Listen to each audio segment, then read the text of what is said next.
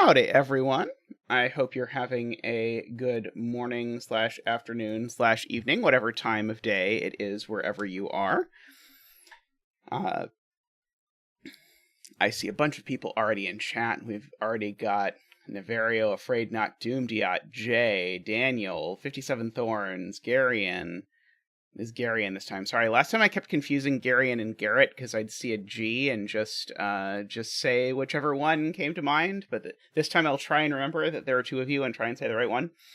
Jalib, I see. David Ratner, I see. Matt Pesto, I see. Yeah, we got a bunch of people. We got a very active Playmaker. We've got more crabs. Nice to see more crabs again. I haven't seen more crabs in a bit.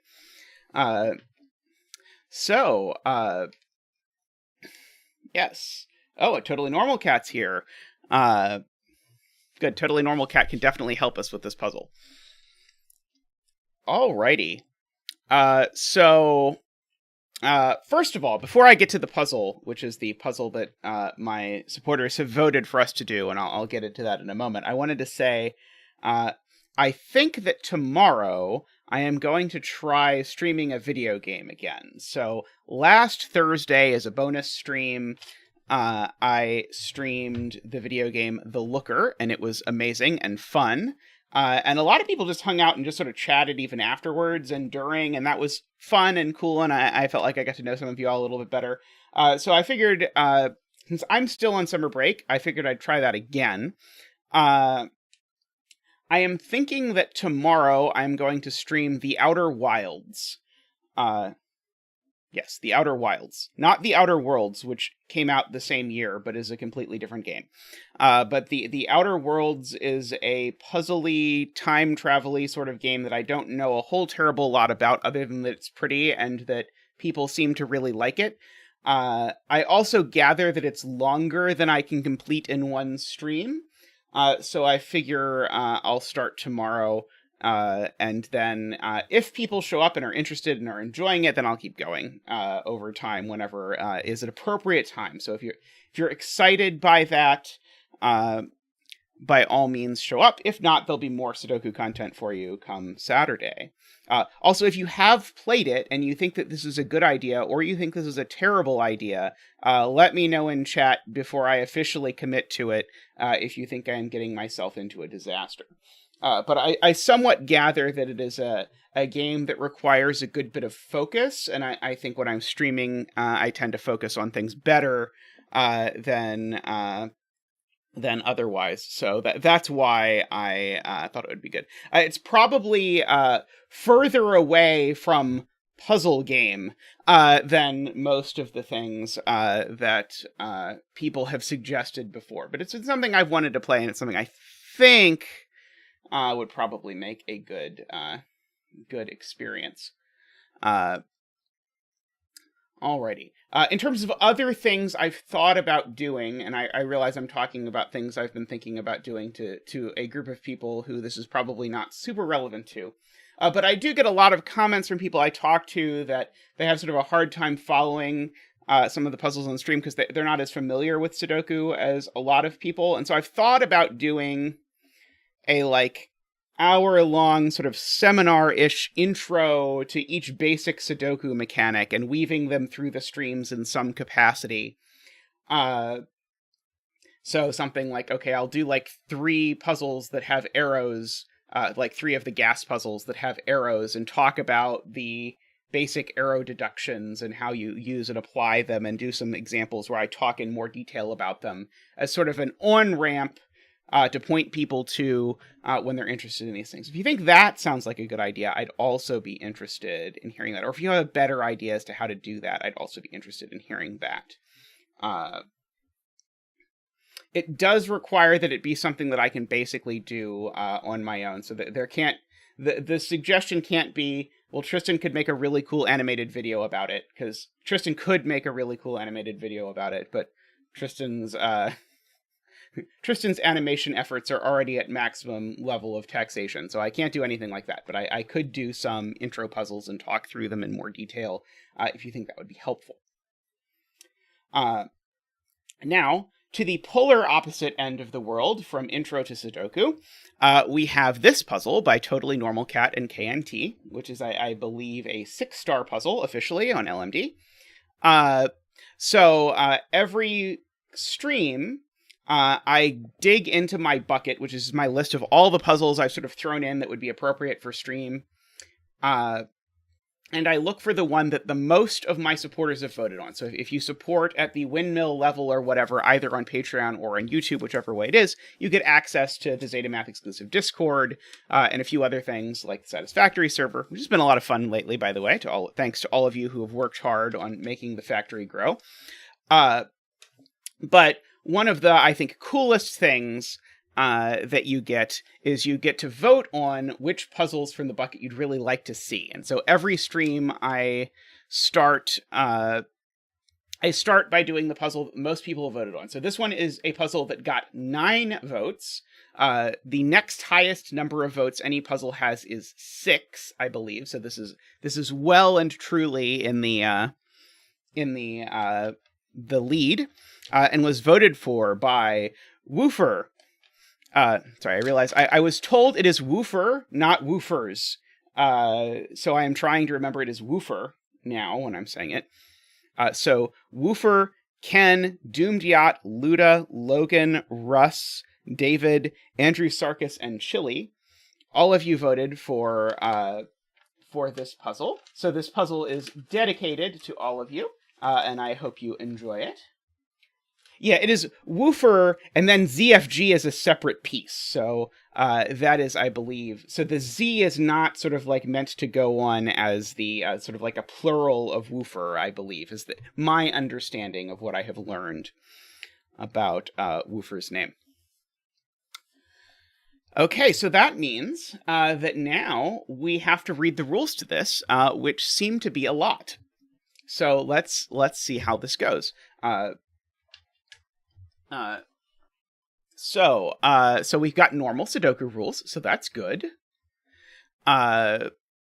Normal Yin Yang rules. Conveniently, by sheer coincidence, I think 2 streams ago, I did an intro to Yin Yang and did a couple Yin Yang puzzles for you. So Yin Yang is a pencil puzzle genre where you color every cell either shaded or unshaded. So you have some shaded cells, and you have some unshaded cells, and there are a couple rules about the shaded and unshaded cells that you have to obey. So one is you can never have a 2x2 that is either fully shaded or fully unshaded. I should note, by the way, one thing to keep in mind for a yin yang is that the 2 colors are completely symmetrical. So shaded and unshaded are interchangeable in the rules. They probably won't be interchangeable in the rules of this puzzle, but in regular yin yang, they are. So first rule is no 2x2 can be homogeneous. So I could absolutely not do this, nor could I do that. That is not allowed. No. I should say also, I have to shade or unshade every cell. Every cell will be gray or green at the end of this. All of the gray cells have to be connected to each other. That means I can't have sort of an island of gray here and then have another island of gray over down here. That is not allowed. So all of my grays connect. All of my greens connect. So both of the groups entirely connect into one group. So that is the rules of yin yang. I'm going to give you 2 non-rules of yin yang that secretly are rules. As well, because I suspect we're going to need to use these things, and so I might as well introduce them as though they're rules to hopefully make this a little bit easier to follow, which is that it is an immediate consequence of the rules I just told you. Okay, not an immediate consequence. It is a consequence of the rules I just told you that this pattern never appears. And so people frequently will call this pattern a checkerboard. And so you'll often hear people say there's a no checkerboard rule in this puzzle type. And that's sort of a consequence of 2 of the rules. Actually, it's really a consequence of just one of the rules that we have. Russ says no Battenbergs. So this is like what a Battenberg cake looks like. It's a cake, right? I think it's a cake. So this shape is not allowed. And the reason why is if I have this shape, because all the grays are connected, in some weird way, there has to be some path that connects this gray cell to this gray cell, something like this. Now, the problem is in doing that, I automatically make it so that this green cell in no way can connect over to this green cell. This is now impossible because the only way to connect those is through this. So the no checkerboard rule that you see in a bunch of different pencil puzzle genres is a consequence of the all grays are connected and all greens are connected. Afraid Not completely guesses correctly what the second meta rule is, and the second meta rule is about the outside border. Okay. So there are two possibilities for the outside border. And this is going to seem incorrect at first, but it's going to turn out to be true. One is that the outside border is monocolored. The outside border could be entirely green. That's possible. The other is, okay, it could also be entirely gray. The other is that the outside border contains a chunk that is green and a chunk that's gray, like that. In that sort of shape. And of course, it could be any length, so it could be that. But even though it looks like you could, what you absolutely can't actually do is you can't break the border in something like a gray, a green, a gray, and another green. This is this is not actually possible.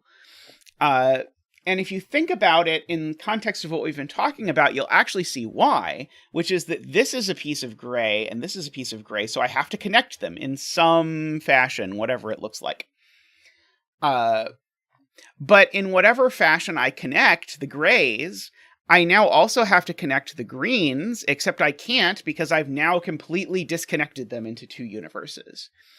And so the border is almost always this kind of border. It's almost always partially unshaded and partially shaded, but it has this really surprising thing that all of the shaded along the outside are connected and all of the unshaded are. So there is this sort of connectedness thing that's following from the global structure. Okay. And so I point out both of these because these are both statements that follow from sort of thinking globally about the shape of the geometry, which is usually not what people think to do when they first start thinking about these puzzles. They tend to think very locally. Well, my rule is no 2x2, so how am I going to do that? And so these are the sorts of things you just might not ever think of yourself if no one pointed it out. So we're almost certainly going to have to use those two mini rules as we go through this. Okay, so that is the Yin Yang part. You'll notice there was no Sudoku in that part at all, because that part, as of yet, had nothing to do with numbers, but we'll get there. Okay, so next up, now we have some numbers. Numbered rooms clues. Clues outside the grid indicate the digit which has to be placed in the nth cell in the corresponding direction, where n is the first digit placed in that direction. So, if this is a numbered rooms clue, and this is an if, and this is a 3, it's telling me to look at this digit 7 and place the 7 1, 2, 3 spaces in this direction. So this 7 with this 3 would place this 7. Now, the rules are actually a little complicated about this, but I'm going to skip ahead just to indicate this. What it is if the first cell in the direction of an outside clue is unshaded, then it's a numbered rooms clue. So if this is green, it makes this a numbered rooms clue. If this is gray, it makes it a skyscraper clue. So if this, again, was a 4, because this is green, this is a numbered rooms clue, and so that's a 7. That's how that works.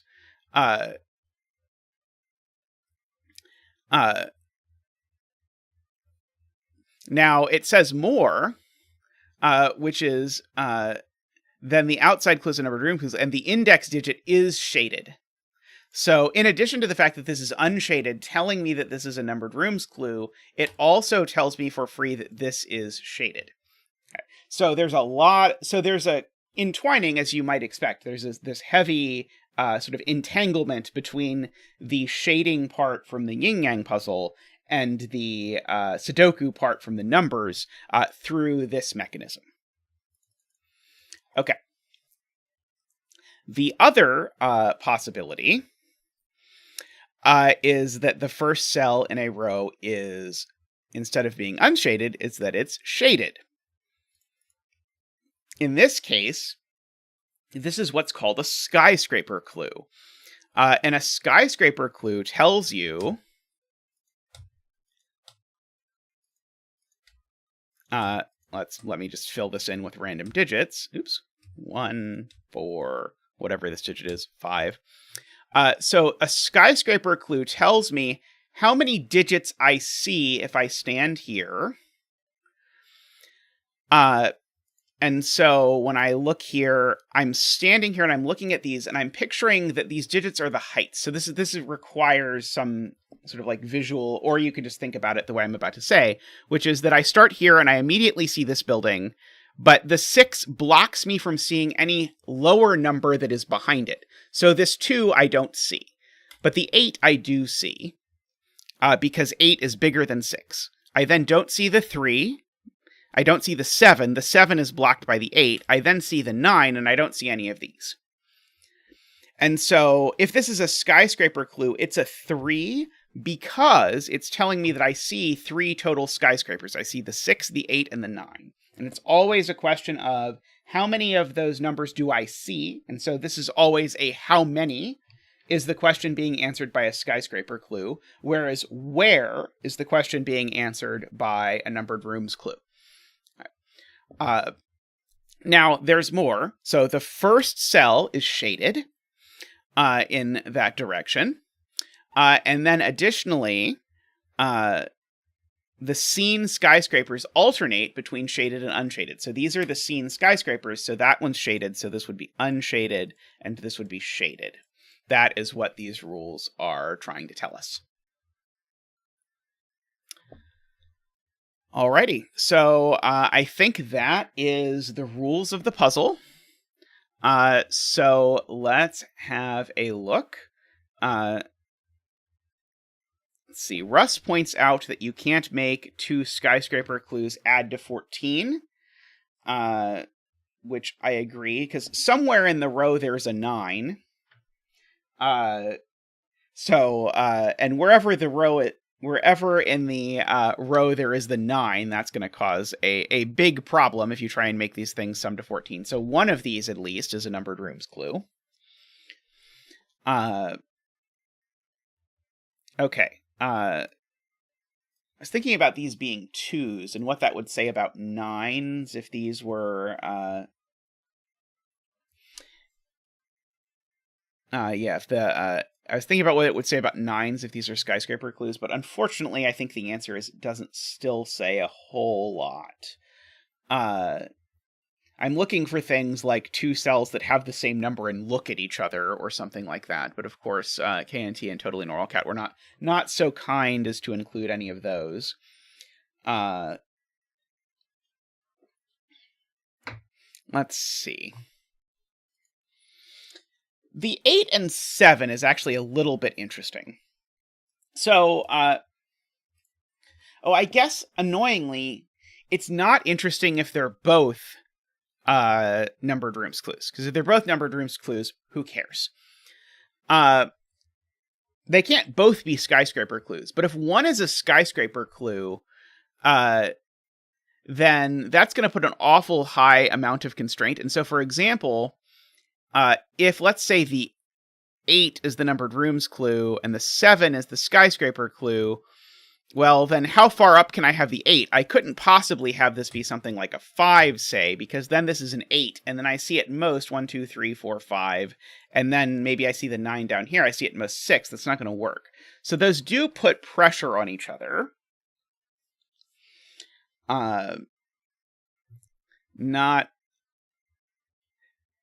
But they could both be numbered rooms clues, and then who cares? If these 2s are both numbered rooms clues, then I have to be careful not to put them both in the same box. But that doesn't immediately seem like a problem.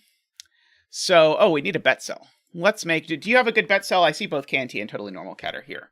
I think I realize what I'm supposed to say, by the way, but I'm going to wait for a bet cell. But I think the thing I'm supposed to think about is the connectedness of the border. Because the connectedness around the border actually implies that if I have a clump of clues like this, or like this, they're either all the same type or there's a border boundary between them. And so I think the shaded, unshaded around the border is probably the thing to think about if there is any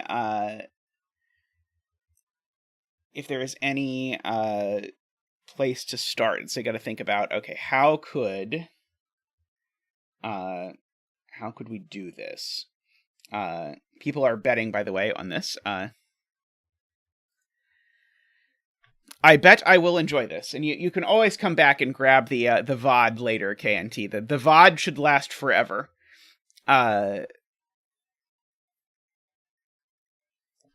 Okay, so can it possibly be these two twos? So I want to ask myself the seemingly dumb question, can these twos both be shaded? I think the answer is yes, but I would love for the answer to be no. Actually, let's think about the 8s. These two 8s are awfully close together. An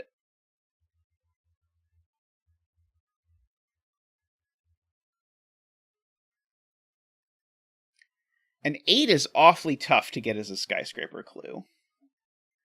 Because 8 as a skyscraper clue means you only don't see one building. Let's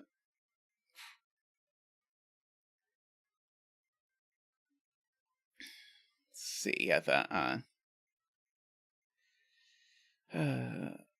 now, yeah, we have the point from Russ immediately that these two pairs of opposite cells can't both be shaded, but that's not, that doesn't tell us a whole lot, I fear, about this.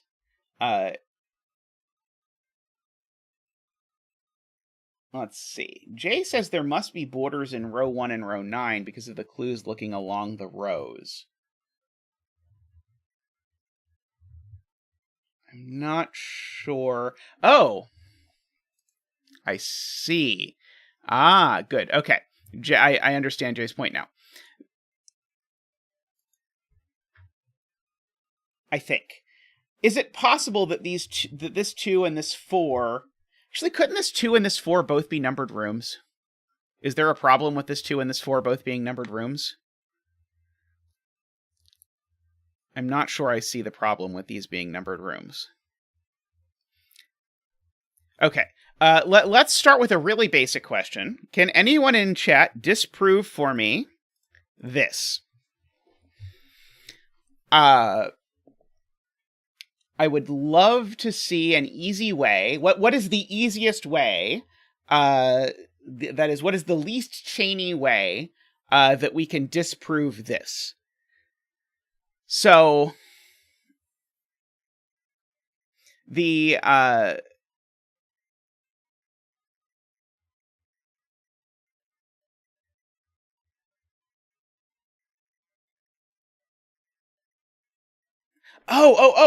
right. I need to think about the rules. That's the point. I've already completely forgotten about the rules. So I forgot about the sort of follow-up. So that's the point. Okay. So I need to remember, if it's a skyscraper, the skyscrapers alternate, and if it's a numbered rooms clue, the two alternate. So there's always a border. So this 2 itself, this 2 already puts either a shaded and an unshaded cell owing to them being skyscrapers, because the skyscrapers that are seen alternate, or it puts an indexing cell that's unshaded and an index cell that is shaded. So either way works. And so this 2 and this 2 both do that. And so there's a change in this row, there's a change in this row. That's all the changes that are allowed. So I'm just going to go ahead and say all of these are yellow and all of these are purple. Again, I don't know if yellow or purple, I don't know if they're shaded or unshaded, but they're all the same.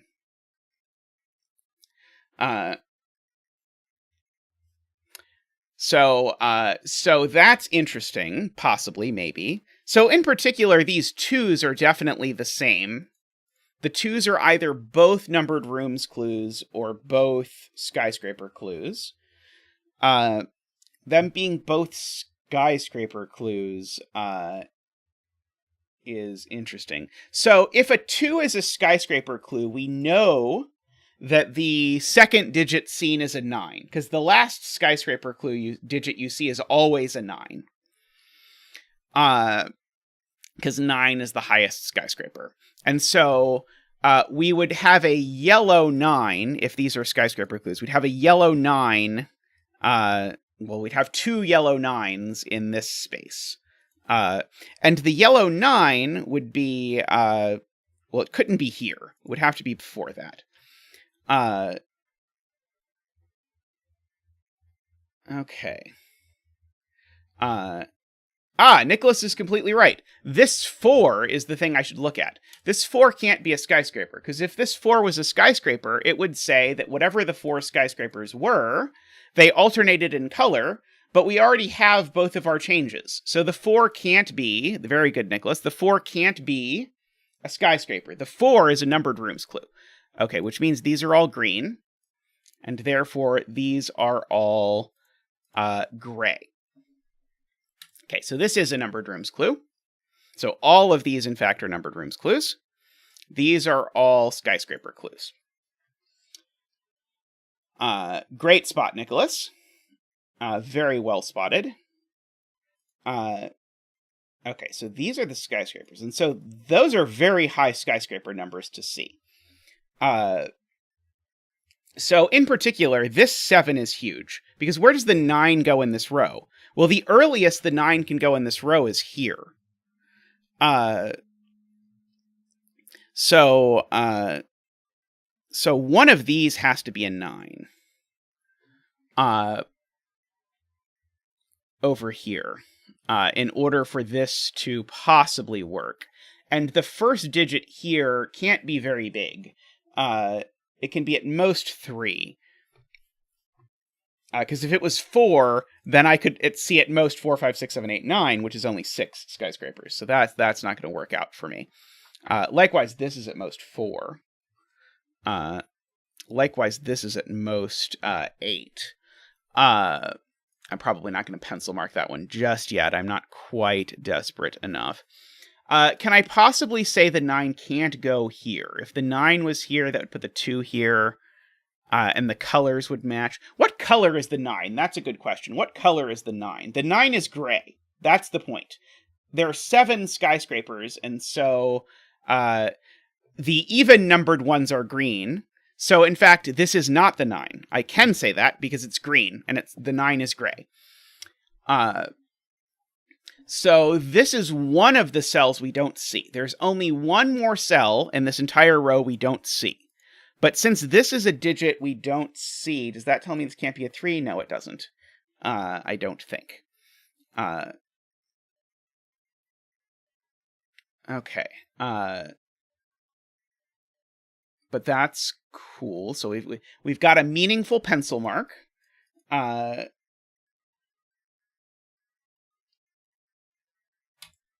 Okay. I'm noticing something about this being a 9, which is that if this is a 9, this immediately can't be a skyscraper. And this has a really, really hard time being a skyscraper. This would have to be a straight-up thermo down the row, or down the column. I don't know if that's interesting, but... oh, this 8. I should look at this 8. This is telling me where the 8 goes. Well, I can't put the 8... further along than this, because I could go 1, 2, 3, 4, 5, 8, 9, but the 8 can't go past here. So this is actually, I know, a 1, 2, 3, 4, 5. If I try and put the 8 here, that would be a 6. If I try and put the 8 there, then I see at most these 4 cells, plus a 9 over here. That's only 5, and this 6 is a skyscraper cell. So I know that this is... Oh, and it's not a 1, because if it's a 1, that would be saying to put the 8 on top of itself.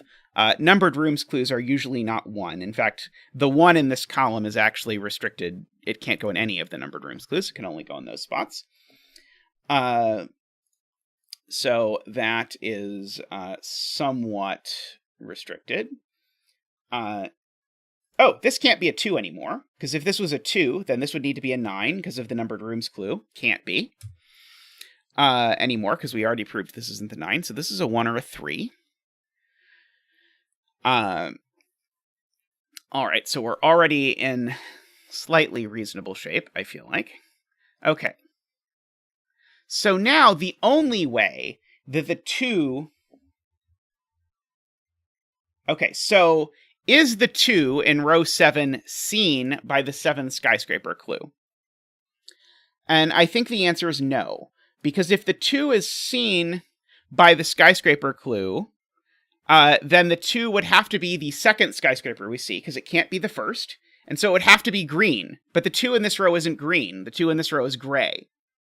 So in fact, we know the 2 digits that are not seen in this row are the 2, wherever it goes.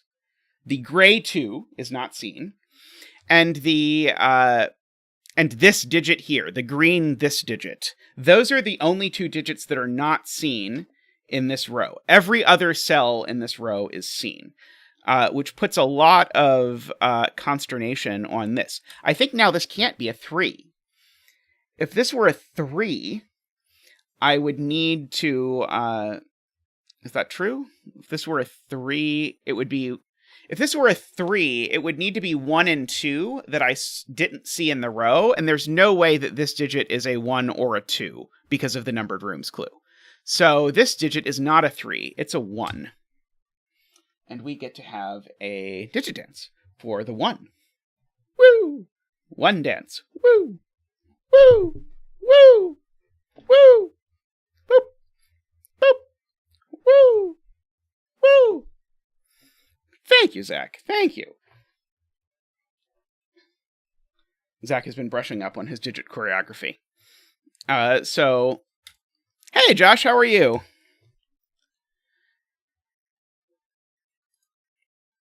Okay, this is a 2, 3, or 4. Oh, happy 41st birthday, Geo Jesser.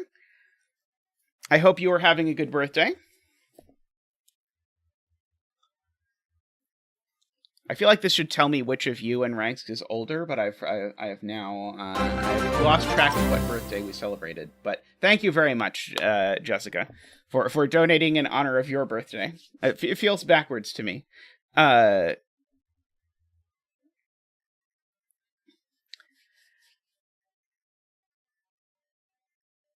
right, so this is pretty cool, though. So I don't think I really know a great deal about where this 2 goes, I think is the answer. Of course, Jessica. Today is the Jessica birthday stream. Okay, so this 2 is also very interesting, because it really wants to put a 9 somewhere over here very, very quickly.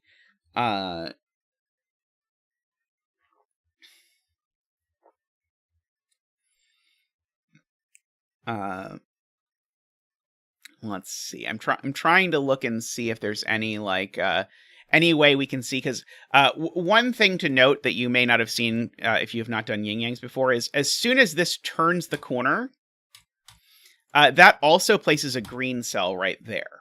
So I don't know how exactly these things work, but I'm very invested in this cell because this cell actually impacts the coloring quite a bit.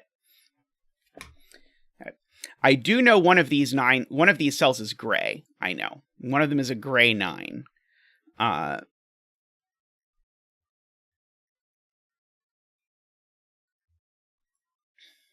And it's really annoying that if this is the gray 9, it works perfectly well with this 7 being a skyscraper clue, as far as I can tell.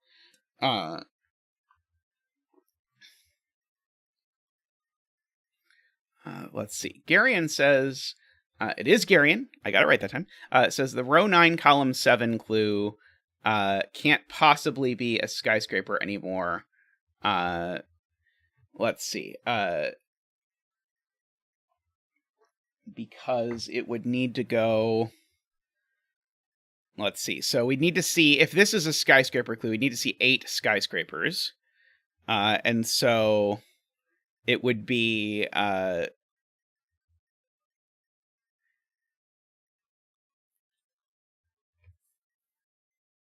let's see. Garion claims it would have to be 1, 2, 3, 5, 6, 7, 8, 9, 4.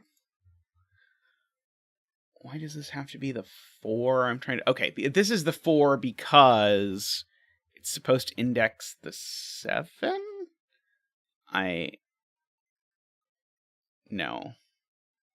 Because this is definitely in this universe... In the universe where this 8 is a skyscraper clue, this 7 is a numbered rooms clue.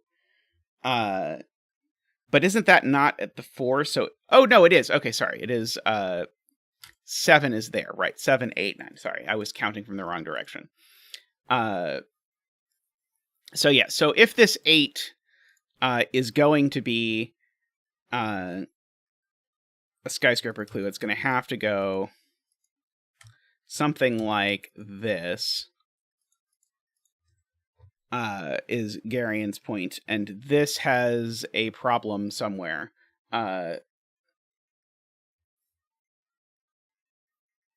Garion says it breaks row 7. Right, because that gives me another digit that is not seen by this skyscraper. And remember, the only digits not seen by this skyscraper clue, the 7 skyscraper clue here, are the green digit here and the gray 2. And this is not a gray 2. I'm still trying to convince myself that I believe this is really the only way that this works. I guess the point is I know that these numbers go up to wherever the 7 is, and the 7 can't be earlier than here. Anyway, that doesn't feel... That feels a little complicated to me. Let's see. Russ says the column 7 shading would break. I'm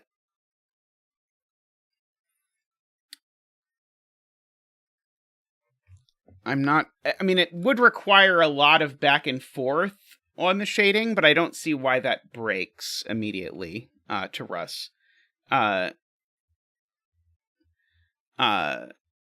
I feel like I could prove either of these, but I feel like they both require a great deal more sort of look ahead than I'm comfortable with at the moment. Let's see. Okay. I like that. Okay, so if this is a skyscraper clue, then this is a numbered rooms clue, and so the 7 is shaded, which means that the 7 needs to show up in an odd number of places, or sorry, at an odd numbered place,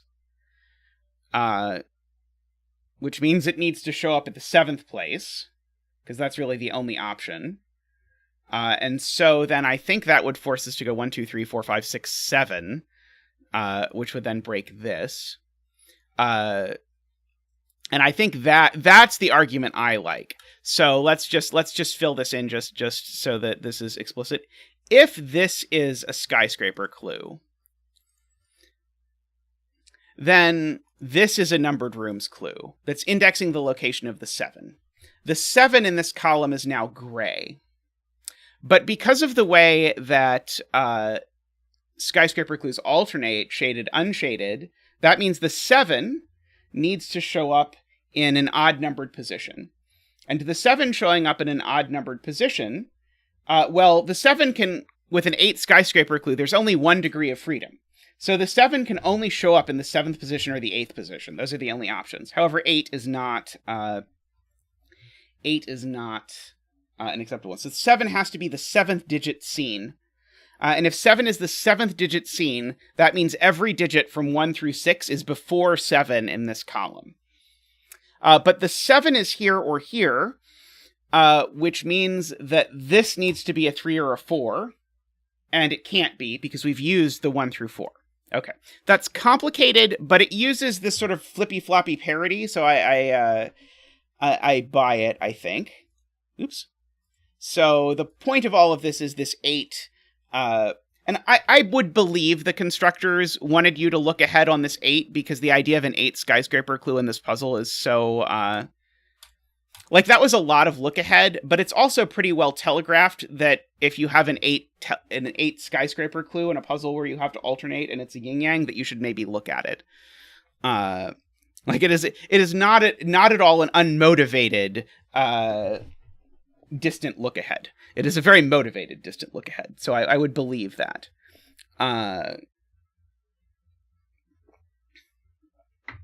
Okay. So now the 8 is a numbered rooms clue. So, sure. Interacts possibly with this 8 numbered rooms clue.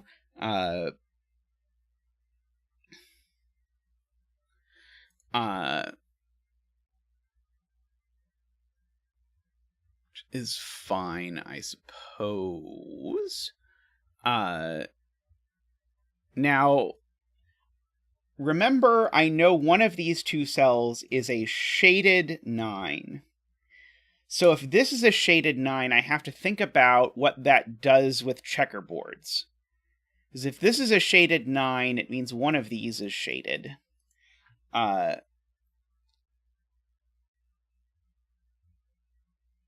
doesn't immediately speak to me.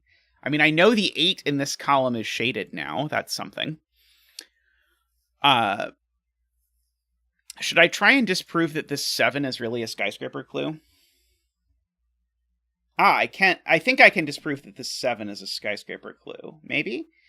So if this 7 is a skyscraper clue, this has to be a gray 9. Exactly. And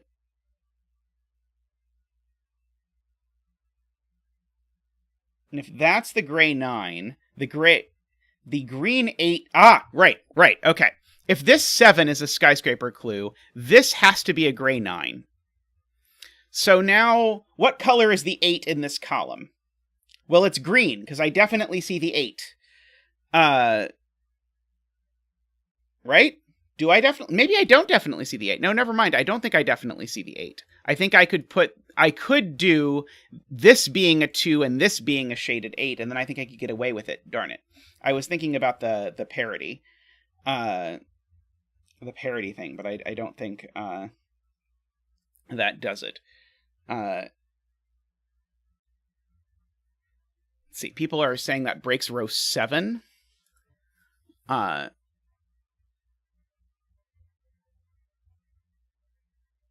Yeah, that Russ has the point I was trying to say. I don't think so. I think this is fine. I'm going to write this in, but I'm not planning to be clear on using this. But just so that people understand what's being talked about, this possibility is, I think, not immediately disproven.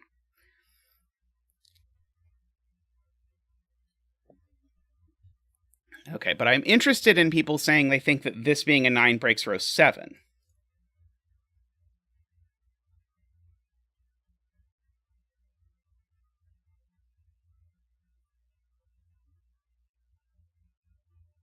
Okay, so we've got a shaded 2 somewhere in this row that's not seen.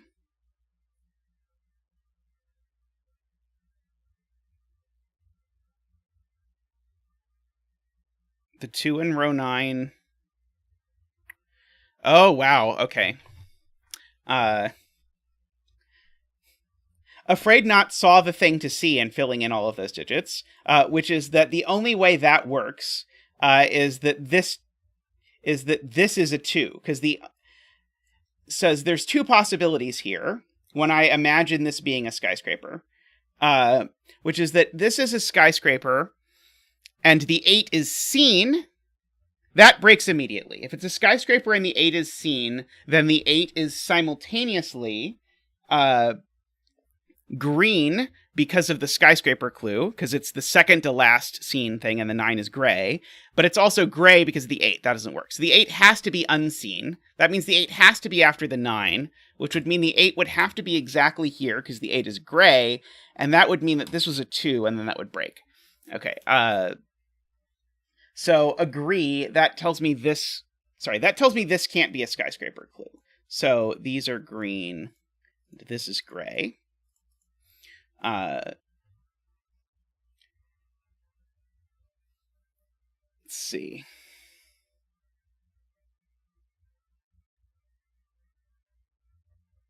Yeah, we know the 2 is not part of the skyscraper in row 7. So the 2 digits that are not part of the skyscraper in row 7 are the gray 2 and this cell. Those are the only 2 digits which are not part of the skyscraper.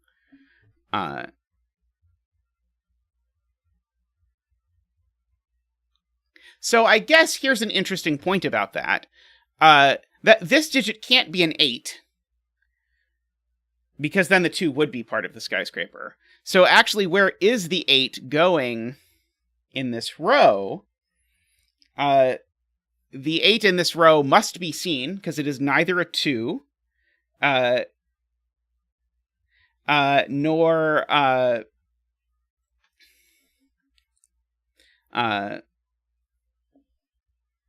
it's not. So the 8 is neither a 2, nor is it this digit. So the 8 has to be seen, and if the 8 has to be seen, it means one of these 2 cells is a green 8 for the skyscraper clue.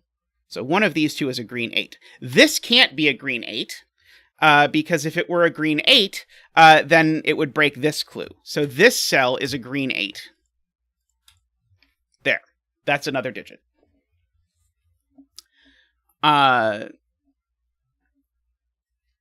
So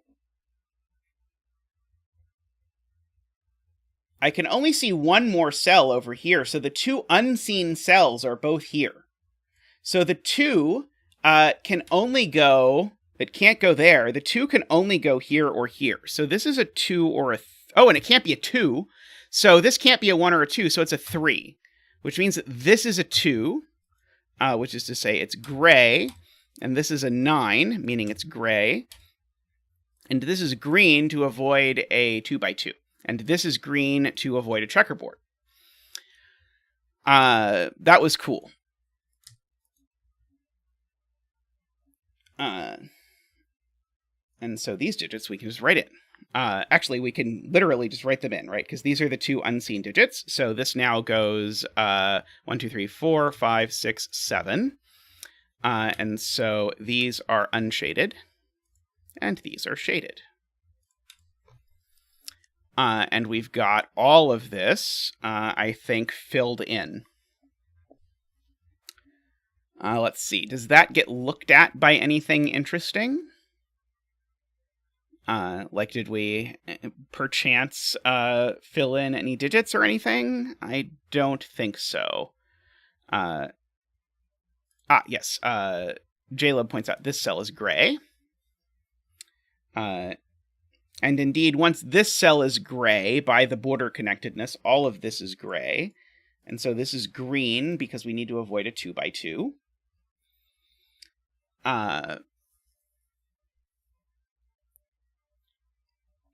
This 5 is now a skyscraper. So actually it's interesting because this 5 being a skyscraper means that this digit can't be as large as 6. It's at most 5, but 1, 4, and 5 are already gone. So this digit's actually only a 2 or a 3. Those are the only possibilities because 1, 4, and 5 in the box are already gone. So this is a 2 or a 3. I guess there's a question of, is this the cell I see or is this the cell I see? Because if this digit's not bigger, I definitely see this.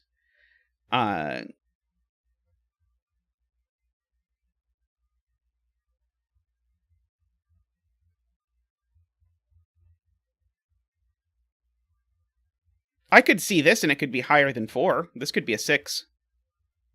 Then I wouldn't see the 4. That would be fine. As far as I can tell, at least. If it's not fine, I don't know why.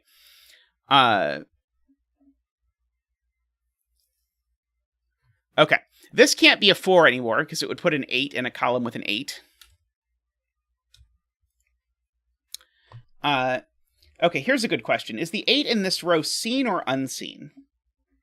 The 8 in this row if the 8 is seen, the 8 is the second to last digit that we see, which would mean the 8 is green. So if the 8 in this row is seen, it's green, but the 8 in this row isn't green.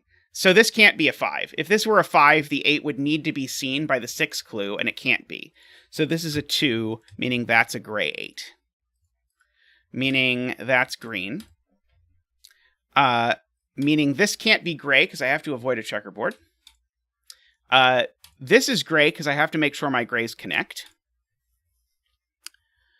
Let's see. If this was the only other option... Did I really... How could the 5... If the only options for this cell are 2 and 5... If this is a 5, the 8's definitely seen by the 6 skyscraper clue. Because the 6 skyscraper clue needs to see at least this far. I can't have a 9 in front of it.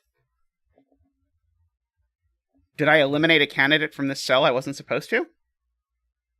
I don't think so.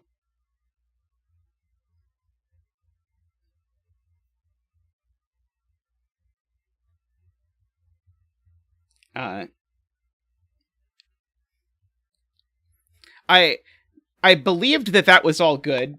TotallyNormalCat seems to think it's wrong, which is unfortunate. But I'm waiting for TotallyNormalCat to tell me what I did wrong, or to decide that that was actually okay. I at least convinced Afraid Not that it was okay.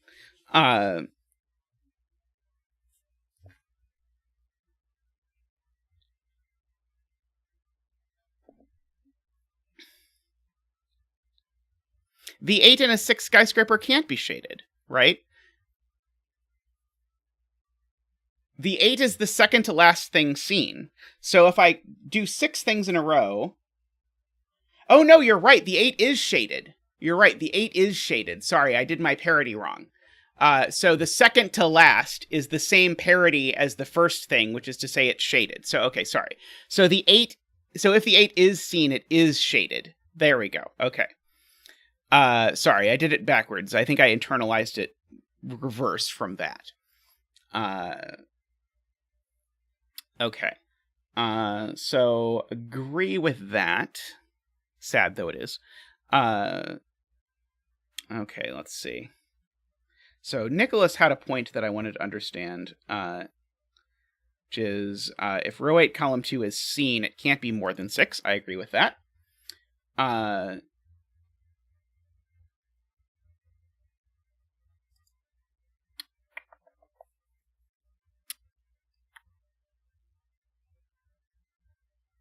So I guess that means unconditionally, this cell is either seen or unseen, in which case it can't be, in either case, it can't be larger than 6.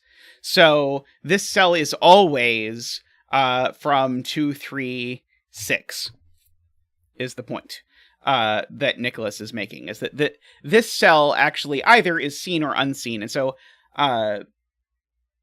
And it can't be 3 either, because if this was 3, it would make this cell a 2, which would then make me see the 4, and that doesn't work. So it's not a 3. So this could be a 2 or a 6. Those are the only options for that cell, I believe. Yeah, I was getting there. I wrote in the first deduction first, and then went back and wrote that in.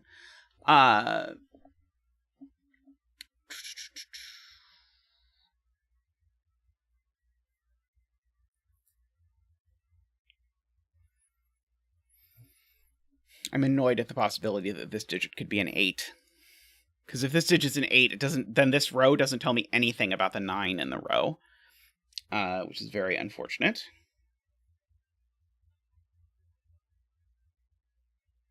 Okay, what if this digit's a 4? If this digit's a 4, then we have to go 4, 5, 6, 7, 8, 9 as my scene digits. In which case, my gray cells are the 4, 6, and the 8. Darn it, that does work. Rabble. The 8 does end up gray.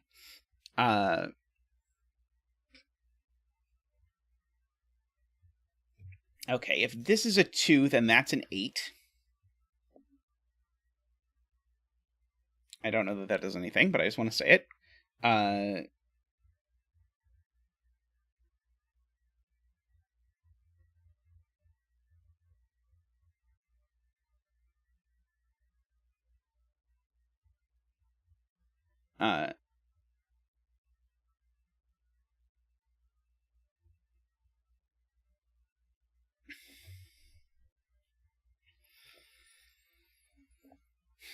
Well, the higher digits can be distributed however they want to be across the row. They don't have to go immediately 4, 5, 6, 7, 8. They could be distributed across however they want.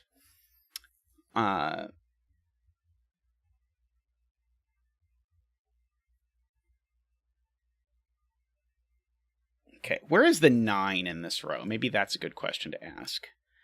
So the 9 in this row actually needs to be at least here and at most here. So one of these two digits is actually a 9, I actually know. I know I'm pencil marking across boxes, but I think in a skyscraper puzzle, pencil marking across boxes like this is okay. One of those two is a 9 for the 6 skyscraper, which means this cell's never seen for what it's worth. So I guess then the question is, how many unseen digits are there in this row? There's 3 digits I don't see in this row. I already know 2 of them. These 2 are not seen.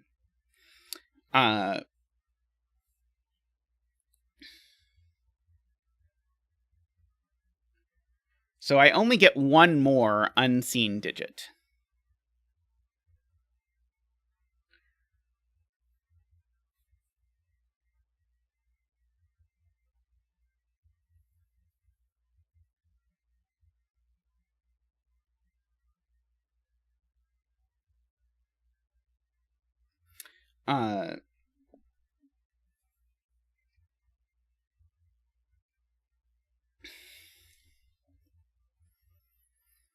So yeah, so if the 8 is seen, it's exactly here. Because the 8, remember, is here or here. Those are the only places. So if the 8 in this row is seen, it needs to be exactly here. In which case, then this is gray, and this is gray, and these 2 are green. Which seems okay to me, I think.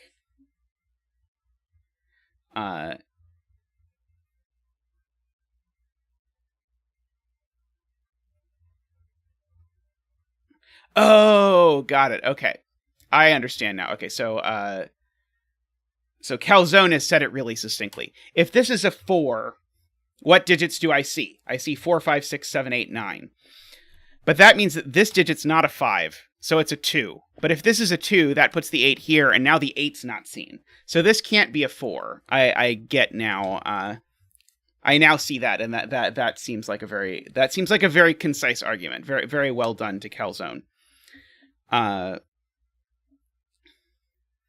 Chris K points out that the 1 in row 6 is unseen, which I definitely agree, but I don't think I know that this isn't the 1. But if the 1 is anywhere else, it is unseen. I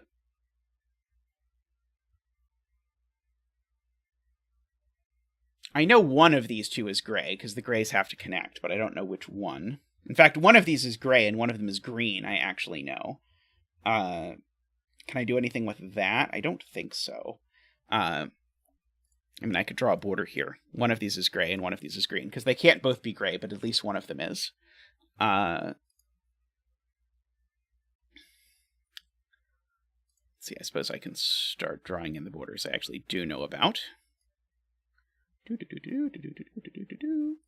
While I think about this.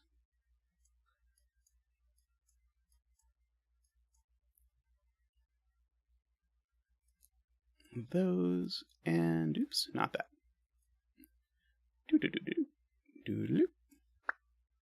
And one more up here. Okay. Let's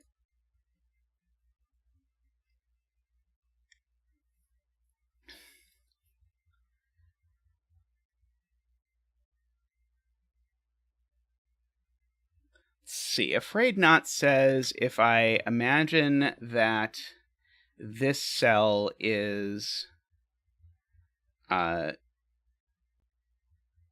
I think Afraid Not is telling me if this cell is shaded, the world breaks. I think is what is being said. So if this is shaded, then immediately this is also shaded. Okay, so this is what Afraid Not is saying. If this is shaded, this is also shaded. And so currently I've only seen one skyscraper because the shadeds aren't seen. And so I would see at max 1, 2, 3, 4, 5 skyscrapers. And so 5 is not 6, so this cell can't be shaded. So Afraid Not's proof is that this is green. I agree. Okay, so that was actually quite elegant. So this is green.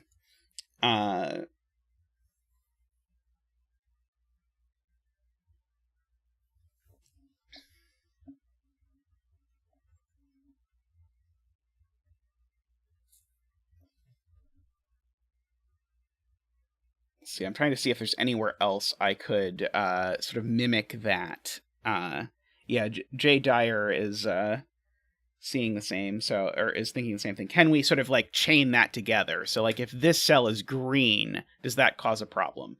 So if this cell is green, we now see at most 2 skyscrapers here, but then we could see 3, 4, 5, 6. So that's actually, it's okay if this cell is green. By just a point of, or by the point of view of coloring at least. Oh, no, I see the problem. Okay, I see the problem. That's gorgeous. Okay, I really like that. If this cell is green, I need to see all of these, but then that means that these 2 are gray and these 2 are green, which makes me a whole host of checkerboards. That's really cute. That is very cute. So this cell actually can't be green because it would make a checkerboard in a weird way. So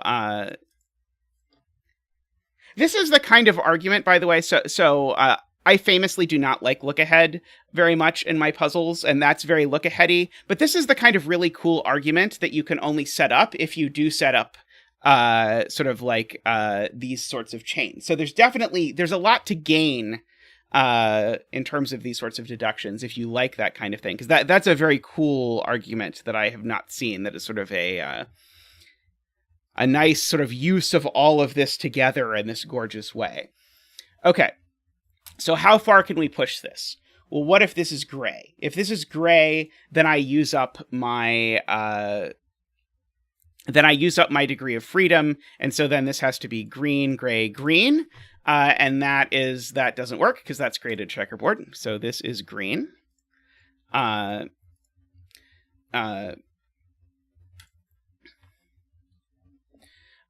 If this is green now, then this has got to go gray, green. That doesn't work. So this is gray. And so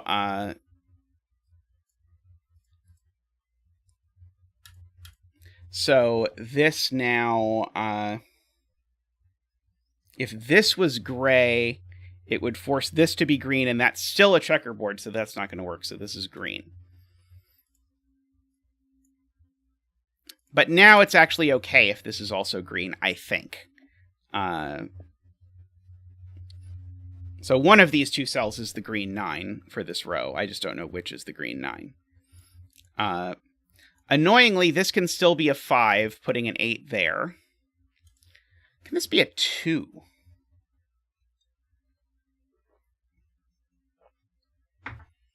If this is a 2, what I'm seeing is it makes that an 8 and makes that a 3. Ah, that doesn't work. Okay. If this is a 2, it makes this an 8. And this a 3. Oh no, that's okay. Darn it. So then the unseen digits are Well, the 1 is unseen, so the 1 is going to have to go over here. So in this universe... okay. So if this is a 2, this is an 8. This is a 3. The unseen digits in this row, there are 3 of them. What are they? They are 2, 8, and 1. This digit's a 3. Where does the 4 go in this row? The 4 needs to be seen, which means it has to go here. But then it's right above a 4. So that doesn't work. So this is not a 2, it's a 5. And that's an 8. Is the upshot of all of that. Very neat rule set design, by the way. The sort of the way all of these rules interact together has been very cool to see.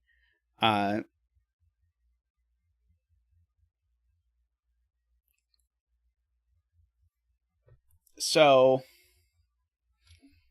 this cell is not seen. This cell is not seen. And one of these 2 cells is not seen. I need to see all of these, so I can do a thermo trick. Now, just by the fact that one of these is going to be 9, and is going to be a green 9, means that I actually need to see all of these. 1, 2, 3, 4, 5. I need to see all of these. So I can good lift this. So this is 2 or 3. So what can this be? It needs to be bigger than 2. So this is at least 3, but it can't be 4. Could this cell be 5? Well, no. So if this cell is not 3, it actually needs to be at least 6. And then we would have to go 6, 7, and then actually, sorry, it needs to be at least 6, and 6 is too big because then we only have room to go 6, 7, 8, 8. So this cell can only be a 3, actually, because of the fact that it sees this 4 and this 5. So therefore, that's a 2. As soon as that 3 goes there, that's a 2, and that's a 6. I hit the wrong button. So now I need to ask, what can this be? So this needs to be at least a 4, but it can't be a 5. So if this is not a 4... it needs to be a 6, in which case it would go 6, 7, 8. I think that's okay. Let's see. Let's fill in these digits just while we are filling things in. 1, 2, 3, 4, 5, 6, 7, 8, 9. While we're at it. This 2 gives us a digit because we placed the 2 in this row. So that's an 8. That's cool. Medi catches that right as I do. Excellent. So these aren't 8, of course.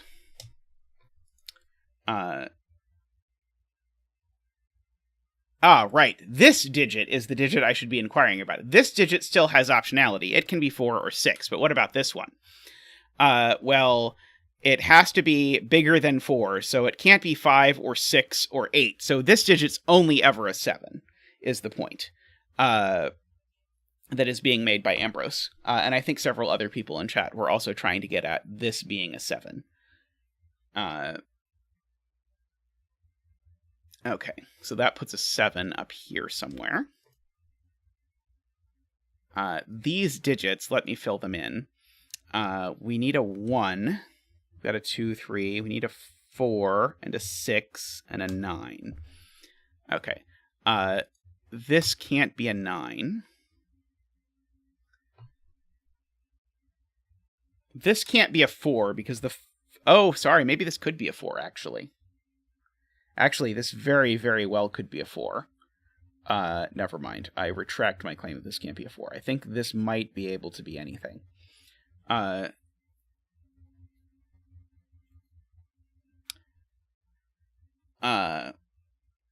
Nicholas points out 7, 8, 9 need to appear in this column in order to finish this 5 skyscraper clue, because we're already at 6. So yeah, so 7, 8, 9 need to show up here. So my 7 in this column is in one of these cells, my 8 in this column is in one of these, and my 9 in this column is in one of these cells, is the upshot of all of that.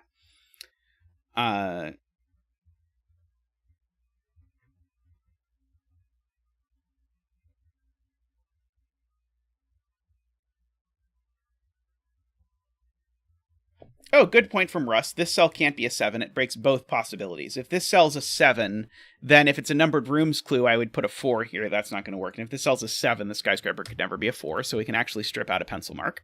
That's not a 7.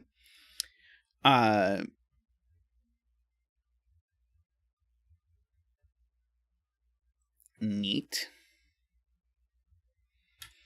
This 3 is actually moderately restricted now, because the 3 no longer can place a 3 in this box, because this box already has a 3. So this is naively from 1, 2, 3, 4, 5, 6, but it's not 3 or 5, and it's not 1. So this is actually now only 2, 4, or 6. Is one of 2, 4, or 6 interesting?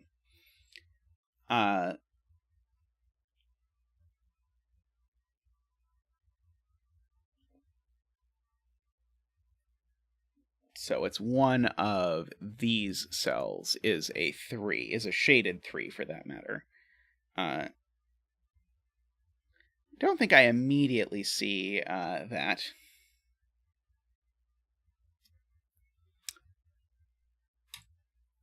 Good point from Ambrose. This can't be a 9, because if this were a 9, it would need to be unshaded from the 2 skyscrapers point of view. And it would need to be shaded from the 5 skyscrapers point of view. So the 9 up here is shaded. So yeah, that's a good point that we can think about. The 7 is shaded, the 8 is unshaded, and the 9 is shaded. But this cell can't be a shaded 9, is the point. Very nice. And so now once that can't be the 9, this can't be the 8. And once that can't be the 8, that can't be the 7. And so actually the 7 in this box is now pushed, or sorry, the 7 is now pushed into this box, which is, I mean, I don't think it's useful now, but I think it'll be useful later. Let's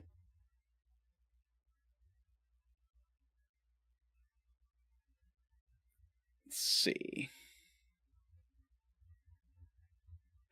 The cell is somewhat constrained, but I don't even know if I want to write it in, because I don't know if I care.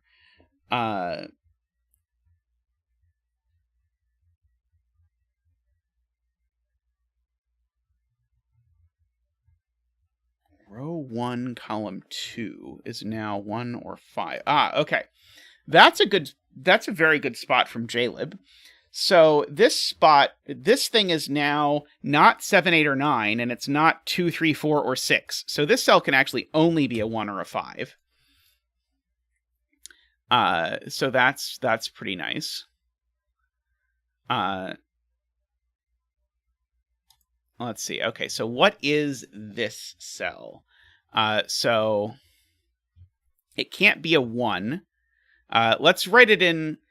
Oh, okay. It can't be a 2 because then this cell would be shaded and it's not. It can't be a 3 because then this cell would be shaded and it's not. So this is at least a 4, but it can't be a 4 because then it would be a numbered rooms clue putting a 4 in 2 places in the row. It can't be a 5 because there's 1 in the row. So it could be a 6 or a 7. Can't be an 8. And let's see, if this were a 9, it would make this a 4, which is then a huge problem for this 2 skyscraper. Because if this is a 9 and this is a 4, the skyscraper is not that. So actually, a completely beautiful spot from Jay Dyer. This is only a 6 or a 7. So one of these two is a shaded 4.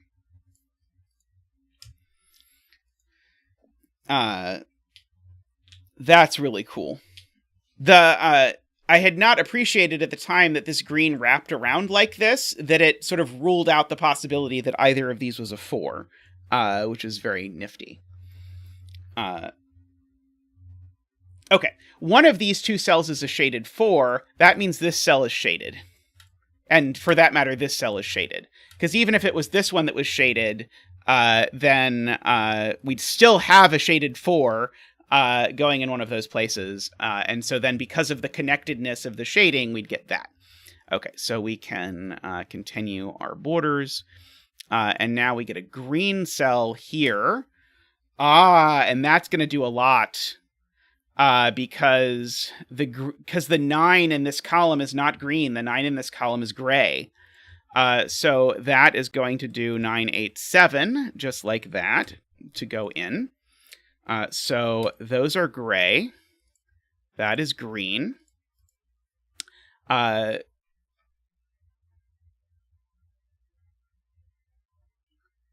Because we were talking about the possibility of this digit being a 9, Garion. All I was doing was ruling out the possibility that this digit was a 9. And if that digit's a 9, then the 9 is not in the 4th position in the row. So these greens need to get out. This can't form a checkerboard. This green now needs to get out and needs to keep getting out.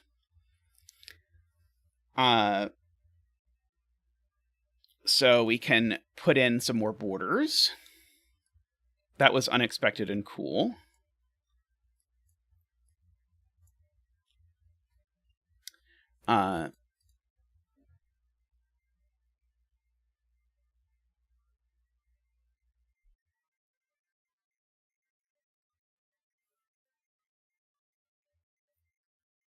No problem, Garion. I appreciate you double checking.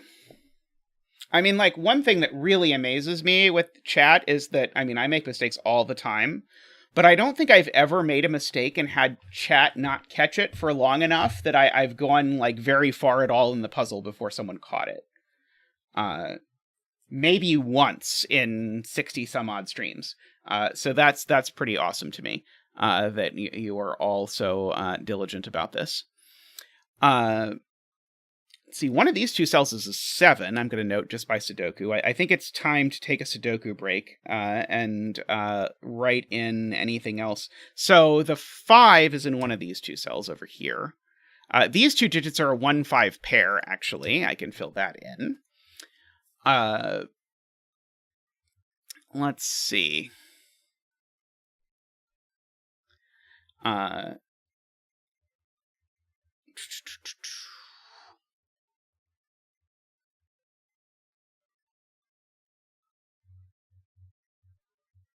By the clue in column 7, by the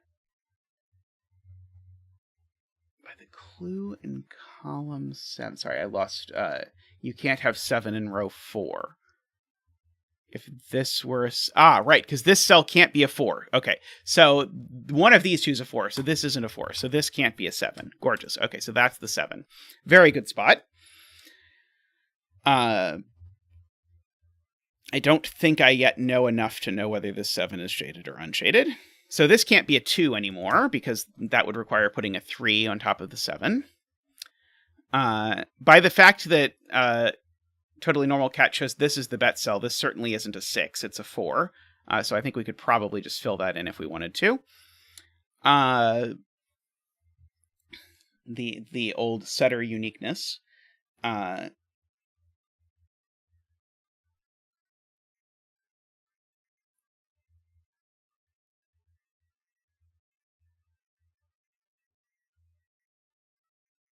Let's see.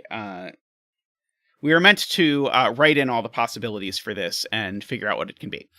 So it can't be 1. It can't be 7, 8, or 9 because this is a 2, and these two are both green. This cell just doesn't have 7 as a candidate, so it can't be. In fact, actually, I can't put 7 in this box either, so this can only be a 2 or a 3, but there's a 2 in the column, so this is a 3, and that's a 7, and it's gray. So that was cool. So this isn't a 7, so this is a 7. One of these has to be green. Oh, that being a 7 actually means that this is a 6, which means that this is a 4. That being a 6 means that that's a 4 and is gray. This isn't a 4. Oops. Isn't a 4. These digits need to be written in. 1, 2, 3, 4, 5, 6, 7, 8, 9. These aren't 7, that's not 7, so that is 7. So these aren't 7. These digits need to be written in. 1, 2, 3, 4, 5, 6. Let's see, these aren't 6 at the very least, I can say. getting close to some sort of thing going on with 1s, 4s, 5s, and 6s. Oh, this 4 in this box tells me that those aren't 4. I should fill in. We are taking a brief Sudoku break to clean up the Sudoku. We have verified, Ambrose points out, that this is a 3, as expected. This is a 3 and is gray.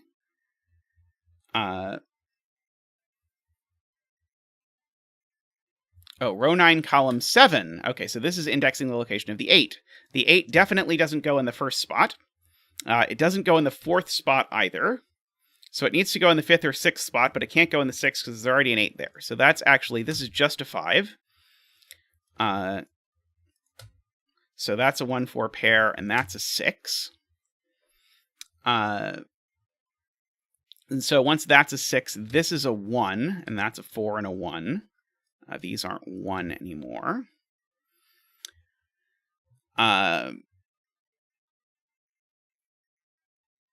That's not a 1 anymore. So one of these two is a 1.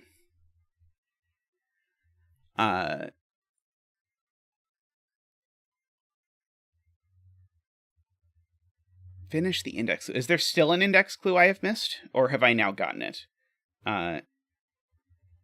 We did the 8 clue in column 7, didn't we? Oh, I didn't actually fill it in. I just figured out what it could be, and I didn't actually write it in. Thank you. That was not my best moment. I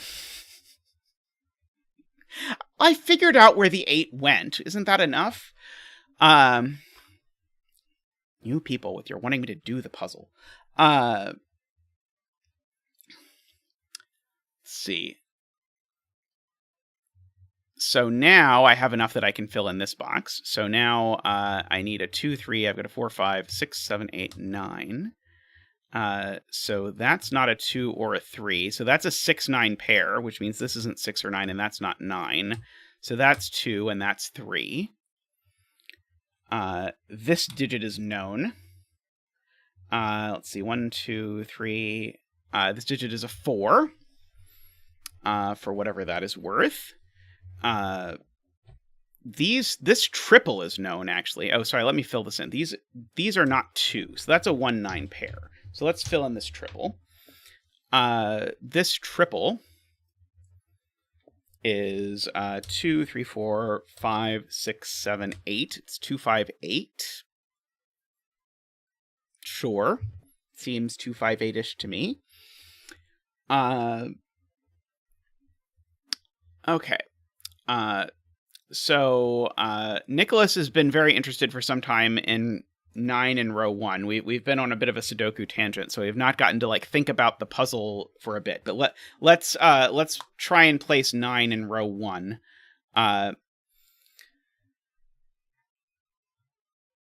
Let's see. Okay, so could either of these be a 9?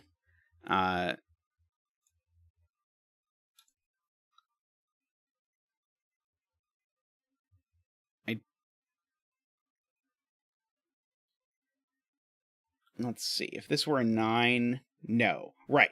This can't be a 9 because it can't be a skyscraper, and if it was a numbered rooms, it would make this cell... no, it would make it gray. Gray is right.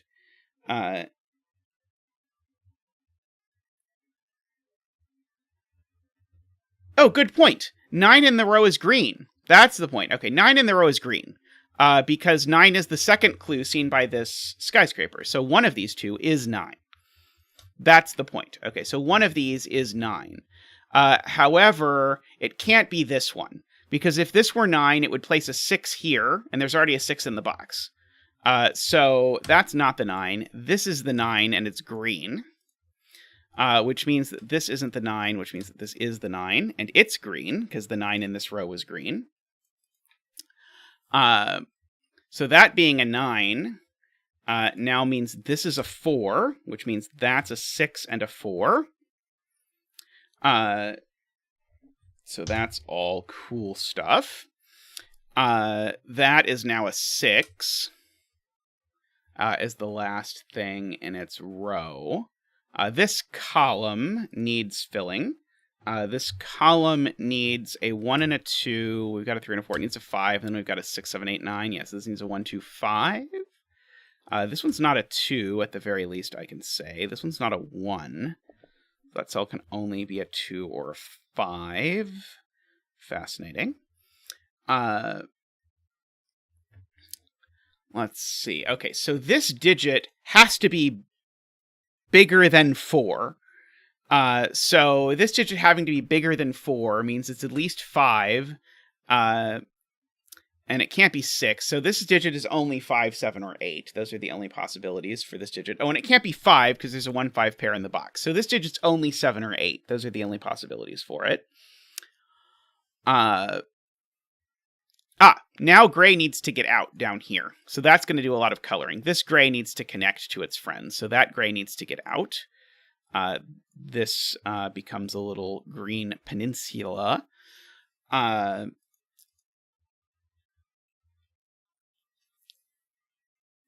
Like that.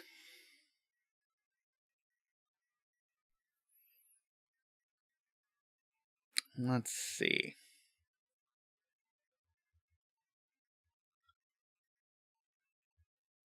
Let's fill in this box while we are doing things. 1, 2, 3, 4, 5, 6, 7, 8, 9.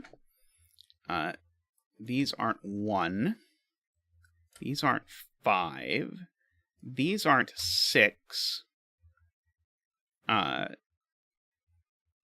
I miss any eliminations there? I don't think so. Let's see. Andrew says the 9 in row 3 looks right. The 9 in row 3 does look right. That 9 already sees this 1, 9, so that's a 1 and that's a 9. So this 1 sees that this is not a 1, which gives us a 2, 5 pair, makes this a 1 for whatever that's worth. So we can fill in the rest of this box now, so that's worth a good bit. So 2, 3, 4, 5, 6, 7, 8, 9, 2, 4, 5, 9. None of those are 4, so this is 4. That's a 2, 5, 9 triple for the row, making that a 1. Meaning this is not a 1. This isn't a 2 by the row. It's a 5 or a 9. Let's see. I think this 6 clue I have to eventually think about, because I need to decide whether it is placing the 6 or doing the other thing. See, if this cell is green, it's placing a gray 6 here, I want to say, because 6 can't go anywhere else in this column. In fact, actually, 6 in this column I should mark. 6 in this column is definitely in one of those two cells, regardless of what kind of clue this is. Oh, and that does it. 6, no, not... Oh, it does. It does, actually. So 6 in this column, just by Sudoku, nothing fancy, goes in one of these two places. And now I ask, could the 6 be a skyscraper? Well, if the 6 is here, then I could see 1, 2, 3, and then I could see 7, 8, 9, except the 8 is blocking the 7. So it actually can't be a skyscraper clue. I could get to at most 5. So this has to be a numbered rooms clue. We finished the border. And once this has to be a numbered rooms clue, it can only be a 2, placing a gray 6 there. Have to avoid a checkerboard, so this has to be gray. Green has to get out, so this has to be green. We can finish the column from earlier. Dedicated to Afraid Not. The rest of this box is now 1... Oh, sorry, let me... That 2 means this is a 5. Let's do the easy stuff first. So that's a 2. So that's not a 5. That's not a 2 either, actually. Wait, I said that's not a 5, but I removed the wrong candidate. This is a 2 or an 8, I believe, because these are 2, 5, 8. Okay. Let's see. So these are 1, 2, 3, 4, 5, 6, 7, 8. 1, 3, 8, but none of these are 1. So that is 1, making that a 5 and a 1. This 3, 8 looks right at that, making that a 2. This is not a 2 or a 5, so it's an 8, and that's a 5. So this is a 7 or an 8 to finish the row. I finished Afraid Not. I finished the column you said was finished earlier, and then we're sad when actually there was one cell we couldn't color. But I figured out the coloring of the last cell, which is why that got dedicated to you. 1, 2, 3, 4 is what is missing in this. 4 is one of the digits missing in this row. It can't go here, so it has to go here. 5 and 6 is missing in this row, so it has to go there. So that's a 9 and a 5. And this is not a 5 or a 9, so it's a 6. That 9 makes that a 5. These aren't 9 anymore. That is a 3, 7, 8 triple in the column, so this digit is given. I don't know what it is, but we'll find out together. It is a 2, I want to say. So this digit is given as well. It is a 2. It is a 3. So these aren't 3. They're 8 or 9. Let's see. These aren't 5 anymore. I should fill in. That 2 looks down. So 9 and 2. The bet cell was a 2. Congratulations if you bet 2. Did anyone bet 2? We will find out shortly. That 8 looks up. See, so that's a 3 and an 8. These two digits are known. Let's see. One of them's a 1, so that's the one that's the 1. 2, 3, 4, and then that one's a 5. These two digits are known. What are they? They are a 3 and a something. 4, 5, 6, 7, 8. 3 and a 9 is what is left. And I think I actually can't resolve the 3, 9 right away. I think I'm going to need to do just a smidge more with my Sudokology stuff to figure that out. Okay, so everything is going to get shaken out by this this skyscraper clue, because if this was a 7, I would see the 7, the 8, and the 9, and the world would break because the coloring would be wrong, and this wouldn't be a 2. So actually, that's an 8 and a 7.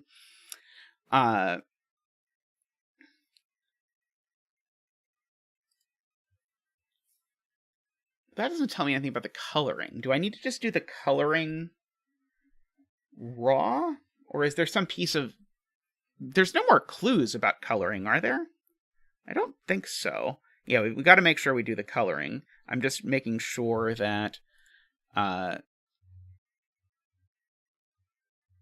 know how the coloring goes. Row 4, column 8 can't be gray. Ah, yes, that's a good point. Okay. If this were gray, it would create a forbidden pattern. So I can never have shaded cells arranged like that, because now this cell can be neither gray nor green. So this cell can't be gray, so it is green, which then tells me that that's gray, which then tells me that that's green because I have to avoid a 2x2, which then tells me that that's gray because I have to avoid a 2x2. So now I have to avoid a checkerboard, so this is gray. I have to avoid a 2x2, so that's green. I have to avoid a checkerboard, so that's gray. This is green to avoid a 2x2. This is gray to avoid a checkerboard. This is green to avoid a 2x2. I know one of these two is gray, but they're not both green. They're not both gray because it would disconnect this. So I can draw a line in here like I did before. These are different colors.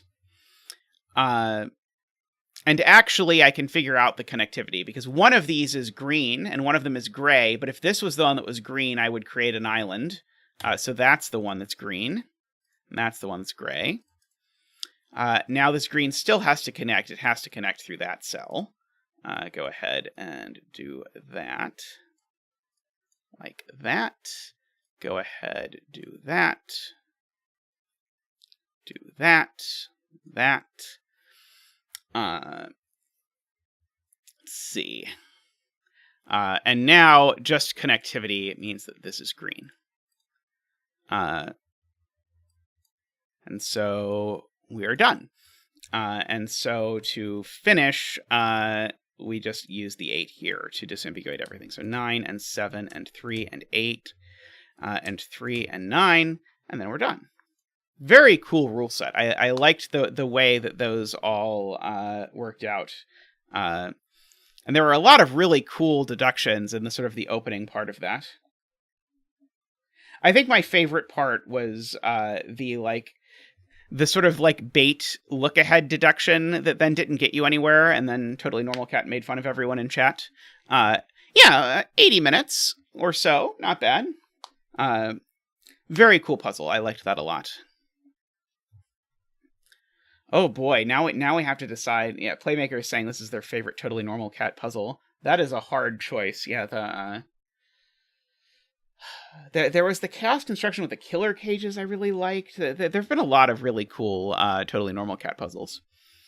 And for that matter, a lot of cool KNT puzzles. And so not surprising that KNT and TotallyNormalCat created a cool puzzle. Yeah, the rules, I think, eventually felt quite natural. Granted, I thought after reading them once I remembered them, but then I realized I had forgotten some very important bits. But I think this rule set is actually fairly natural, given how complicated it is. I mean, I don't think you'd ever want to make a second puzzle with this rule set, but I think for one puzzle with this rule set, I think this rule set is pretty much perfect. Just sweet all around. And by the way, also KNT, I know you weren't able to watch this. Sorry you weren't able to watch this while I solved it, but I'm going to guess you're probably going to watch the VOD later. So great job, KNT, and TotallyNormalCat with that. I know this puzzle. This is the puzzle, right? TotallyNormalCat that you and KNT just worked on for weeks to get every clue exactly right so that it would all fit together so nicely.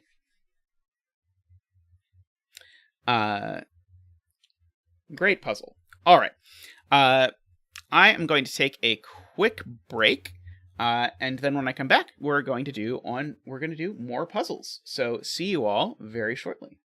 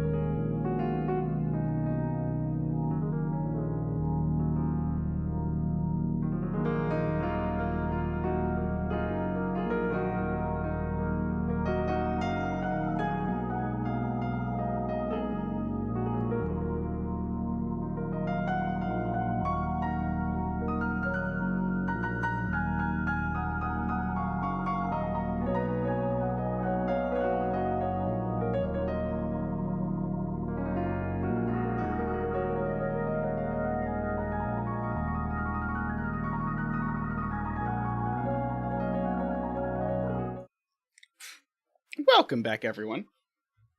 People in chat are talking about the fact that CTC has given hints that today they are going to do Jesper's Yin Yang Chaos Construction, which we did do on this channel. It's a very cool puzzle, but people are guessing how long it is going to take Simon to do it, whether it be 90 minutes or 2 hours or whatever. That one was a very cool puzzle, but it certainly was quite challenging. I don't think it was quite in the list of puzzles that have taken us the absolute longest on this stream, but it was up there.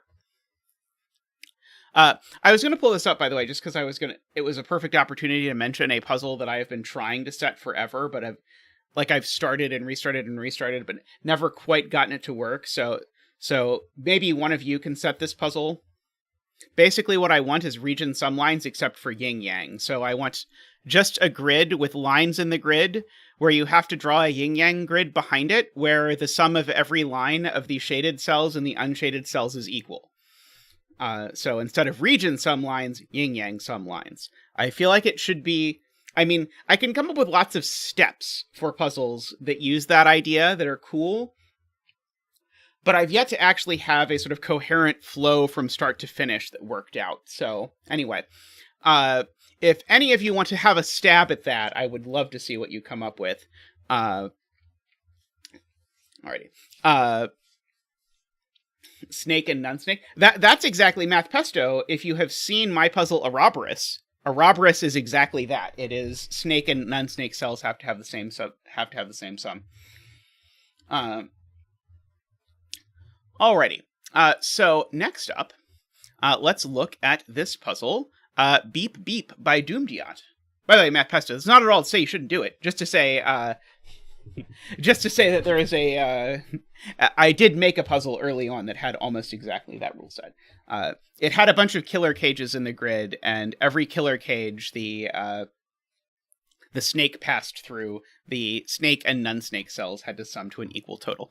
I think it is a very good Simon solve if you want to just watch Simon solve it too. You can also do it yourself if you want to be all fancy. Alrighty. So let's look up next at Beep Beep by dumediat, who I know at least was here earlier. I hope dumediat is still here to see this. So we have a few different rule sets floating around in this grid, but they're all rule sets that you see around here a lot. So if you have not, if you've not yet seen these, I think these are all well worth learning. I can see the tribute to Tall Cat in the things here. So what are the rules? So first of all, these are killer cages. And in killer cages, the digits need to sum to the total up here. So if I put in digits here, they have to sum to 19. So I could, for example, I was going to say do 1, 2, 3, 4, 9, but that doesn't work because that's 5 digits. But I could do 1, 9, 4, 5. That would be a perfectly acceptable way to fill in this. They add to 19. Now, relevant for a couple of these cages is the fact that you can't repeat digits inside a killer cage. So even though normally Sudoku-logically this digit could be the same as this digit, they can't be because they're in a cage. Now, if you've ever wondered why that's such a weird rule, it is a weird rule. The reason why I'm pretty sure is because people who do these puzzles were very used to doing Kakuru, which is sort of an old Sudoku-ish variant, except it's not really Sudoku because it's not a Latin square, but it involved sums. And in Kakuru, just by design, you can't repeat digits in rows or columns, so you can't repeat them in sums. And so people are sort of familiar with, oh, well, if I have a 3-cell 7 sum, then it has to be 1, 2, 4. And so all that kind of thing. And so the idea here of killer cages not having repeat digits was to let people sort of carry that knowledge forward. And then it also leads to some cool geometry and these sorts of things. Although Codec has oft complained that it then leads to every single puzzle you ever make. People always ask if you can repeat digits in various places for various reasons. rather than just assuming that the answer is unless you're very explicitly told you can't, then you can repeat digits freely, which is fair. It's a little bit weird and artificial when you first see it that it's these two things combined. Like most Sudoku constraints do not have sort of two rules stapled together, but killer cages do, and it leads to a lot of neat geometry. But it's weird. It's not the first thing you'd think of. All right. This thing is a between line. The two digits on the outside have to bound the digits on the inside. So if the two outside digits are 2 and 8, then these would have to be from 3, 4, 5, 6, 7. That is how between lines work. So one of the circles is lower, one of them is higher than every digit on the string in the middle. We don't know which is which. This could be the 8, this could be the 2, and it doesn't have to exactly bound them, like it's fine if this is a 1. Sorry, it's fine if this is a 1 and this is a 9 and this is a 3, 4, 5. That's fine. It just has to be between them, as the name between lines is sort of suggestive of. These purple/pink lines, depending on how you see things, purple or pink both get used pretty interchangeably. I see them as purple because the old lines were more clearly purple. I think if you showed me this color now, I would say pink if I weren't already used to calling them purple. These digits along here have to be a string of consecutive digits. So they could be, for example, 1, 2, 3, 4, 5. But the funny thing is they can go in any order. And so you could have this way of doing 1, 2, 3, 4, 5, or any other arrangement. But it could also be 2, 3, 4, 5, 6, or 4, 5, 6, 7, 8, or any of these assorted vagrancies, whichever way that you like.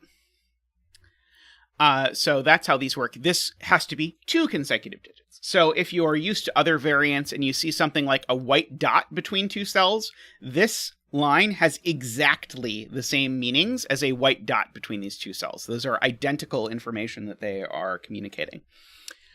And last up, we have these green lines, which are German whispers. And there are strings of digits where digits that are next to them have to differ by at least 5. So I could do 9, 4, 9, 2, 7, 1, 8. That would be a perfectly fine way to fill this in. The digits next to each other along the line have to be far apart, at least 5 apart. And that lets you do it. All right, and that's the rules of this puzzle. So this, I think, should be fairly comprehensible by comparison to the previous puzzle. And we get to start with the fact that a 2-cell 17 cage, there's only one single way to make 2 digits in a 17 cage add up to be 17, which is an 8 and a 9. And actually, less obviously, but if you think about it, the 19 has to be 7 and 9. And so if you think about it, that actually already does something Sudoku-logically, which is that the 9s in row 7 and 8 now are already taken in these 2 cells. So there's a 9 here. And also, as Russ points out, it means there's not a 9 in one of these circles. Right.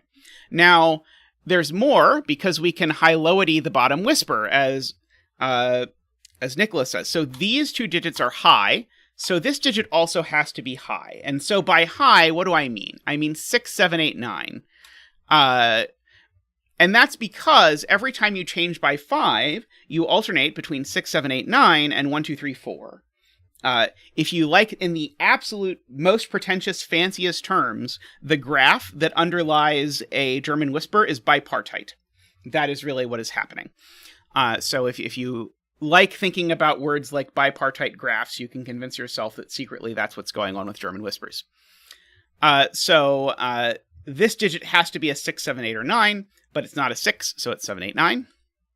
And it's not a 9 by what we've already said, so this is just a 7 or 8. Likewise, these are 1, 2, 3. I spent so long when I started setting, trying to set a puzzle where all killer cages were given, where it was like, it is not possible to add additional cages that sum to 15. That was my goal. I did not succeed in making a good puzzle out of that idea. So there we go. Okay, so what are we going to do now? So yeah, so we do have this 7, 8, 9 triple here, which is kind of interesting, sort of, maybe.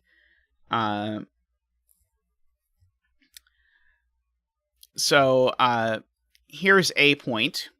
Where are 1 and 9 in box 5? I need to put a 1 and 9 in them, and I could never put them on a between line. Because I can't put a number that's bigger than 9 or less than 1 here. So 1 and 9 are down here.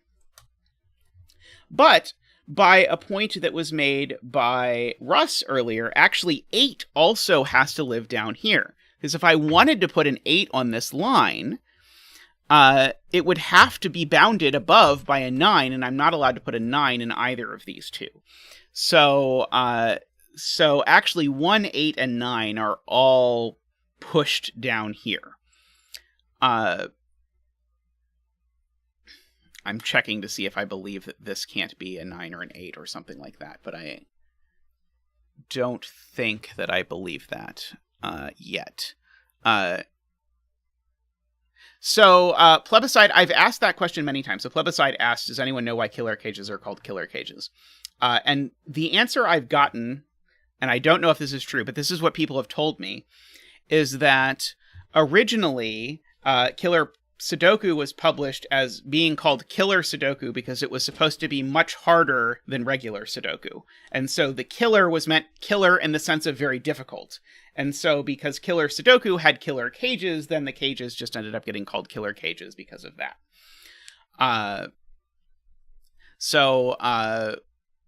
Weird, but that is the answer that I have gotten, at least.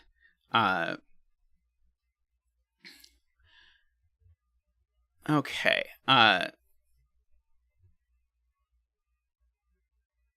Let's see.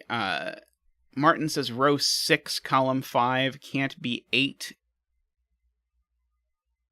because then there will be no value for row 7, column 5. If this were 8, this would have to be 7 or 9.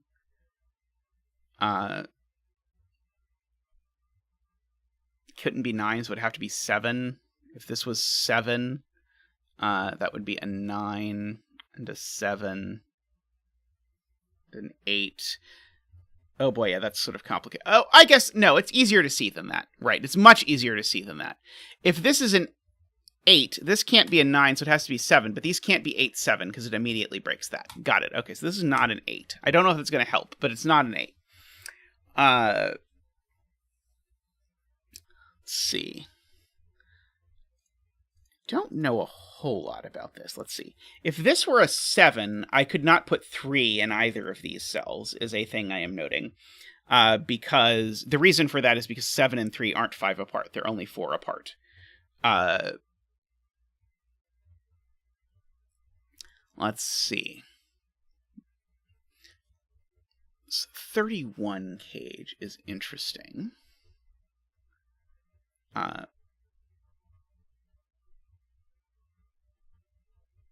What should I do? I mean, the good bet is that this cell's going to work out to be an 8. I think that is pretty good money, but not... So, is it possible that we can use the 31 cage to color this line? I don't think so, unfortunately. So, what if these are high? Then this can only have one high digit. What's a good bet cell, dumediat? We can add a bet cell. Could do, say, 9, 8. 9 and 8 is 17. Plus, we'd need 14 down here. 14 doesn't seem that hard. Let's see. Chester says 31 needs an 8 or a 9. One thing that you can do, I think, is put on the killer calculator. And so what that does is it will show you over here, and conveniently you can all see this, it will show you all of the ways to make 31 and 6. So if you want to do that, then we get sort of all the combinations. So there definitely is an 8 or a 9. The 8 or the 9 definitely goes up here.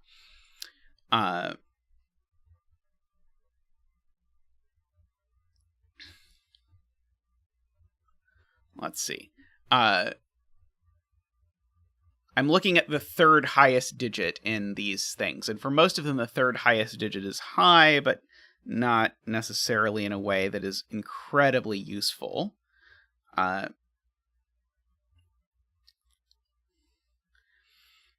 are some interesting things you can think about with 5s. So I guess here's one thing I can think about with 5s. Where is 5 in box 8?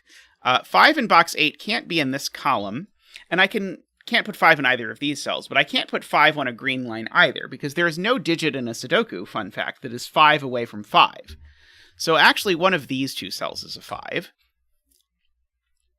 That seems very relevant to this information. I kind of want to look at if this is a 9 and this is an 8, does that actually work, or does the universe break? But I think that's further ahead than I want to look.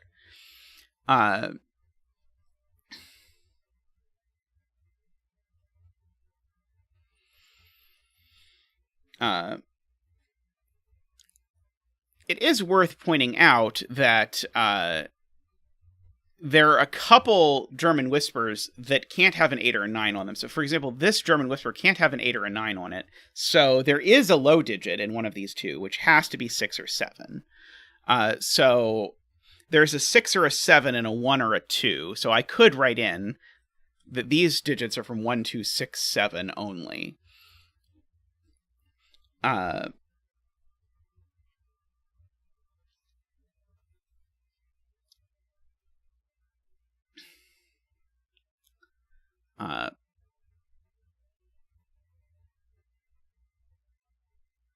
They're low-high digits. They're as low as high digits can be.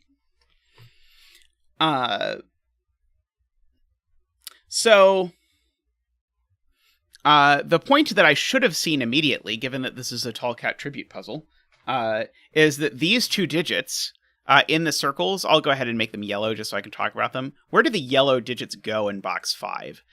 This is a trick you'll see a lot. The yellow digits in box 5 have to go down here.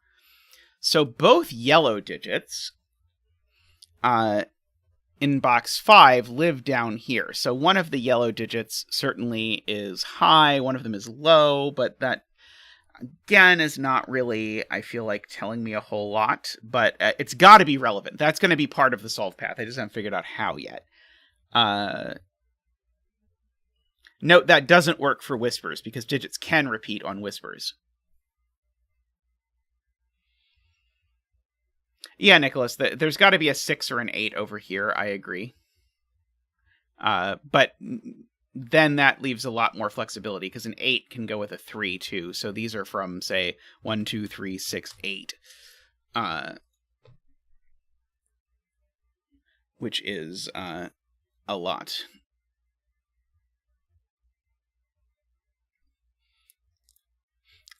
Good point from Math Pesto. Yes, the same thing is true of these two cells. If I make those the two yellow cells, they have to end up on the between line. So these two cells can't be 1 or 9 or 8. So let's write in what can these cells be? This is going to be painful, but I think it might be worth it. 2, 3, 4, 5, 6, 7 is what they can be. Because I can't put an 8 anywhere on the between line, so these can't be bigger than 7.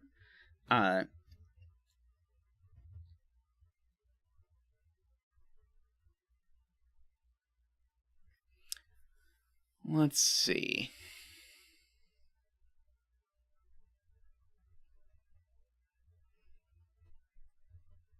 Yeah, it's funny because dumediat made this puzzle based off critical mass, and I think TotallyNormalCat made critical mass based off cacophony. So there's this chain of puzzle inspiration.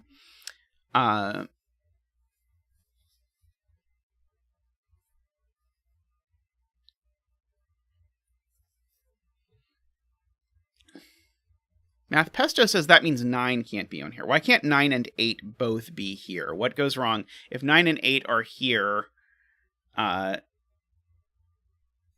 then 7 goes here, so 7 goes here. Okay, so there's an interesting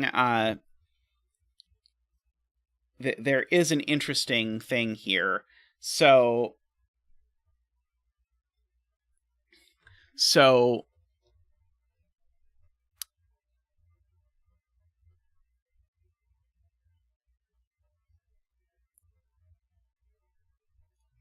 I'm trying to think about the most elegant way to phrase this, because the proof I see is further more look ahead than I want, which is that if there's a 9 on this Renbon, then there's a 9, 8, 7 on it, and now if you put the 9 and the 8 up here, then you either put the 7 up here, in which case now these things are at most 6, or you put it down there, but that's an ugly proof, and I suspect there is something nicer. By the way, this isn't 7.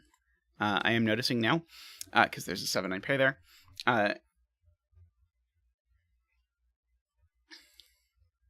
So I love how Derektionary says it's simpler. You just keep bifurcating. But I think there was something very similar to this in the original critical mass. So that's what I'm trying to think of. What is the articulate way to phrase if this is it's so close to saying that the Renbon sees the entirety of these circles, but the circles don't quite see the entirety of the Renbons.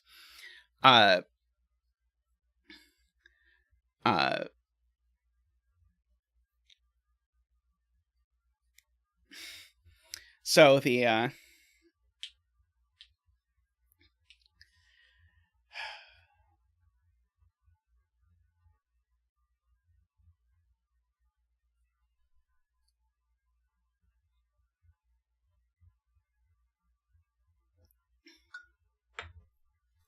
So these digits...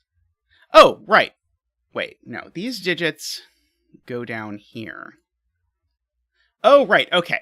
Okay. This is the elegant way to see this. Okay. These digits go down here somewhere. I don't know where. But what does that mean? That means that these digits do in fact see the whole Renbon. So any digit that's on the Renbon is not allowed to be in a circle at all. That's much, much nicer. And so as soon as a digit is on the Renbon, it's not allowed to be in the circles. And so the question is, can this Renbon be 9, 8, 7, 6, 5, 4? Well, then in that case, the only digits I have left are 1 through 4. And 1 through 4 is not far enough apart. These can't be a 1-4 pair. Okay. Thank you to Garian for pointing out that, yes, there's a very nice way to see this. Okay. So no 9s on this Renbon. Now, as soon as there's no 9s on the Renbon, remember we're choosing from a string of 8 consecutive digits, good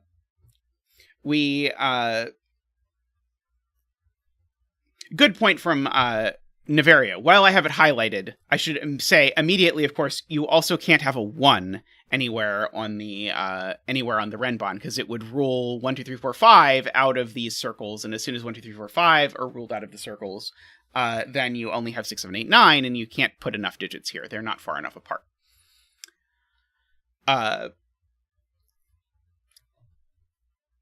So now this Renbon doesn't have 1 and it doesn't have 9. So that means the Renbon definitely has 4, 5, and 6 on it. because if I start at 2 and go 5 along, I make it to 6, and so I include 4, 5, 6. And if I go to the complete opposite end and start at 8 and go down, then I go down to 4. And so I always have 4, 5, 6 somewhere on this renbon for whatever that is worth.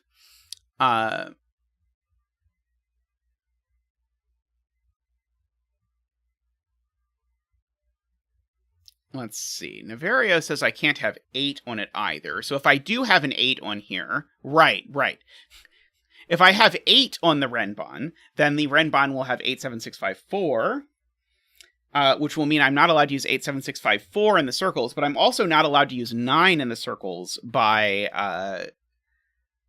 just Sudoku. So that's not good. So that can't be an 8. And so actually what that does is that makes this a 189 triple. And we remember that this digit couldn't be an 8. So this is a 1 or a 9. So this is a 2 or an 8. Oh yeah, I asked, no one in chat said a bet cell, so I'm going to just make a bet cell. Let's make the bet cell. Actually, that's not a good one. We'll make the bet cell up here. That'll be the bet cell.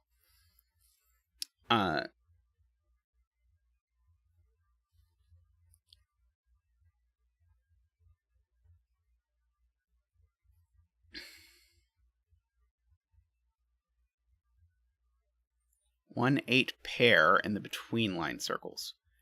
Oh, dumediat had to leave. Oh, sorry, dumediat. I specifically did the puzzle because I saw you were around. Sorry about that. Hopefully you enjoy the VOD. Right. So now we remember, where do these two circles go in box 5? They go down here. So these circles are from 1, 8, 9. But we just proved there's no 9 in them, so these are a 1-8 pair. Great spot. And I actually know the order. And so we're going to get a 1 and an 8. And we're going to get another 1 dance from our penguin digit dancer. So, woo! Woo! Doop-a-doop, doop-a-doop. Boop-a-doop. Boo! Boo! Boo! Boo! There is our 1.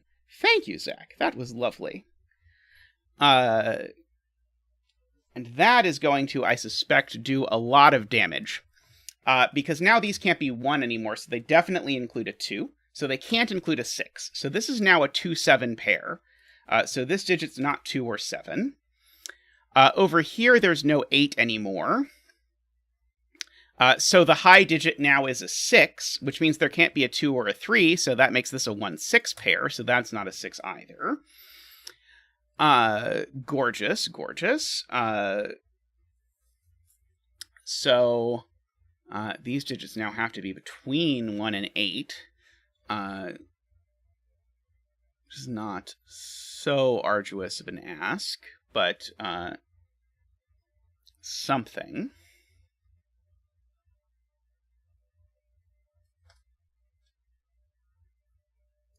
I'm going to fill it in just because I can.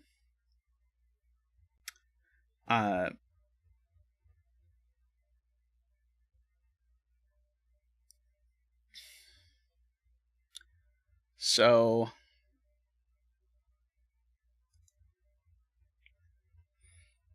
I'm asking myself briefly if this, oh no, if this were 6, I would make both of these 1, which seems at least nominally okay. I know there's an 8 over here. Let's go ahead and do the Sudoku stuff, because I as so often happens, I forget the Sudoku stuff. 1 I know goes over here by Sudoku. Do I somehow know the 1 ends up in the 15 cage, or can't end up in the 15 cage, or whatever? Not that I immediately see, but I feel like I must be missing something. Okay, the rest of the column here is 3, 4, 5, 6. That's not a 5. That's not a 6. The rest of this column is 2, 3, 4, 5. That's not a 4. Also, neither of these is a 5, because we have 5s pencil marked into this row, remember? That's not a 5. And so where does the 5 go in this column? It goes in one of these two places. Where does the 5 go in this column? It goes in one of these two places. And so we do indeed get an X-wing on 5s, which let me explain real quick. So in column 3, I need to put a 5. It can only go in one of the two yellow cells. In column 7, I need to put a 5. It can only go in one of the two yellow cells.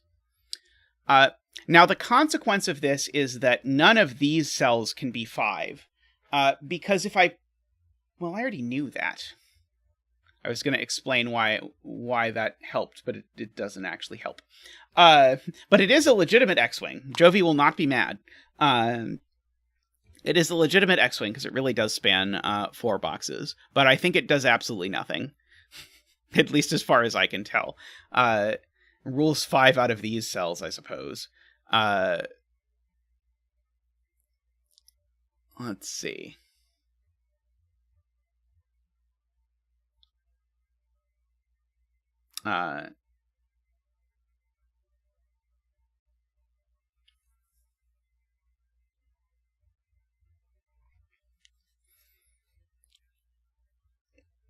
So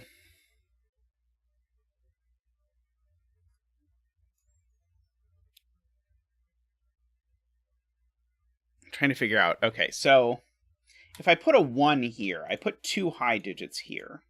I put an 8 and a 9, which would mean I'd need to put 2 low digits here. That would be all the low digits for the box. That seems bad, but I don't actually see a problem with it right away.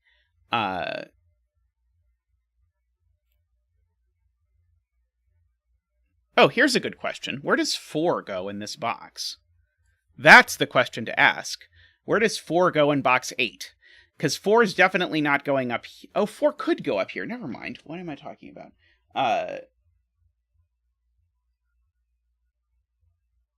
Never mind. So where is the extra low coming from?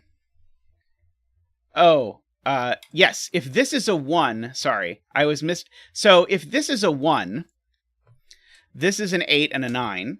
And I was saying that puts 4 total lows into the box, and that's not a problem.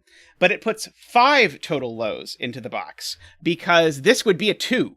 And that definitely is a problem. So yeah, I was not paying attention to the fact that putting a 1 here actually put yet another low into the box. So that's a 9, an 8, and a 7. These are not 3 anymore because they're next to 7. That unwinds this whole business. That's a 9 and a 7, and a 9 and an 8. These are not 9. They are 1 and 8. So one of these digits is a 6. And one of these digits is a 3. This is a 3-6 pair.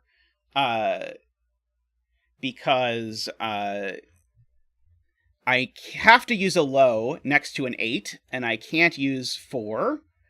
Well, I mean, now it's just boringly a 4, 5, 9 triple down here.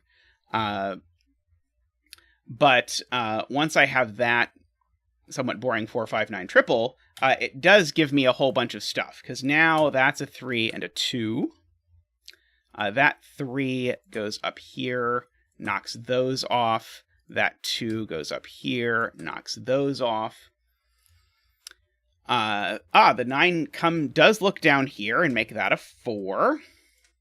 This is a very apt tribute to the puzzle that it is tributing to, by the way. I have to say, to dumediat, who could not join us. Very, very apt. All right, so... So what are these digits? Okay, so there's a 4 over here. I'm going to mark just for posterity. 9, 9, 5s. There's 5s here. I don't actually know anything about 5s in this box.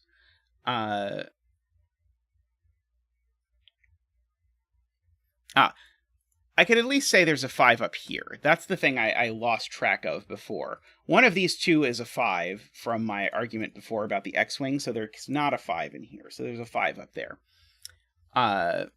can fill in these 2 digits. We need a 3 and a 5. And this one can't be a 3, so that's a 5 and a 3. These digits are a 1, 2, we've got 3, 4, 5, 6, 7.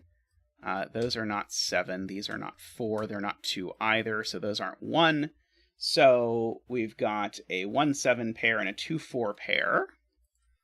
So now we can go ahead and look at these. So these are not 1, 2, 3, 4, 5. They are from 6 and 8. And these are from 1 and 2, 3, 4, 1 and 5. Okay.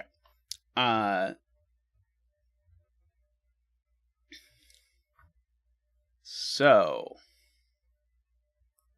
where do we look now? Okay, so we probably want to fill in this column.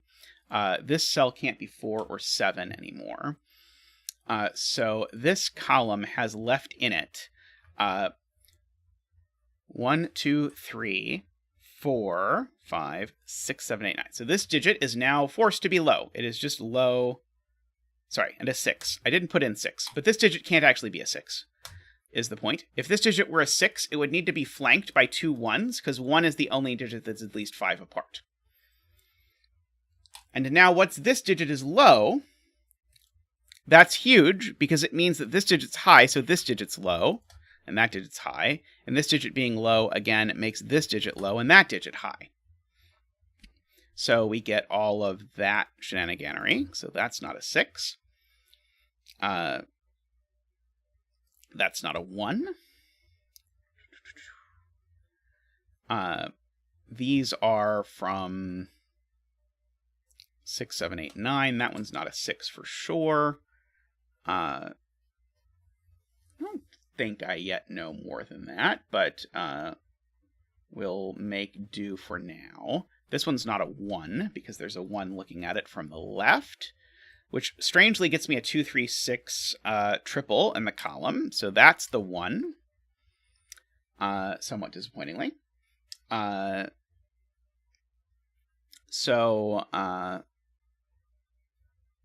Let's continue our Sudoku expedition here.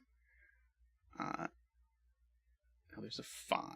Let's see, 4, 5, 6. These aren't 7 because of the that thing, because of that 7. And so it is being pointed out that now that's actually huge, because now one of these 2 cells is a 7. I agree.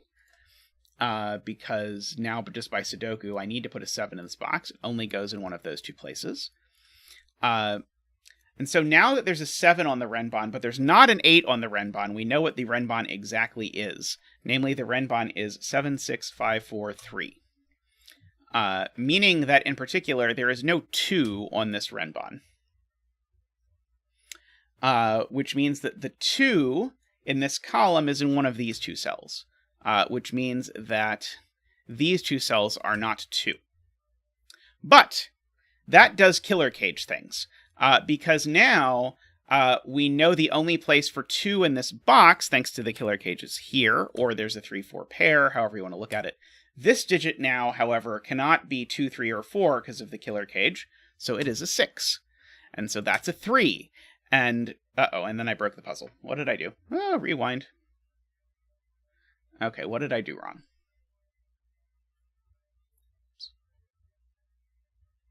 Oops. Yeah, Did I count wrong?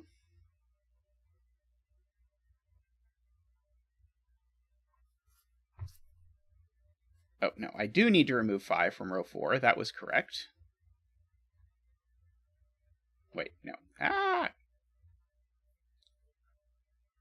Sorry, I'm trying to back. Okay, I'm going to back up here. That's a good point. Okay. Oh, did I? Okay, let's do this again carefully. So I know there's a 5 up here. Let's just remind ourselves of that. Also, these are, again, 7, 6, 5, 4, 3, meaning there's no 2 on them. So this cell is not a 2, meaning the 2 in this column is in one of these 2 cells. Meaning there's definitely a 2 in this killer cage, meaning neither of these digits is a 2. Sorry, neither of these digits is a 2. Okay. So these are 3, 4, 5. Okay, I just think I threw an extra digit out somehow. 2 is also already in row 3. That is a relevant point. So this, in fact, is the 2 for the column. It was also the 2 for the box, as we did previously. That part was right. The part that was wrong was the, I somehow took 5 out of these. Yeah, 5 is definitely not in these, because 5 is in one of these 2 cells. That's correct, which is why there's 5's corner marked up there. Let's see. Okay. I think exactly once, Eric, I have broken a puzzle on stream so badly that I just started over. Like far into it. It was the first Entropic Lines puzzle I did. I think is the only time I've broken a puzzle on stream so badly that that's like, okay, it is easier to start over than to do other things. Okay, so I probably should look at this killer cage calculator now, because this has a 2 in it, and it doesn't have, oops. No, it has a 2 in it. I didn't want to say it has an 8. What did I do? Okay, it has a 2 in it. It also has a 5 in it, I know. I'm trying to say has a 5. Okay, it has a 2 and a 5, which means it's down to this combination. If I understand how things work with the killer calculator. It doesn't have a 1 in it, so it's not that. There's just no place for a 1.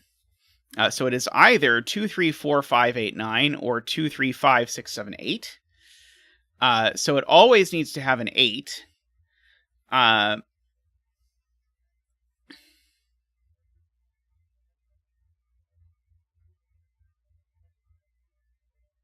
Is one of the morals of this story. So one of these 2 cells is an 8. And so because one of those 2 cells is an 8, neither of these is an 8.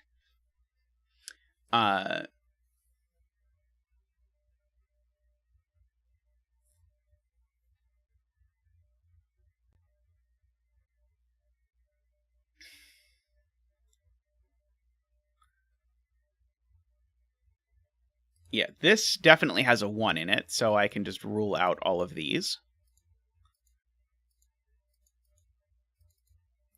And so this cage is the place to look, I think. So this, right. This cage, so that's the point. This cage no longer can have an 8 in it, because there's an 8 pencil mark looking at this cell, and there's an 8 in the box. So really, I don't need the killer calculator to do this. There's a 1 in this. I need 2 digits that sum to 14. They have to be 5, 9, or 6, 8. Those are the only possibilities, but they can't be 6, 8 anymore.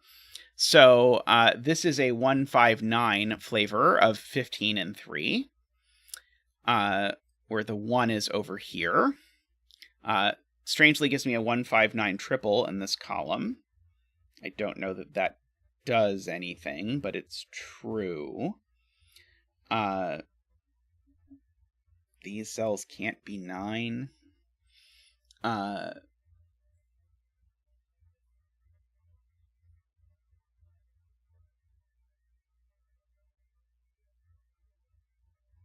Right. These 5s see this, because one of these 2 I know is a 5. And so these are not 5s. So those are a 1, 9 pair, and that's a 5. Good spot.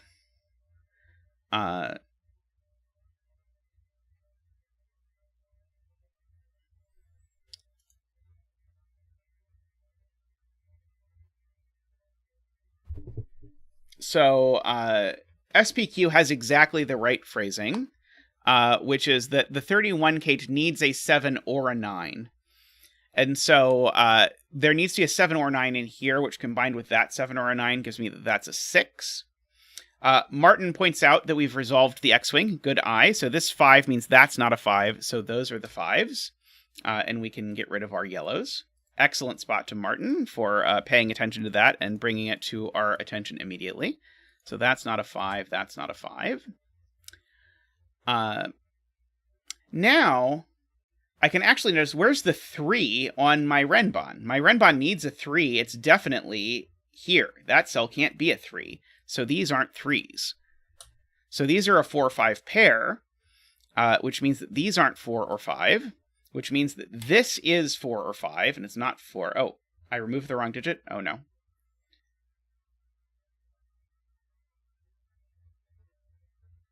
Oops.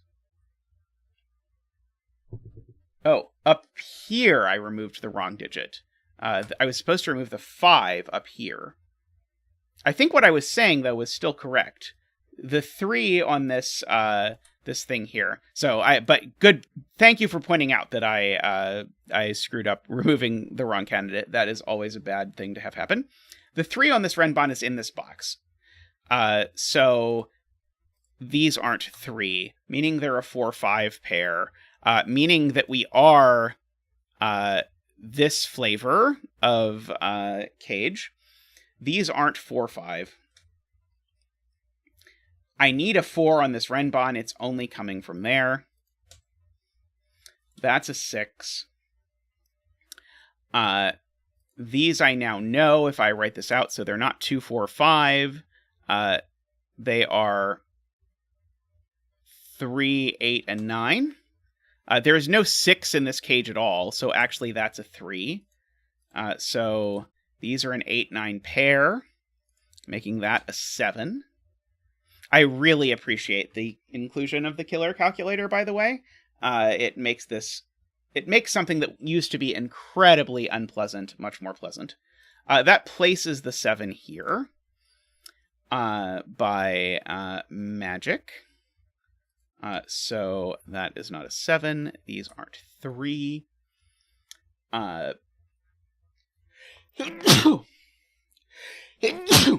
Excuse me. 6 is placed here by Sudoku. That 6 together with this 3-6 pair places 6 in one of these two, but not there, so it's there. These digits are, let's see, I need a 2 and a 3. I've got the 4, the 5, the 6, and I need a 7. These are a 2, 3, 7. Well, that's not the 7. That's not a 3. That could, I think, be anything.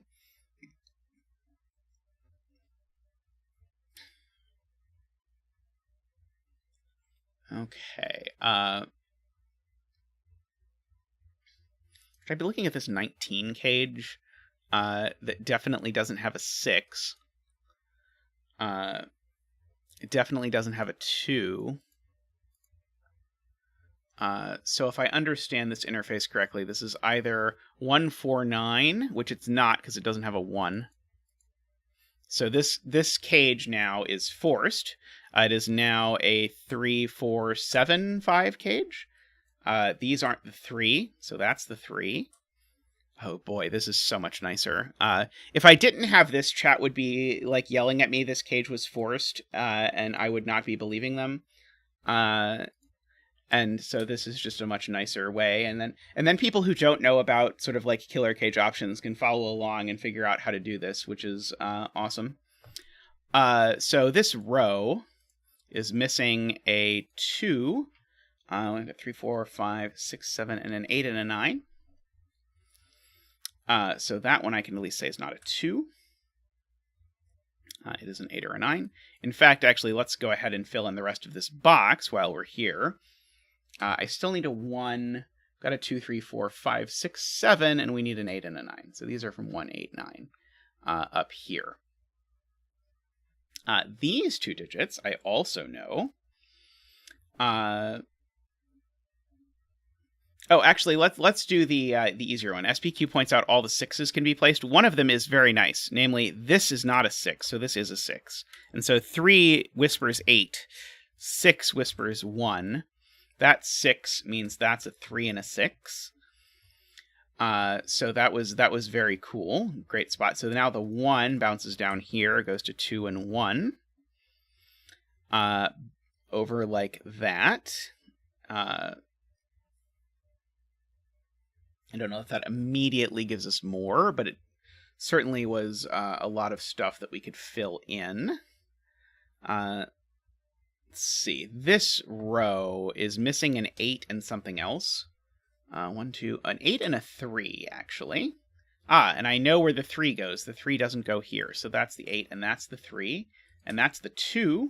So that's the 7 and the 3.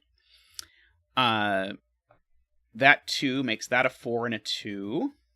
The 4 makes that a 7 and a 4. The 7 makes that a 1 and a 7, which makes that a 1. Means this isn't a 1. So this is an 8-9 pair, which means that this digit is given. 2, 3, 4. I think this digit is a 5. And now this digit is given by the box as a 1, 2, 3, 4, 5, 6, 7, 8, and a 9. So that's a 9. These two digits over here are known. They are a 2 and a something. 3, a 2 and a 4, and I know where the 4 goes. So that's the 4, that's the 2. So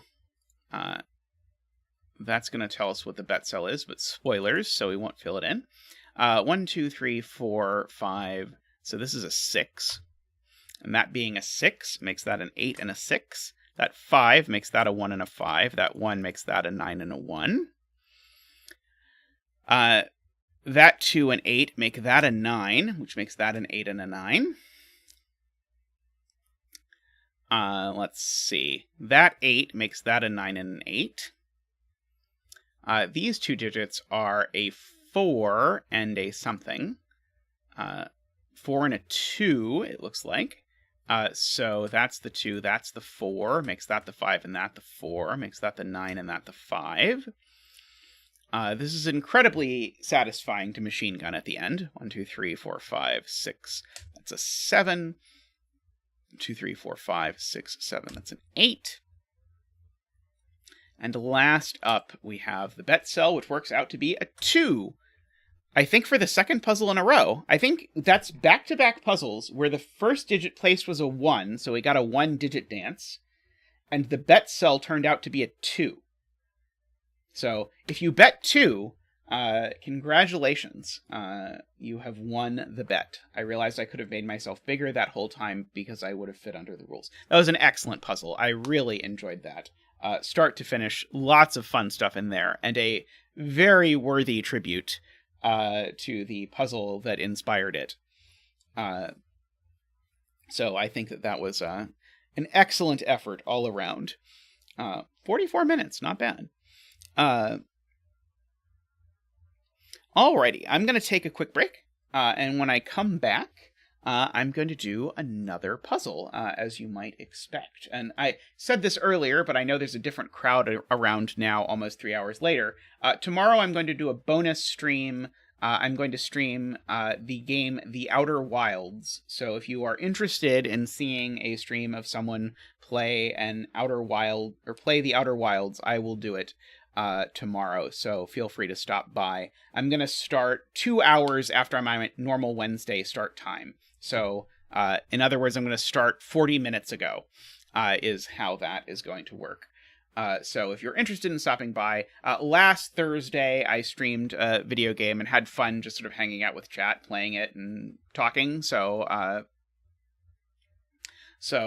recommend you do the same. Anyway, yes, as Nicholas says, it would be great of you to like the stream if you have not yet liked the stream. If you have liked the stream already, you can consider going onto a different YouTube account and liking the stream from there. But anyway, I will be back shortly with another puzzle.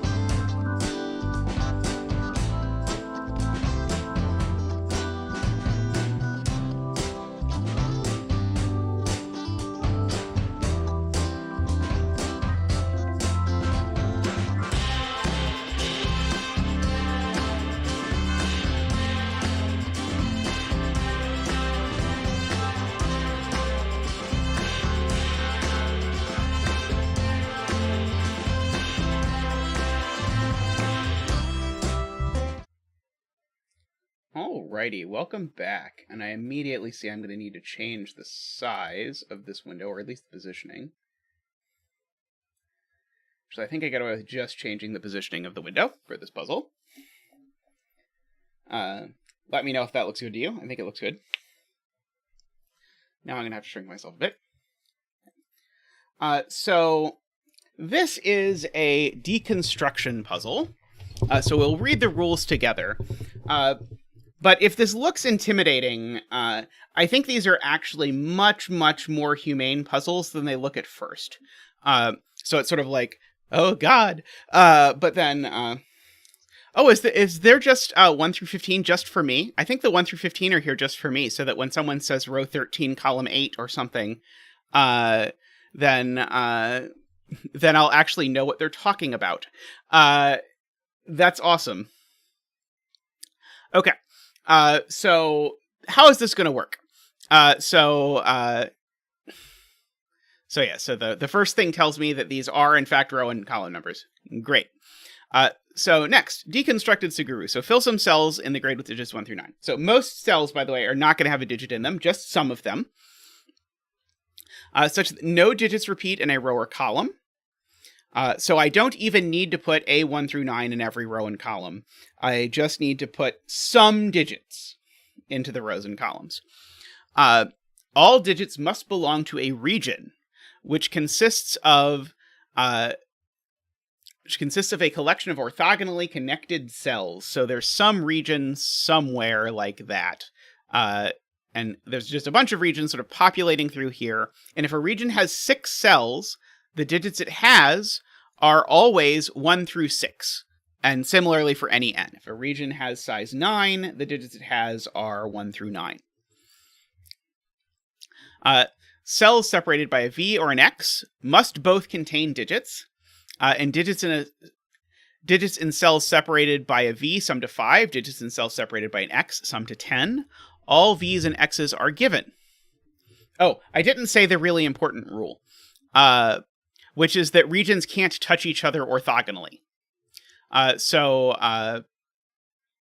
If this is a region, I can't draw in a region that looks like that. These two regions touch, that is not allowed. That tends to be like the main deduction mechanism in these sorts of puzzles. Have you not seen one of these deconstructions before at 11? I found these to be super satisfying as far as solving goes. Oh no! Oh no! Cells and knights move apart in chess cannot contain the same digit. Well, that's terrifying. Okay, I retract my claim that this will be less terrifying than I thought it was going to be, because there's an anti-knight constraint. Okay, and cells with a gray circle must contain an odd digit. So the first thing here is always to identify places where there's a whole bunch of cells that have to be part of a region. So, for example, all of these cells have to be part of some region, because every clued cell has to be part of a region. And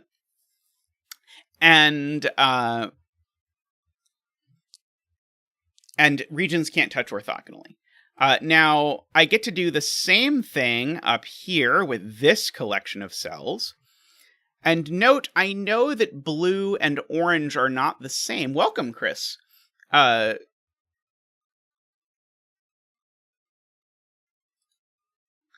Don't color them, use the line tool instead.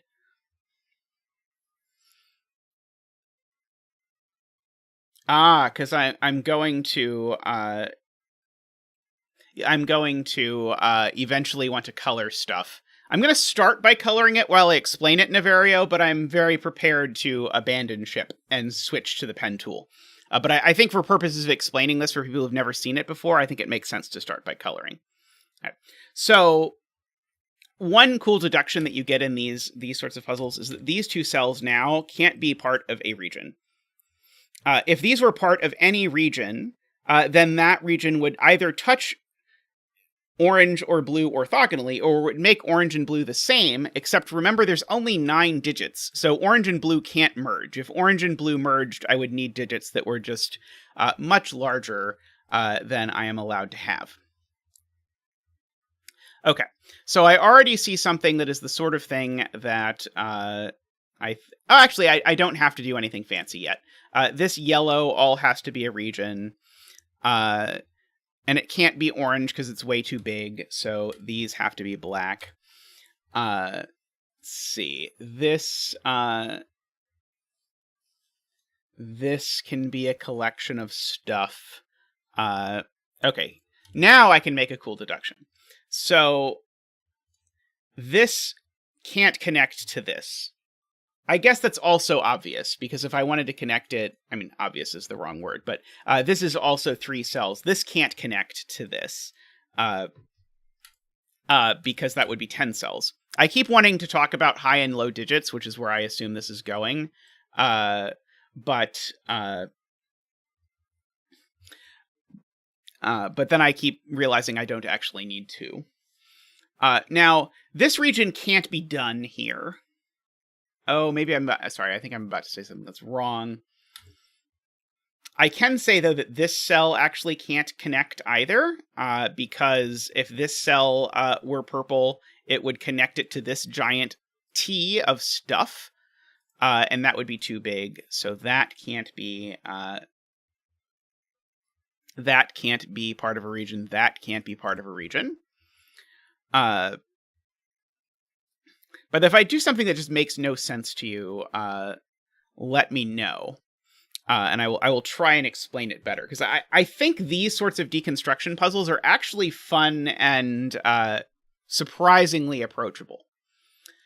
So the thing I'm noticing is that actually red could grow here. And that's fine. But red can't have digits that sum to 10 if it's only 4 cells. So red always needs to take one of those 2 cells, and so that means that red is always taking all of those. So these reds are the same red. I just don't know. I don't know yet how they connect. They can connect through there, or they can connect through there, or what have you. We have this whole chain. This whole chain is definitely not red. I'm starting to run out of colors, by which I think I mean I've run out of colors, so I'm going to use that for yellow. These can't be part of a region because yellow and red can't connect for sure. This whole mess certainly doesn't connect to yellow, so we can go ahead and make that purple. And then that's going to give us some more cells that we can blacken. So we have all of that. Well, I can draw in borders once I decide to sort of switch coloring purposes, because I assume I'm going to want to switch to high-low coloring, but we will see how that goes.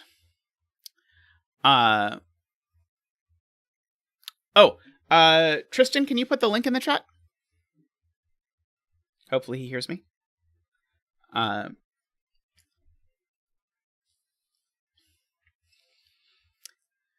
So by the way, if you missed it, Naverio earlier gave me the hint that I'm going to want to high-low color this, or maybe X color this, that I don't want to color this based on regions, but I wanted to sort of explain the original sort of setup over in terms of colors. I'm going to have to put these things in terms of borders shortly. So I'm going to start drawing in borders. And I think as part of making this show up a little better, I think I'm going to use dark gray instead of black for black. So black is going to become dark gray just so the borders actually show up. So I know there's a border there. Border here. Border here. Border here. Border here. Border here, border here. Oh yeah, it can have any number of regions. I mean, technically what you can prove is it can have at most 15 regions. And almost always it turns out that it does have 15 regions, but not universally. I don't think any of these clusters are quite big enough to make conclusions by. Okay, so okay, so here's what I'm going to try. ugh, this is going to be painful. I think I'm going to try making every cell that I know is part of a region yellow. So my way of indicating is part of a region is yellow, and then we're going to indicate high and low digits, and then maybe some additional coloring on top of that. Okay. So, and these, I'm going to draw a weird line here just to remind me that I know these two are the same region.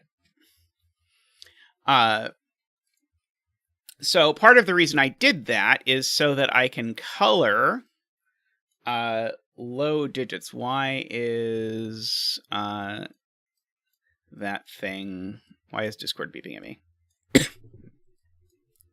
Okay. All of these I'm going to give a blue flash because I know all of these are 1, 2, 3, 4. And so blue here just means it's lower than 5. And so there are some cells like this one that I now know are actually higher than 5.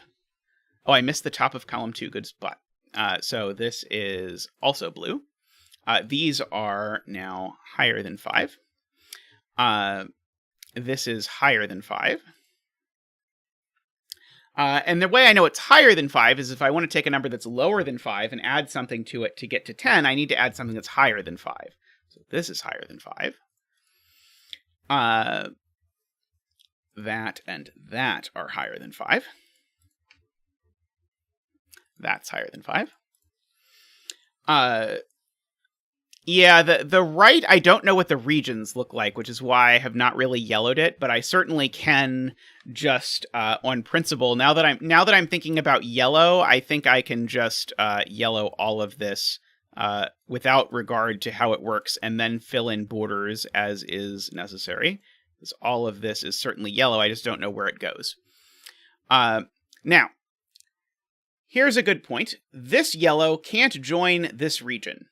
And so this is why we're coloring highs and lows. We have 4 lows in this region already, and every X needs a low. So these are not part of anything. And so we can actually draw in a solid border there. This X, and likewise that can't connect to this, because again, I can't add an X to this region. Now, also, same trick applies to this region. This region already has all of its lows. It can't connect to this X, so this is gray. And that goes over like that.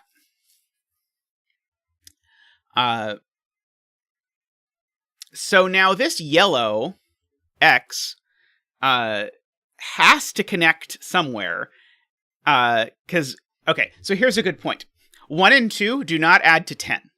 So 1 and 2 need to connect. So in order to get an X, this has to be part of a fairly large region. Well, it can never escape down. So this is always going to be part of this region. Just geometrically, it has no choice but to connect to that region.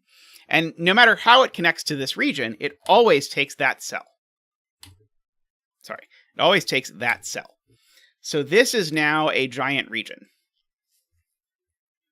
1, 2, 3, 4, 5, 6, 7, 8. That's 8 digits so far. It has all of its lows now, for whatever that's worth. Okay, these certainly can't connect anymore.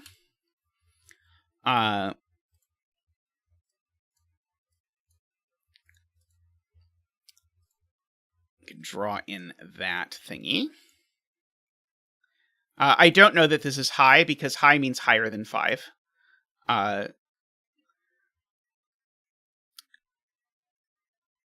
So 5 is a wrinkle at the moment. So like I can do things like this is 5, 7, 9. Chad is pointing out lots of things like that. And yeah, there's lots of those that I can update. I can blue all of these V's while we're at it. I can orange those while we're at it. So that's nice, because now this row has 4 lows, and so these now have to be high, which means these have to be low, so we can sort of percolate our coloring. Now column 2 has 4 lows, and so that's high, and that's low.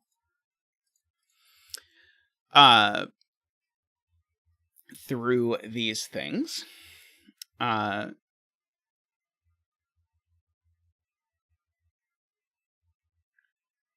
Let's see. There are 4 lows in column 13. I think Jay Dyer was pointing that out, so that's high and that's low.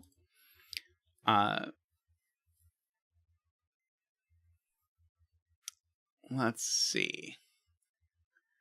There are no more lows in this region, whatever it does.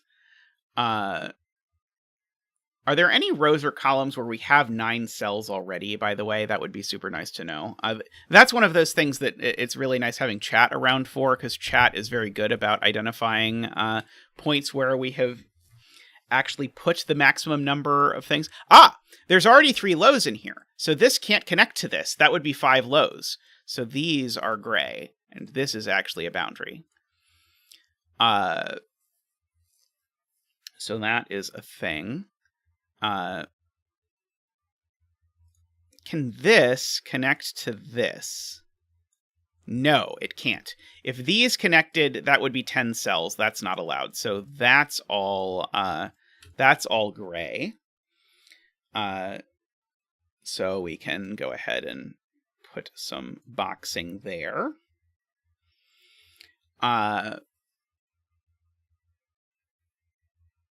Ooh, you have food. What kind of food? Is it good food?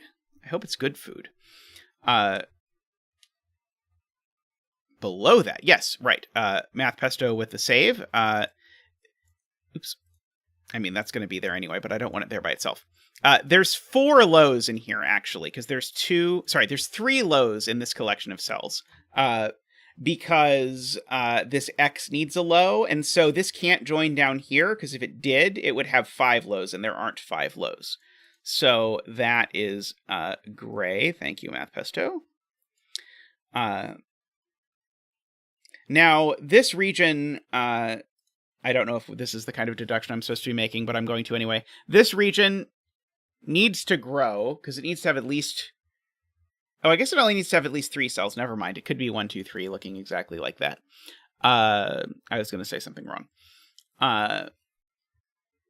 This region certainly needs to grow quite a bit. Don't think I know how just yet.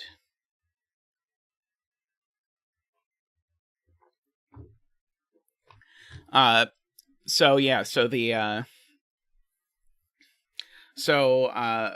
gonna delve into more layers of coloring at some point, maybe now or maybe not. So let's start coloring the V's. So there are only 2 ways to make. Oh, sorry, I'm not supposed to use purple because I'm using blue. I'll use green, I guess. Green and... Well, using green and red is worse, isn't it? I'm running out of colors. Oh, that's right, it's anti-night. I already completely forgot that it was anti-night.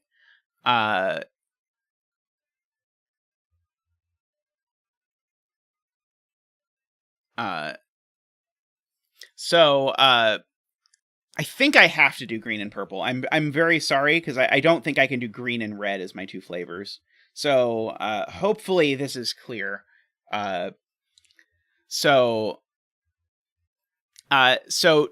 This is 1 pair of digits that add to 5. That's what green is. This is another pair of digits that add to 5.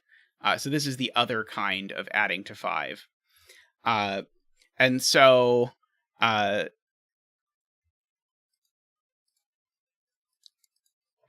So that tells me now I've got all the purples in this column.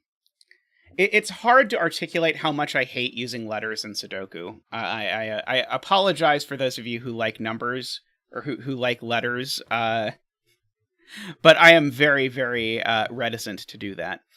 This region has its purples, so these are green. Now this row has a green, so these are purple. Like, I will use letters if I absolutely have to, but I don't yet absolutely have to. These are purple, because this region already has its greens. Also, the tool just is unpleasant, because it means I can't use undo, I can't use any keyboard shortcuts. It just, this is across a V from a green, so it's green. It's just, I do Sudoku for fun, and is very not fun to use the letter tool. It is like the definition of not fun. This purple sees down here, so this is green. Then through the region, it sees that this is purple. I can start coloring the X's too, by the way, because yeah, I promise puzzles that encourage Zeta to use the letter tool is not on the docket for the setting challenge. Let's see. I'm trying to see if this sees something with anti-night. I don't think it quite does. It's very close. I can, by the way, also sort of infer a color for the high digit on the X. I can also make the high digits on the X green or purple based on this. Let's see. There we go. Great point from Jay. This column sees down here, sees that this is green, so this is purple. I'm doing this like one layer of complexity at a time, if I possibly can. So I'm not yet coloring the oranges, but I probably will be very soon. The two greens in column 8 mean that this is purple.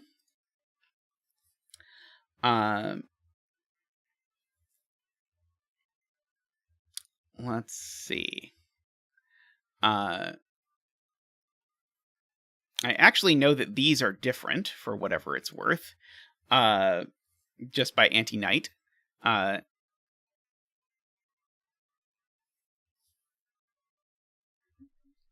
might do that at some point, Nicholas. That is an option available to me. I'm not eager to do it, but I might. Row 8, column 4. Because this region already has its purples. So this is green. Thank you, chat. Let's see, row 9, column 3. I am told is green.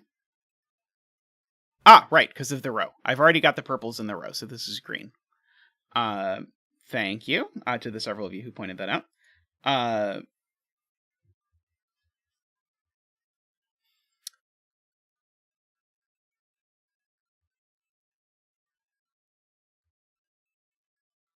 Row 9, column 1 sees all the lows. That's the kind of thing we're looking for. Excellent. So Jay wins the prize for the first use of this coloring, which is that this cell sees all of 1, 2, 3, 4, because it sees the purple flavor and the green flavor. This is exactly the kind of thing we're looking for. And so that tells me this digit has to be high, so this digit has to be low. And as soon as it's low, I know it's purple because both greens in this region are done. So that cell is purple, or both greens in the column are done, whichever way you want to think about it. It's 3 highs for the column. If you are into that kind of thing. I've got both of my greens for this, so one of these is purple. So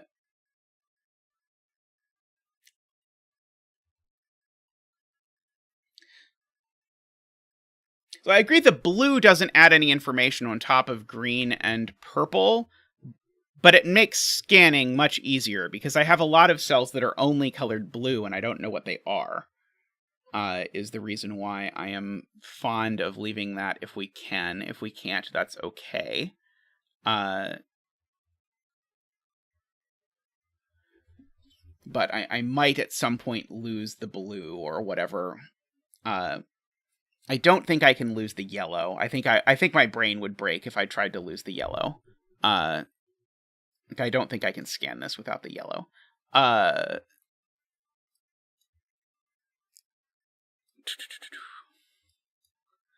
Let's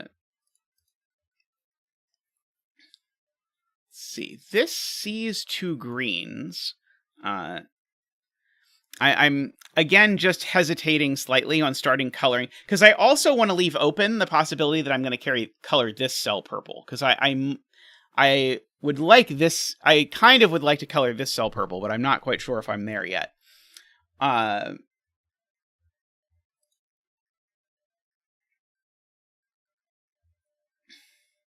Let's see. Jay says the column 6, row 8, 9 pair has a green. Good. Okay. This region has both of its purples. So the green is here. And so that's both greens for the column, which makes this purple. Beautiful. Okay, so these are purple. And so now this cell now sees both purples and both greens. So this is high and this is low. And as soon as this is low, it sees both purples. So it's green. Now, I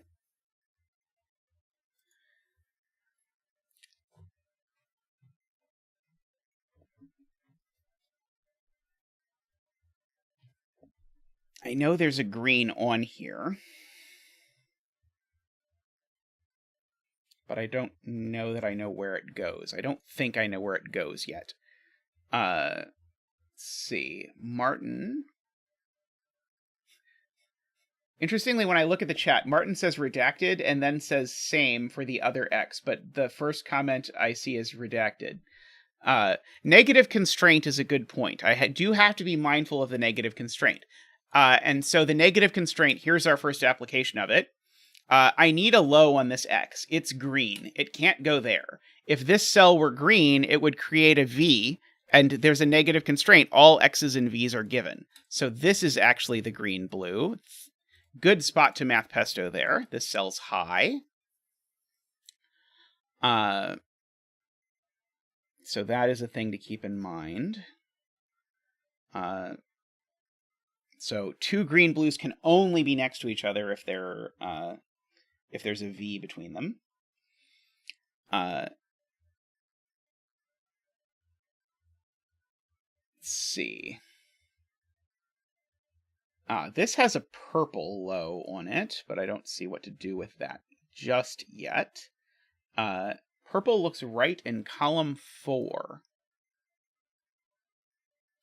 Looks right in column 4. Purple looks right in column 4. Is this the purple?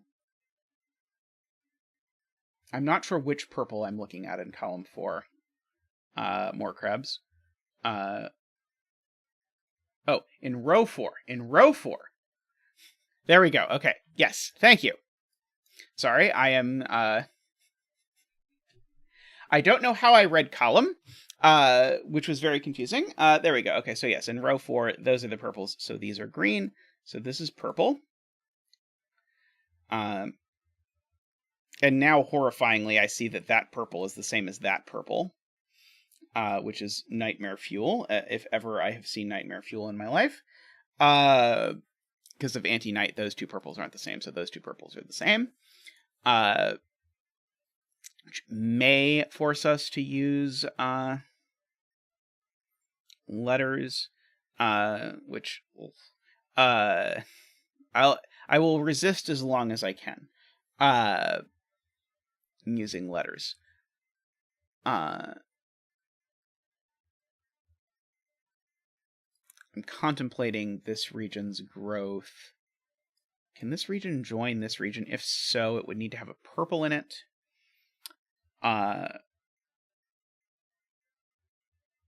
Yeah, so are there any blues that we can color by anti-night? Is a good question. So the question, Nicholas, is do I want to unleash high purple greens? That's option 1. Or do I want to start subcoloring the greens and the blue and the purples? Because subcoloring green and purple is also a possibility, but I can't do both. So I have to decide which one it is I want to do. And this makes me nervous.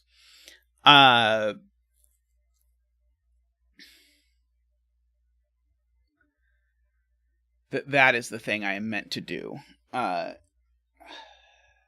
Still trying to find... Okay, let's see. Manifest is row 8, column 6 is orange. Do we know it's low, or are you just saying it is an orange thing?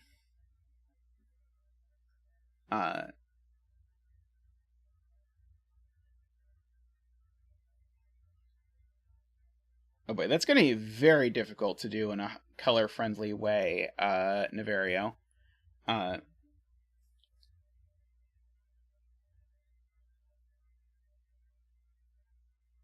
Oh, you're just saying it's orange, right? It sees both blues, or sorry, both greens in its row and both purples in its column, so it's orange, so this is blue. Thank you. Okay, sorry. I was just not understanding what it meant when you said it was orange, because orange is just high. Okay, and so now this low sees both purples, so it's green.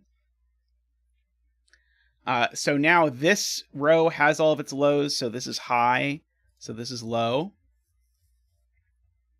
I don't know which flavor of low it is yet, but very nice spot. So let's see. I think that was Matt Pesto's observation.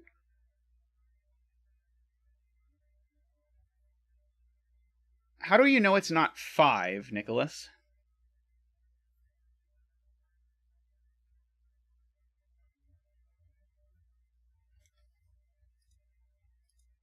So there's going to be lots of 5s kicking around.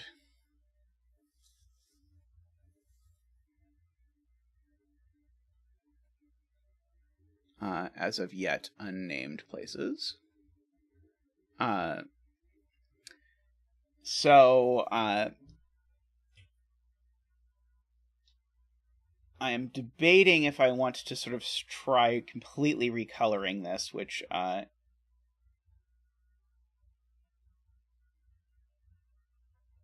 it could be high. Yeah, it can't be right. It can't be high purple, and it can't be high orange.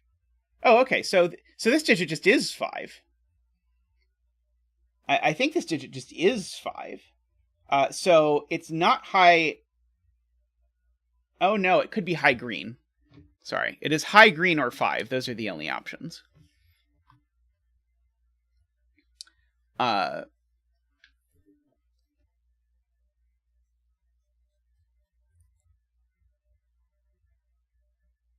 Okay. Column 1 has both high greens already. Ah, right. That's a high green and that's a high green. Right. Okay.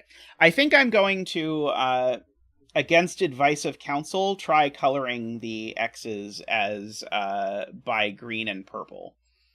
Okay. So we're now going to allow high greens. So that's a high green. That's a high purple.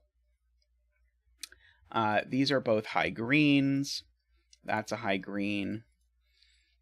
That's a high purple. So the convention is simple. If in order to get to 10, you need to add with a low purple, then you are a high purple. That is just what we are doing currently. So I'm just going to percolate all of these. So that's green. That's green. That's purple. And then we'll see how this goes. We may or may not try a third type of coloring or fourth type of coloring. That's green. That's purple. But we do all of this by way of making clear that this cell has to be a 5. Bye, Jay. Thanks for stopping by. It was fun having you here. So this cell sees both high greens in both its row and its column. If this cell were high purple, it adds together with one of these two to make 10. But it can't be this one, because then that cell would be the same as that cell. So it adds together with this one to make 10. But then that means that there would be an X here, and there's not. So this digit is, in fact, a 5. I see I need to turn off the conflict checker. And that also reminds me that this is our first digit, so we get to have a digit dance. Woohoo! Digit dance. Whoop! Loop. 5 dance. Doodle-loop. Doop-loop. 5 dance. Doodle-loop. Doodle-loop. Boop-boop. Boop. Boop-loop. Boop. Boop-loop. Boop. Boop. Boop-loop. Loop. Ba. Ba. Ba. Wah. Wah. Wah. Bop, bop, bop. Thank you, Zach. That was lovely. We have broken the streak of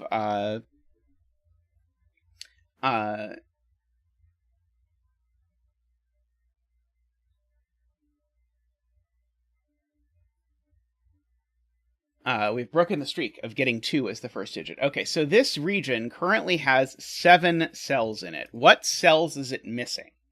It is missing a high green and a high purple, right? It is missing a high green and a high purple. I think those are the 2 cells that it's missing in this region, if I count correctly.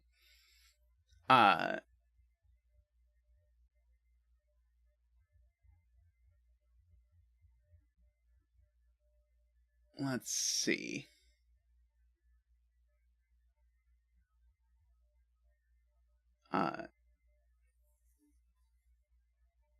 Both high greens are accounted for.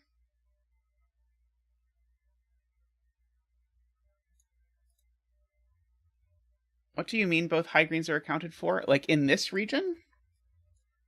Where's the other high green?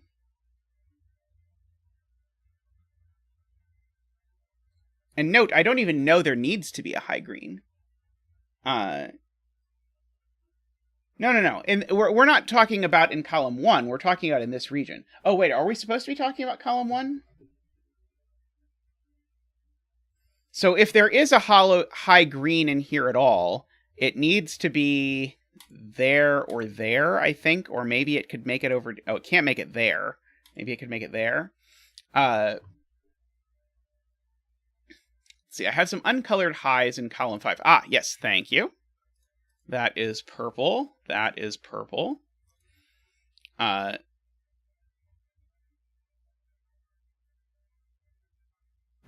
So this digit's a 5. Wait, no. This digit's low or a 5? Let's see.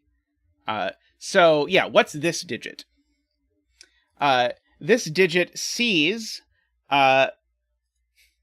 all the lows in the region. It sees both high purples in the column. It sees both high greens in the region. This digit's a 5.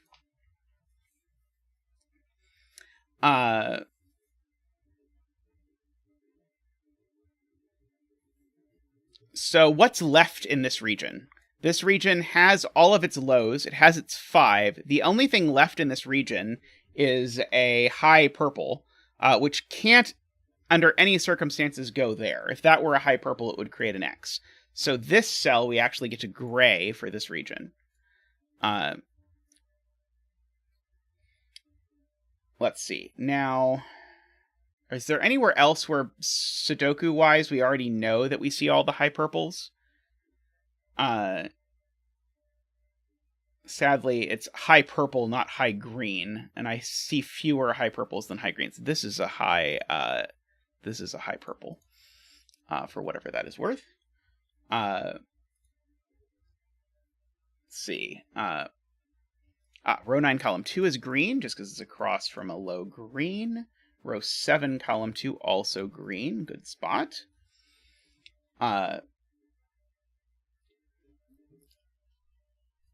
So let's see. Okay, so let's try and... people are looking at this column and counting what's left. So we've got 7 cells in the column. So we have a purple-blue and a purple-orange. Those are the things that are left in this column. So maybe if we looked very carefully, we could find some cells that we could rule out. The nature of row 1... Oh, sorry. The nature of row 13, column 14. So this cell... beautiful. Okay. So these 2 V's are different because of anti-night. This cell sees both of those. So these 2 V's are different. This cell sees all of the V's.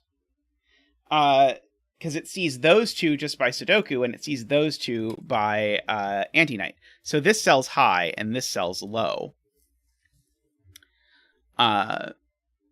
very cool spot to Jay, who is now gone. So this cell is the same as that cell, for whatever it's worth. Might be worth something, but I don't think it's worth anything just yet.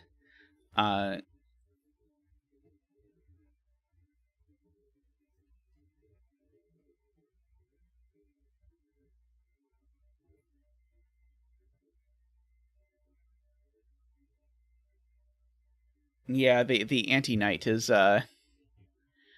cruel and unusual as these things go.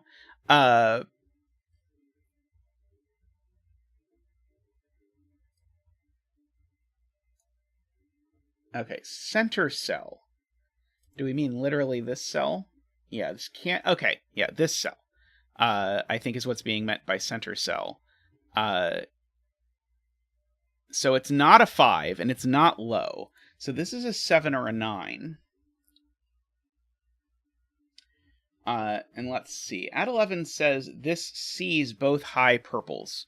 I want to convince myself of that because it would be really nice to know. Sees that high. Oh, right. This is a high purple. That's huge. That's a high purple. Got it. I had not marked it as a high purple, so I didn't see it. Those are those are a purple pair. So this is a high green. Gorgeous spot. Sorry, high green, I should say. Stop. There we go. High green. High green is 7 or 9. Okay, so this is the even. This is the even high green. So because green, the low greens are either 1-4 or 2-3, and so the high greens are either 7-8 or 6-9. So this is, by nature of the fact that this is the 7-9 flavor, I think this is going to get us out of having to color. By nature of the fact that this is the 7-9 high green, this is the 6-8 high green. Oops. Which means that this is the 2-4 blue. So this is the 1-3 blue. So this is the 7-9 green. This is the 2-4 blue. This is the 6-8 orange. I think I did all of that right. So this is not the 2-4. This is not the 1-3 of blue. This is the 7-9. So this is the 6-8. So this is the 2-4. This is the 1-3. Basically, there's an even green pair and an odd green pair, if you prefer thinking about it in those terms, which I would not at all blame you for. Hey, Chili, how are you?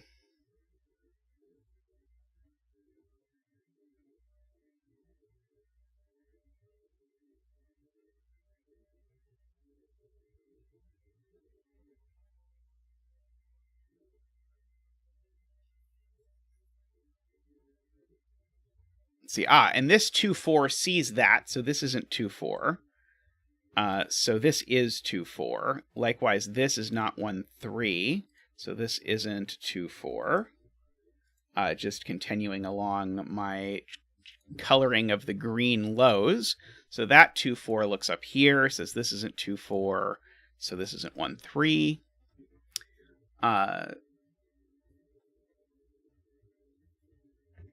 This is 1-3. So that being 1-3 sees up here, sees that this is 2-4. So this is 1-3 by the region. Row 1, column 4, says More Crabs, is gray. 8 cells in column 4 are on an X, and it sees a 5. Right. The only digit not appearing in column 4 is a 5. So this cell can't be anything, because it sees every digit. That's a gorgeous point. I really like that. Oh, that was more crabs. That was cool. By the way, welcome, Corporate Commander. I'm not sure if I've seen you around before, but welcome. I hope you enjoy yourself. I might as well fill in these. That's 7-9. That's 6-8. So that is 6-8. So we can slowly work our way towards maybe placing more of these things. Same for row 10, column 4, says add 11. Beautiful, right? This sees everything in column 4 and the 5 by Anti-Knight. So this is gray. Gorgeous.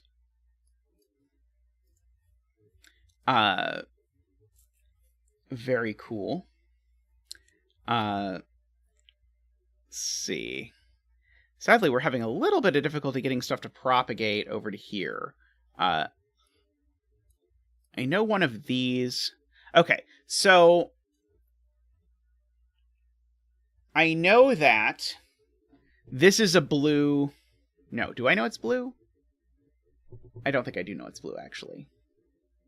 If it's blue, I know it's the 1-3 kind of blue, but that doesn't really tell me much.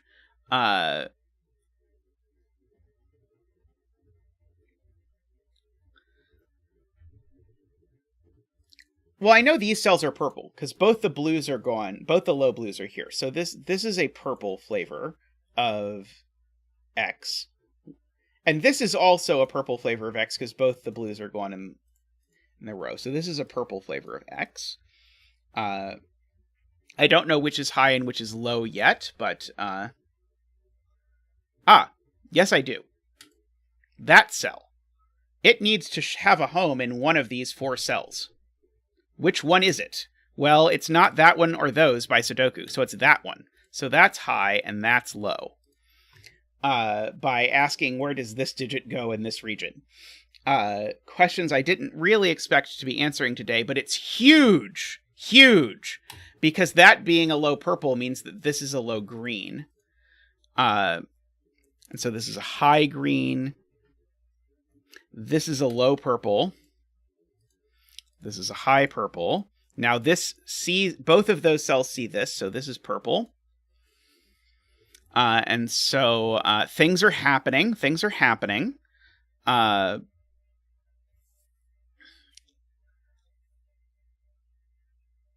Let's see.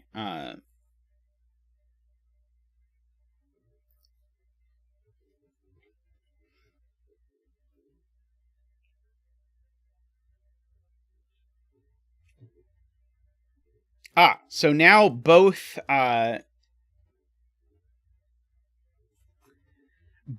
low purples look at this cell. So this is a high purple, and that's a low purple. Great spot by Math Pesto there.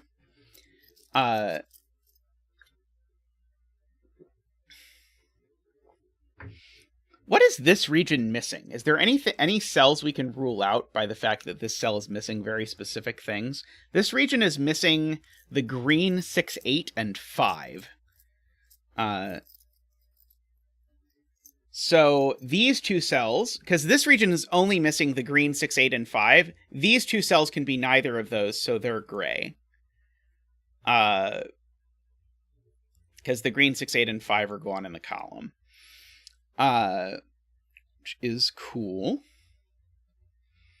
I guess I'm supposed to be working my way over to this, because this presumably is going to be how we disentangle the purples. Because I've so far only really disentangled the greens. At least a little bit, although I haven't quite been able to lift my greens over to here yet. But hopefully soon I will see how to disambiguate this.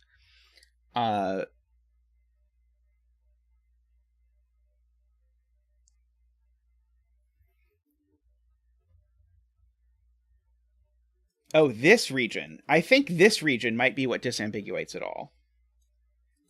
So, the coloring is in 3 layers. So, first of all, yellow just means I know it's in a region.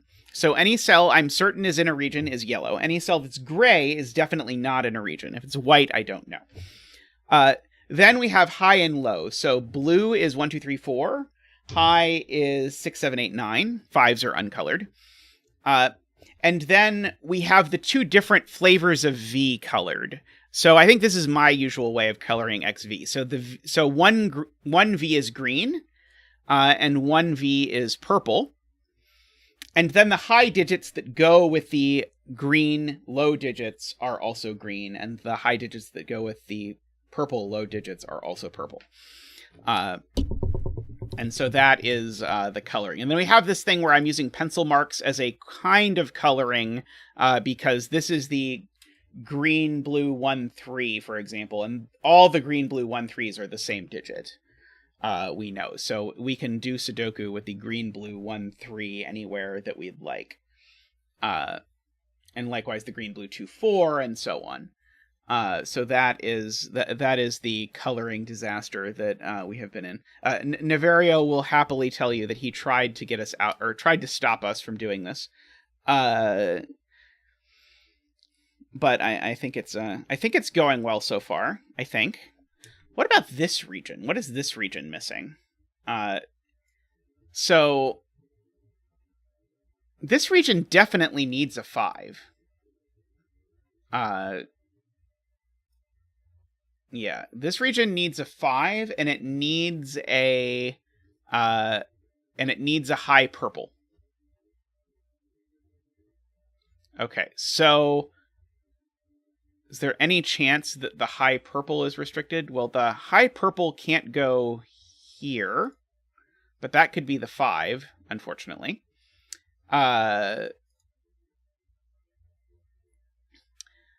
Very sadly. Let's see. It doesn't definitely need a high purple. I did not mean to imply it definitely needed a high purple. It definitely needs a 5. I was just looking for cells I could gray because it couldn't have them. because there was no digit that could go there. Yeah, both high purples are in column 4 already, but this could be the 5. It definitely needs a 5. But I don't know as of yet. So I think I'm supposed to be trying to disentangle. Okay, so this is a 7, 9. I can go ahead and say that. Not a huge amount of progress, but it's something. I think I might be trying to look for a place where one of these things sees something by anti-knight or something like that I have not yet appreciated.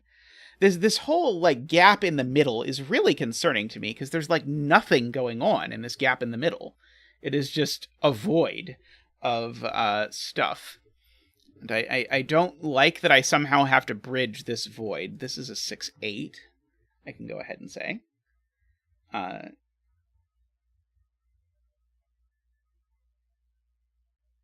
8 or 7, 9.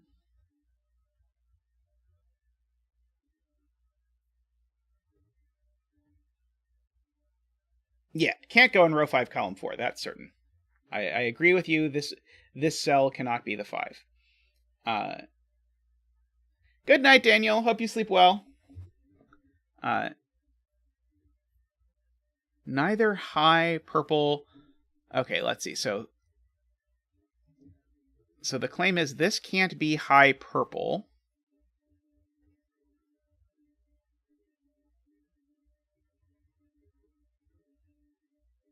Why can't this cell be high purple?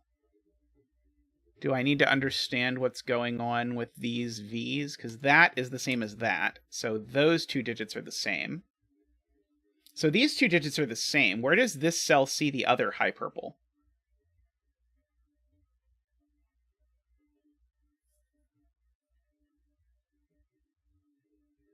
Because it seems to me like it only sees one high purple at the moment. But I 100% believe that I'm missing a knight's move or something.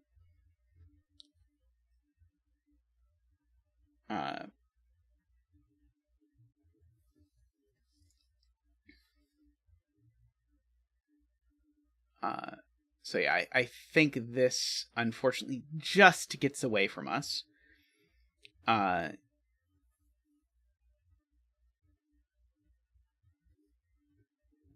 Row 7, column 5. Let's see. It sees every green in its row. It sees 5. And it sees every purple through the region in this. Okay, yeah, so this is a naked single nothing, as Ad11 beautifully points out, because it sees every green, and it sees every purple, and it sees 5. So, naked single nothing, as we like to say, question mark, as we have said 0 times before, but, oh, let's see, row 9, column 5 has the same same thing going on, so it sees all the greens and 5, and it sees all the low purples in the region, and it sees both high purples in the column.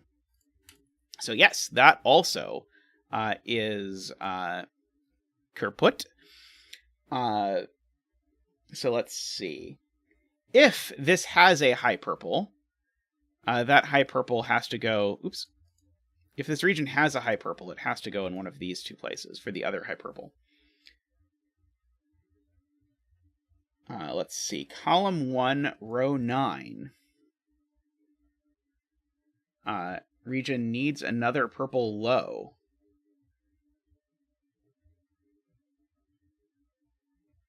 Right. This region only has 1 low purple, and it definitely needs to have all the high purples.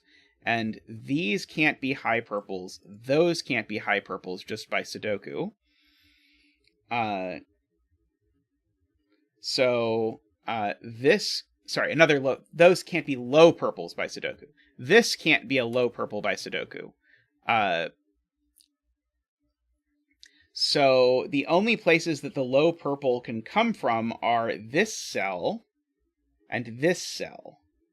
Is there a reason it can't go in this cell? I would love for it to not be able to go in this cell, or not be able to go in that cell for that matter. I'm not that picky. I just want to know which one, because I completely agree with Martin's assessment. One of these has to be a blue-purple.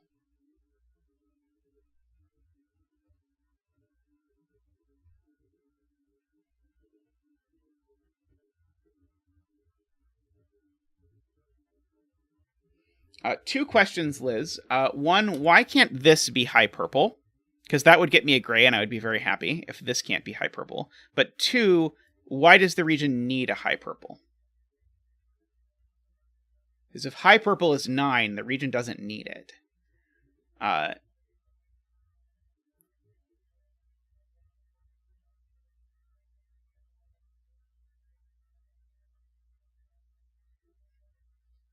You have 2 high purples in the column. Oh, that would be great.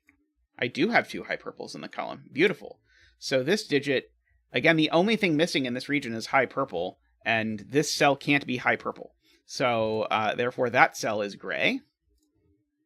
That is question 1.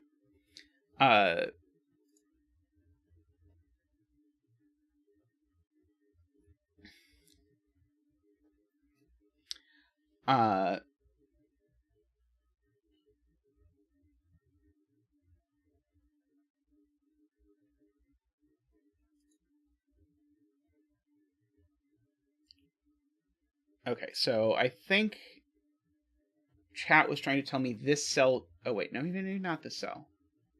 Okay. Okay, I don't think chat told me which of these is the low purple.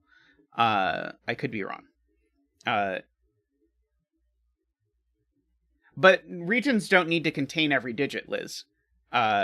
If this region does continue, then it needs to continue here, and that needs to be a high purple. But the region could contain the digits 1 through 8 and stop, is the fear that exists. That we are concerned about.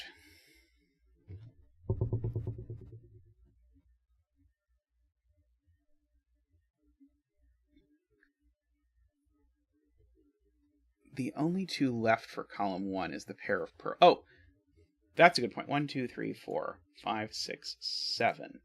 Okay, so what digits are missing in column 1 is a good question. So column 1 has all the greens. It has 5. It's missing 2 purples. So I said this could be a low purple, but hilariously, if this was a low purple, this would need to be the high purple that went with it, and this would be an X, and that would break the negative constraint. That's gorgeous. So this is the low purple. Great spot to J there. Excellent use of the negative constraint. So this is the low purple for this region. Is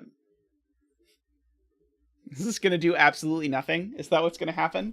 That we did all of that work to place that, and now absolutely nothing is going to happen?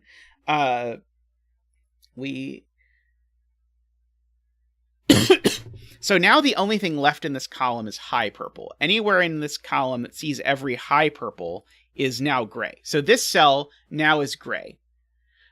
Because this cell sees both high purples, and the high purple is the only thing left in this column. So that's gray. Now this region has to connect, so this is yellow. I don't know what it is yet. Well, it's not 5 and it's not green, so it is purple, actually.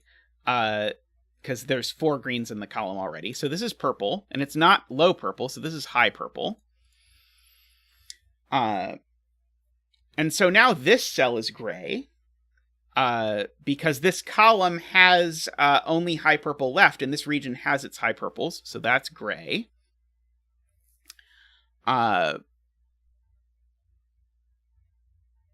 What is this region missing? This region is missing green 7, 9 is the only thing missing from this region. So this region is missing only green 7, 9. That means that this cell is gray, because green 7, 9 is there. This cell is gray, because again, the region's missing only green 7, 9. So if green 7, 9 is anywhere, it's there.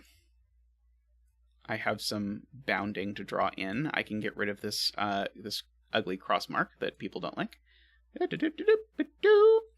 Okay, so that's lots of places that can't be green 7, 9. I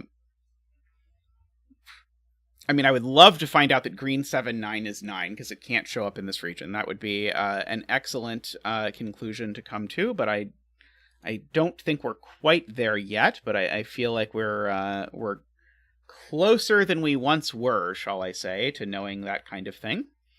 Let's see.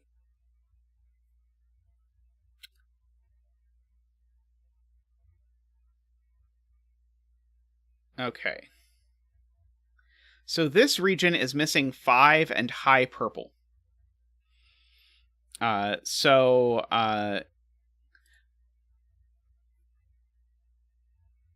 cell... Oh, annoyingly, this cell could be high purple. Can't it? It can be high purple. Yeah, dumediat has been setting some really awesome stuff. Hey, Zoran, welcome. I hope you're having a good day. I am enjoying the insanity that is this puzzle. Although I think I started this puzzle by saying that these puzzles are a lot more approachable than they look, and you should really give these a try if you haven't. And I think I may not have lived up to that well. So Chris points out I have all 4 purples in column 14. So therefore this is green. And that's green. And so this row sees the green 6, 8. So these are the green 1, 3, 7, 9. These are the odd greens.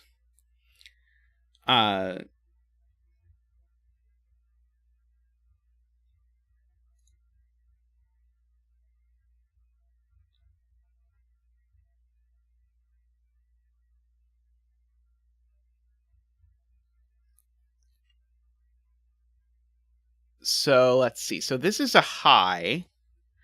Unfortunately, it's not green 7, 9, but that doesn't tell me much. Let's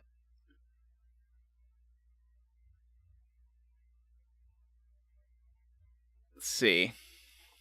Good night, Nicholas. Hope you sleep well.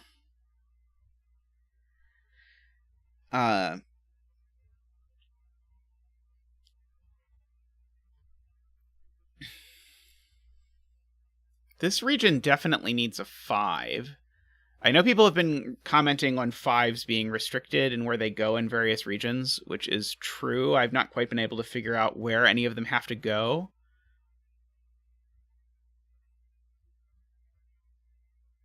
Oh no. Let's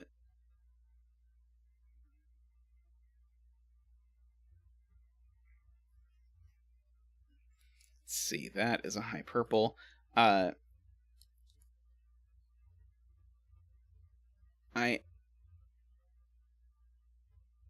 see, this is not a low green.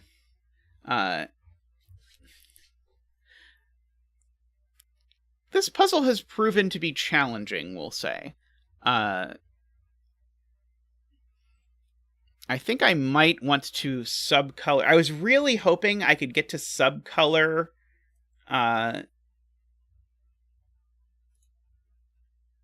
these things. Let's see. So that without having to go to letters, but I might have to go to letters or circles. I could go to circles.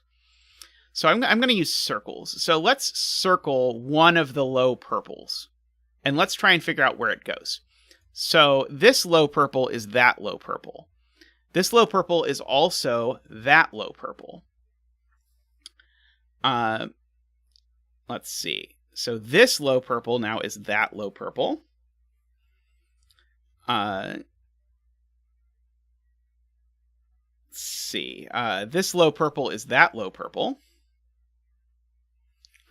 So I'm going to put X's across the other low purples.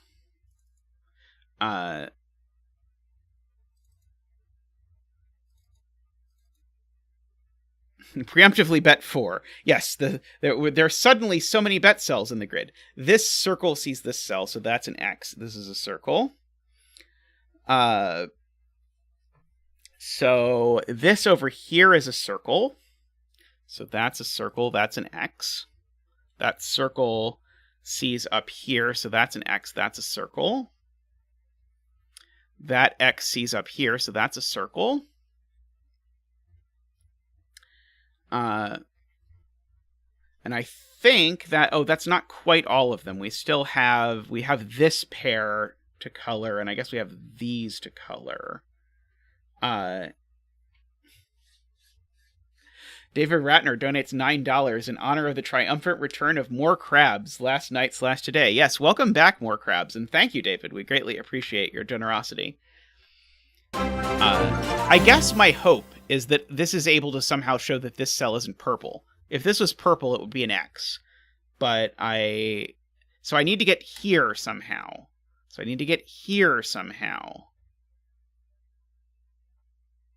No, it's so close. We're so close to getting there. We just aren't. It's this stupid gap in the middle again. What do I do with the gap? I guess I have not for a long time highlighted that this is green. Because it's looking at both low blues. It's looking at both low purples. So this is green. I don't know if that's going to help or not, but it is green. Row 8, column 1 is yellow. Thank you, yes. Good catch.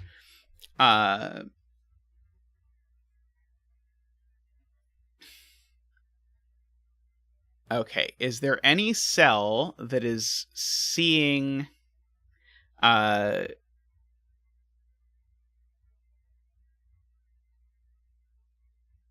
see, this sees both low blues.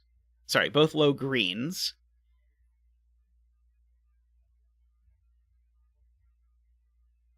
Is there any chance that this sees that low green, but I don't think it sees other one. Let's see. Row 9, column 8. Right. I can circle and X these, the highs too. Right. This is a circly high. And so by the X, this can't be a circle. It's an X. Thank you, Jay. That is a great spot. So that's an X. That's a circle. And so...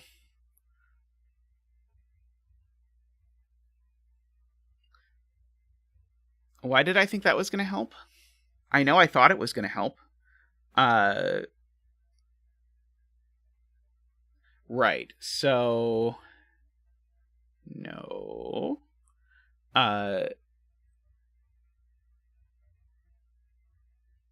Okay, so let's also circle X the highs. So that's an X, so that's a circle. I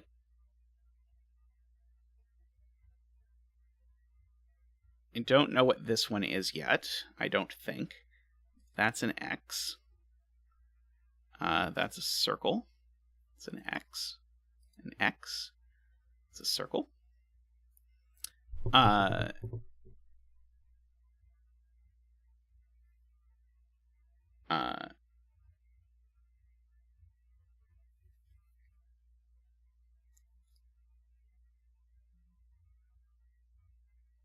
I considered it using letters, but then I realized that I could use X's and O's instead. And X's and O's are not letters. Let's see, this is an X. That's an O.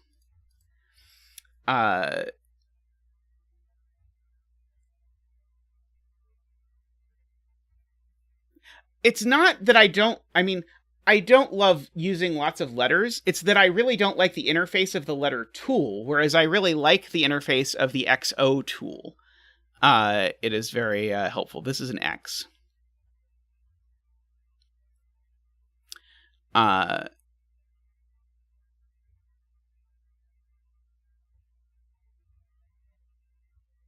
unfortunately doesn't tell me whether these are X's and O's, I don't think. I was briefly excited because I thought I was going to know if they were X's and O's, but I don't think that I do. I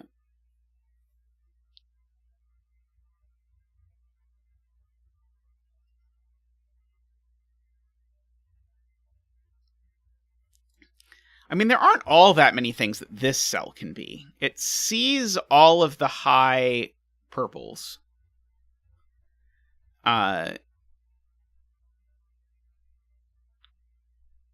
Maybe that's all it sees. Maybe there are more things that it can be than I want it to be. Okay, we've got to be close, right, to doing this. We've got to see something that sees like high or low or something like that. So the problem is we don't yet know what color or whether these are X's or O's somehow. Very sadly.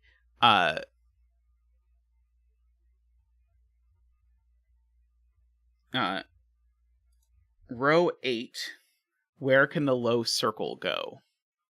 Does the row circle need to show up in row 8?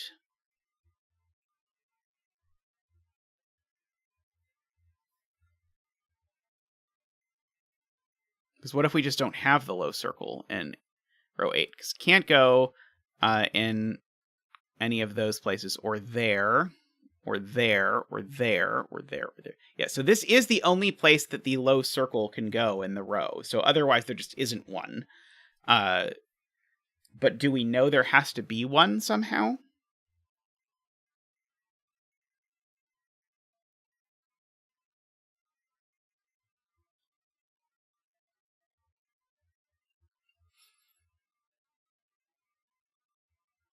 I'm looking for some like place where one of these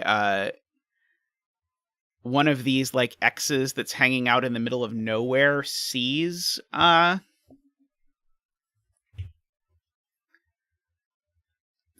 everything, like all the high, like sees both the X and the other one, but this one sees, again, it sees high orange X. Sorry, it sees high purple X. But this could be high purple O, I think. So I think that's sort of like where a lot of the bodies are buried, is what is this?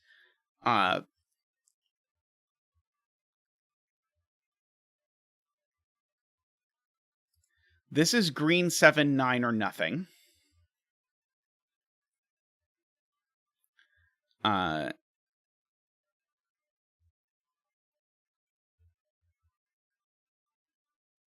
So yeah, I think I should be asking about regions. Can this region get an orange X?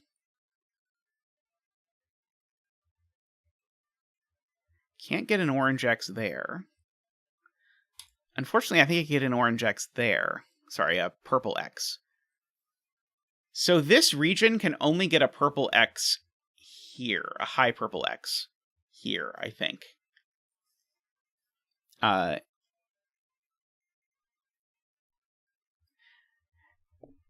Yeah, Jay, that's the thing we keep coming across, is we keep coming across all of these things where if this digit is 9, then it doesn't have to show up in the region. Otherwise, it does. And so I think the final disambiguation is going to come out of exactly that. I think it's going to come from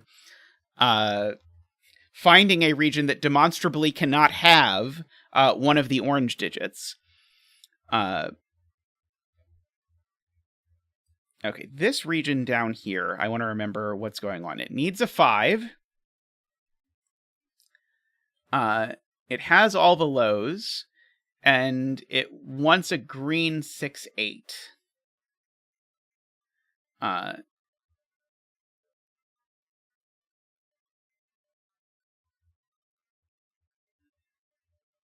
So, like, these can't be the 5s, but they could, I think, be the green 6-8. This can't be the green 6-8, but I think it could be the 5, etc. This region is only missing an orange-purple O, but unfortunately this could be orange-purple O.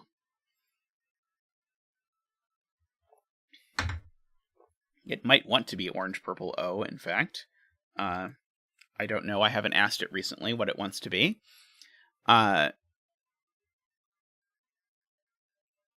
Okay. So this, if this is green, it's a 1379 green. If it's purple, it's an XX purple. Unfortunately, neither of those leaps out at me as telling me anything. This whole hazard area up here is interesting. Like, I wonder if I'm supposed to somehow figure out that, like, this cell either can't be yellow or has to be yellow or something like that. 2, 3, 4, 5, 6. So if this cell is yellow, this becomes a 9-cell region. Is there any cell that can't appear in any of those 9 cells? Because it would need to have everything if that were the case.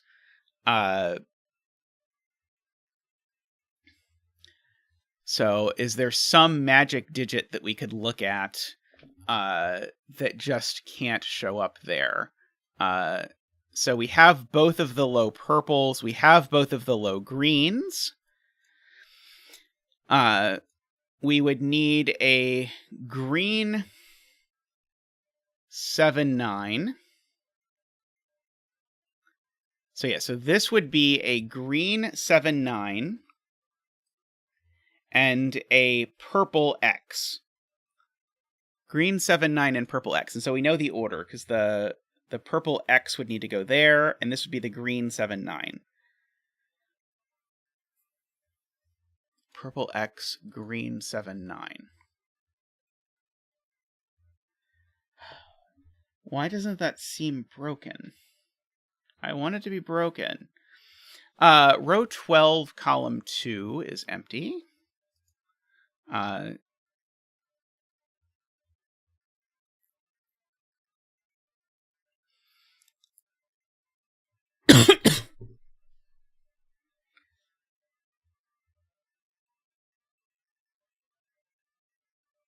Okay, how do I know it doesn't do... Oh, sorry, row 12, column 2. Row 12, column 2. Boy, I'm not great at counting today. Row 12, column 2. It sees every green. It sees every purple. So if it were anything, it would have to be a 5. But these cells need a 5. They can't get it. And if this were a 5, they couldn't get it there or there or there or there. And so they would be... or there, they would be completely cut off from getting a 5. So I agree. This is gray. That's actually a pretty cool observation.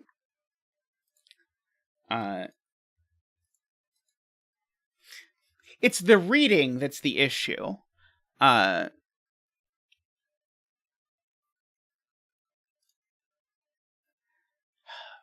So, like, this being yellow is so suspicious. I just don't see how it breaks. Because if it's yellow, it's purple, orange, X. Because of anti-knight SPQ. This can't be 5 by anti-knight. Because, yes, there's an anti-knight constraint in this puzzle. Which is, I think, more than anything, I find the inclusion of anti-knight in this puzzle hilarious. I'm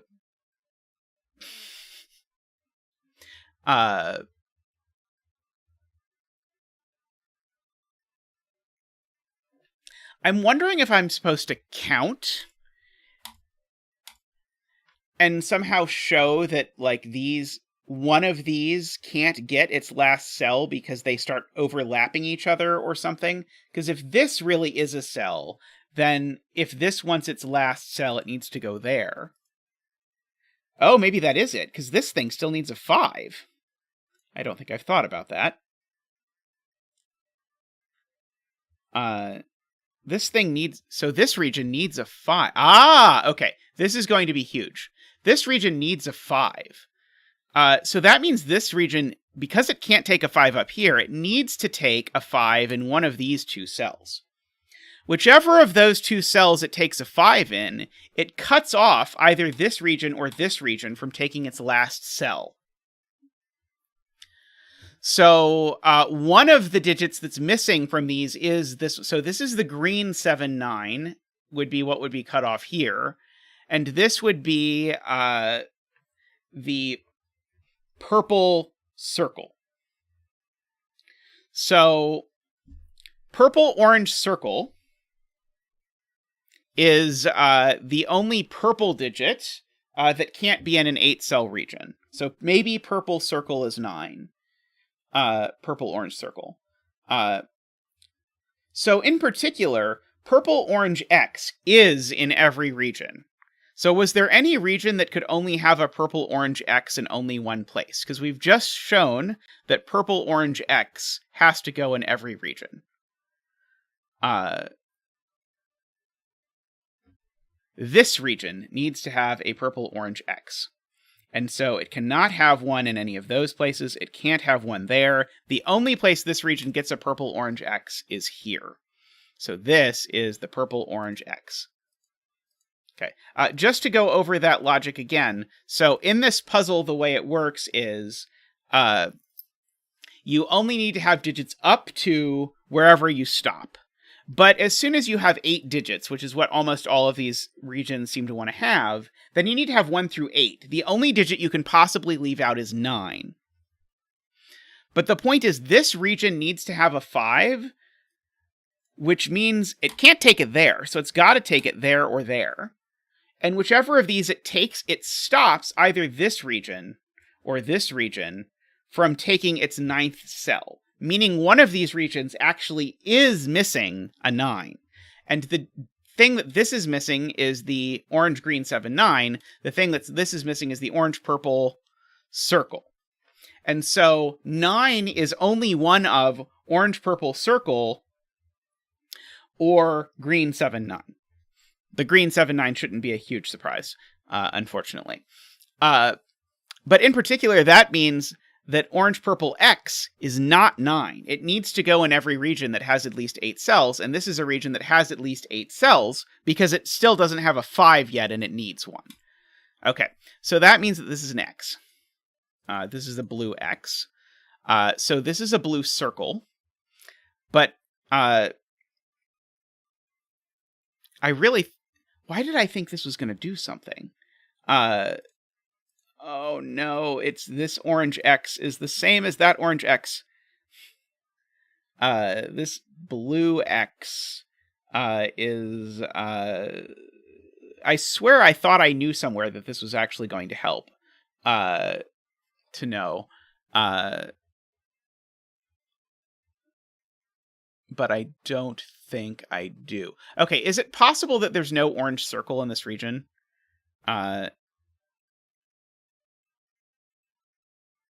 orange-purple circle.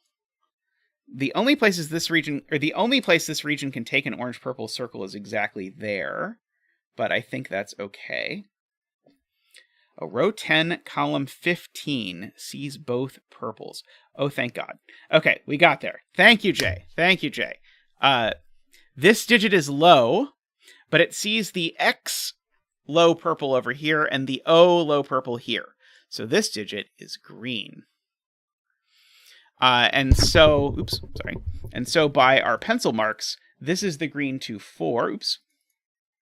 This is the green 2-4. So this is the green 6-8. Thank you, Jay. Well spotted. It's what we've been going for so long. So long. But we got there. I mean, I don't know if it's going to do anything at all. It might do absolutely nothing, but hey, at least something.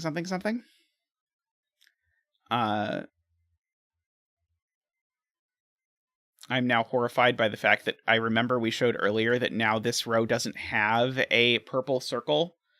Don't forget the negative constraint. That's true. I am probably forgetting the negative constraint somewhere. You are walking in on me trying to show people that Suguru puzzles aren't actually that scary. And I think scaring everyone who has not tried one before from never, ever, ever doing it again. It's a very cool puzzle, but I thought this was going to be a pretty easy puzzle. It has not been a pretty easy puzzle, probably because I color badly. Let's see, row 11, column 15 can't be low, right? Well, this wouldn't be the low that goes with... Right, no, you're right. Negative constraint of the V. Thank you. Yes, you're completely right. Right. Because this is a green 2-4, this can't be a green 1-3. So this can't be a green 7-9. So this is high, and this is low. Thank you. You're right. Absolutely. If I had two blue greens next to each other, they would add to 5. That would not work.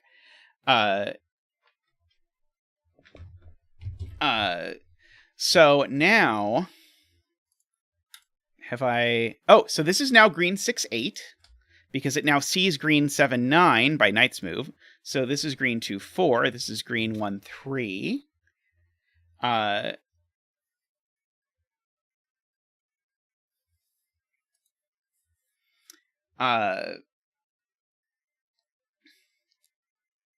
Is this not how most of you color XV puzzles? I mean, this is my usual XV puzzle coloring, I feel like.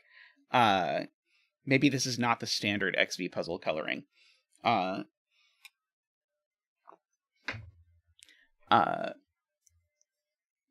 Tallcat, you missed... dumediat made a tribute puzzle to you. I don't know if you knew that dumediat made a tribute puzzle to you, but we did... we just did a tribute puzzle dedicated to you. That was sweet.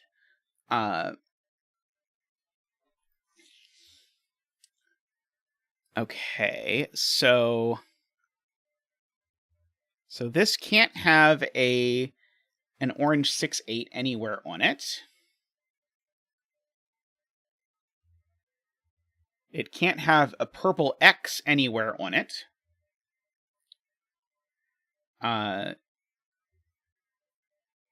Unfortunately, it looks like it's open season on orange circles, as far as I can tell.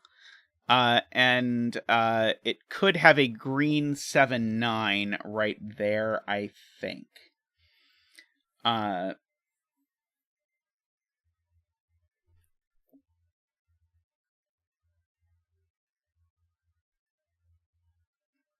Is there any way that this X doesn't become part of this region? Because this region needs to grow. It could grow here. But even if it grows there, let's see. It could grow there. What's the minimum number of cells that this region can be when it grows up? I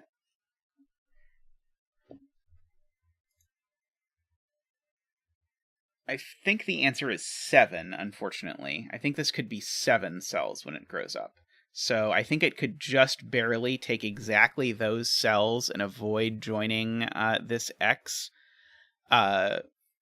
Again, very unfortunate. But what can you do?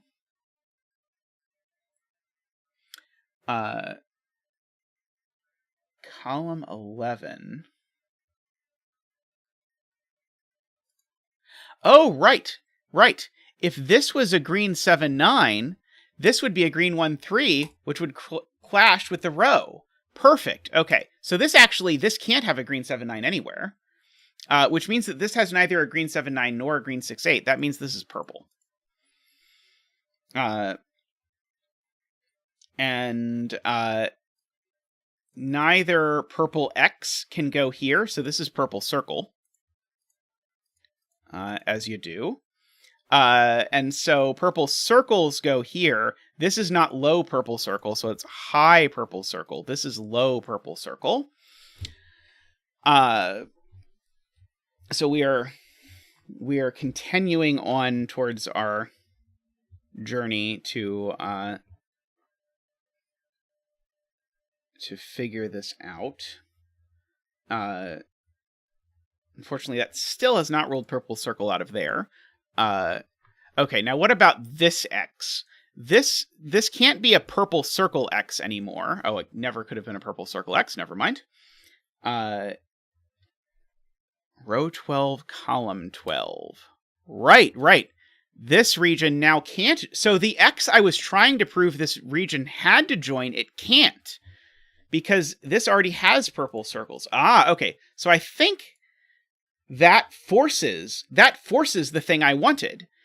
Because now this needs to have at least 7 cells. It has both a high green and a high purple in it. So that means it has at least 7 cells.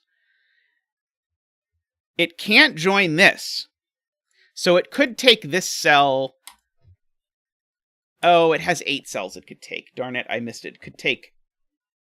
No, it can't take all of these. It can't take this and this, because if it does, it forces this to be a 2-cell region, and 1 and 2 don't sum to 5. So it actually can never take this. It can only take these, which makes it exactly 7.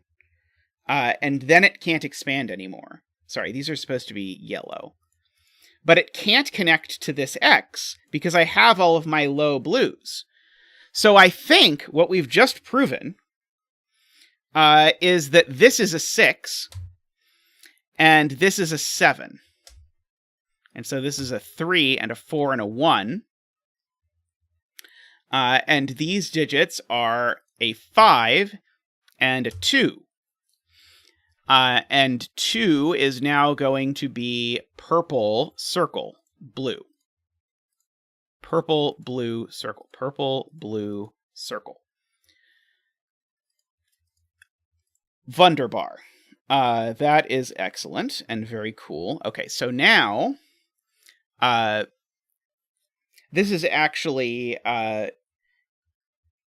confirmed by the fact that now this is 3 and 2 and needs a 1 and can only get it from here. So this is the yellow, green, blue business.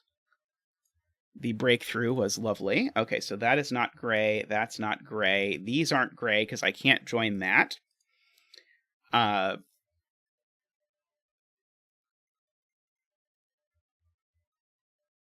What? Back up where? Oh, sorry, this is X. You're just telling me this is X, not circle. Which is good, because I put it knight's move away from another thing I called circle. 2 is X. I just said the wrong thing out loud and did the wrong thing in real life. But other than that, everything was fine. Oh, did I say they aren't gray? So let's go ahead and fill in. Okay, so the 1, 3 is a 1. That's a 9. That's a 6 and a 4. It's a 4 and a 6. That's a 1 and a 9.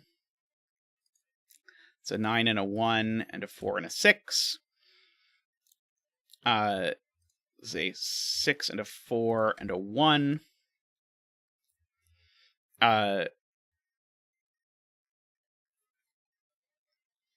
So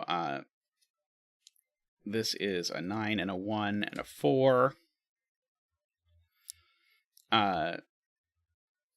Yeah, I mean, coloring the pairs makes sense when there aren't V's. If I'm doing a puzzle that's about ways to sum to 10, then that's what I do, Naverio, is my sort of standard. It's an 8 and a 2 and a 9 and a 1. Now I need to know which of these regions needed its extra cell now. So this region has a 9, so it needs to have an extra cell. So that cell is yellow, because it needs to be 9 cells in total.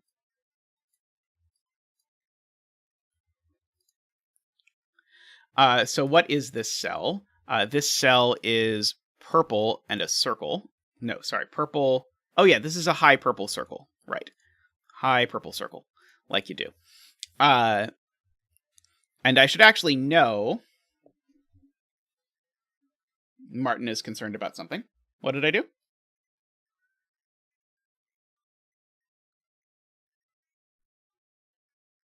I felt good about that.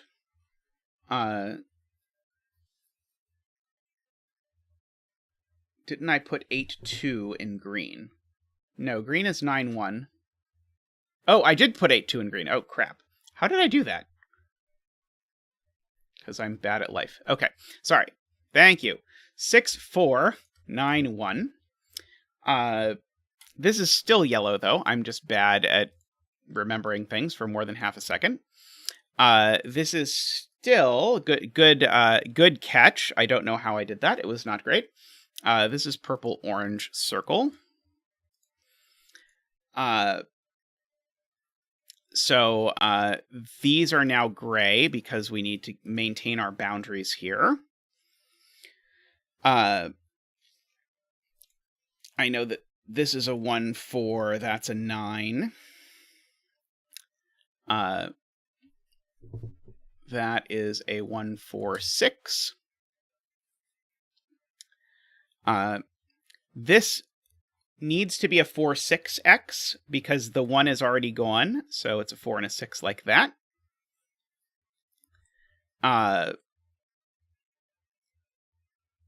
Let's see. Okay, so I know the high purple circle is 7, so let's put all the high purple circles as 7, and the digits across them is 3, so that's a 2. It's a 3, that's a 2. 2 is purple, low purple X. Circle is low purple, or is low purple circle. Okay, this is a 2 and a 3. 1, 4, and 6. This 2 gives me an 8 there. This is, just to finish this out, that is a 7 and a 3. Let's see. This is orange high X, which is... No. Orange high X is 8 and 2. And so this is 7 and 3. Not that order, though. 7 and 3. So this is not 7 anymore while we're updating. High purple circle is 7. Low purple circle is 3 to 8. Low purple circle is 3. High purple X is 8 and 2 there. This is 3 and 2 and 8. Let's see. This is 3 and 7. This is 3 and 2 and 8. This is the none. This is a 4 because it's the low green that's not that, so that's a 1. This is a 3.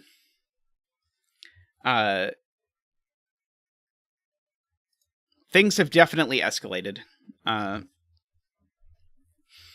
I somehow feel like this is going to be one of those very memorable solves on the puzzle. It's not a 3. What's not a 3? Oh, because it's high. It's high. Sorry. That's the 3. That's the 7. That's the 2. That's the 8. Thank you, Naverio. Yes. Excellent. Okay. So this is definitely... Sorry, this has got a 1 or a 2 on it. Do I know which yet? Maybe I don't know which yet. Darn it, I might have to do more thinking now, which is terrifying. Okay, this needs to have a 5 and an 8. Well, the 5 now has to go here. So that's a yellow 5. This now can't grow anymore. This is a gray. Like that. And this still needs an 8. So the 8 has to go there. And 8 is yellow, purple, high X. Just like you normally would in typical Sudoku. Yellow, purple, high X, just like always. So this is gray. Yeah, dumediat, sorry you missed us doing your puzzle. But the VOD is there for you. I really enjoyed it.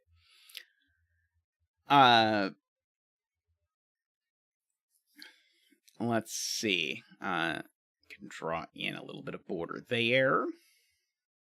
Let's see. We've got 1, 2, 3, 4. We need a 5 over here. And 7. I don't know yet. These probably want to join now. Oh, there's a little bordering to do. Yeah, probably best not to avoid work to meetings to do Sudoku. What is missing in this column? Only 5, right? Annoyingly, I think that could still be the 5. Can this still take this cell annoyingly? Let's see. The only green digit I'm missing is a 9.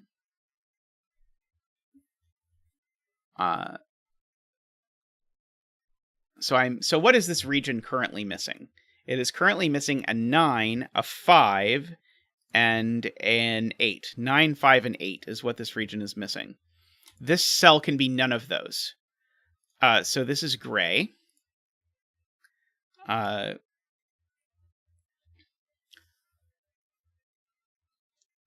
see. We can probably get rid of the circles and X's at the very least. That will make things saner. Because I don't think adding the circles and X's is helping anyone. I mean, maybe it is.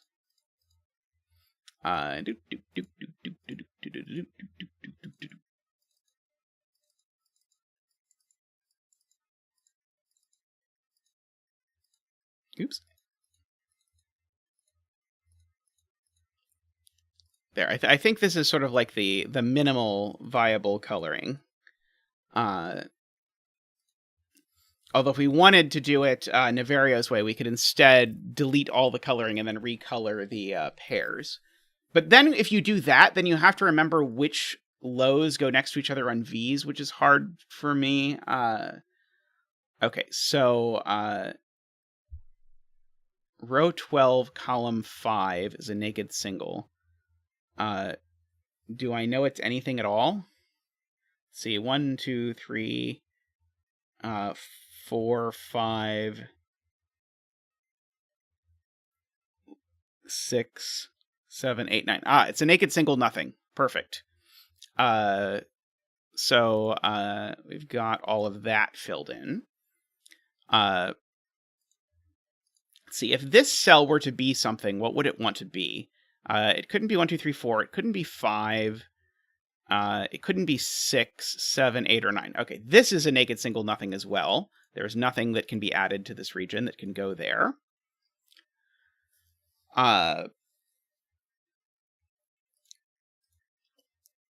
So let's see. Let's remember up here. We're missing a 5, a 9, and an 8.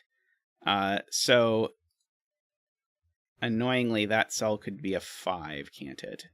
I was looking for other cells that can't be 5, 9, or 8 to guarantee that this is that this region grows in some particular capacity, but I don't think I can.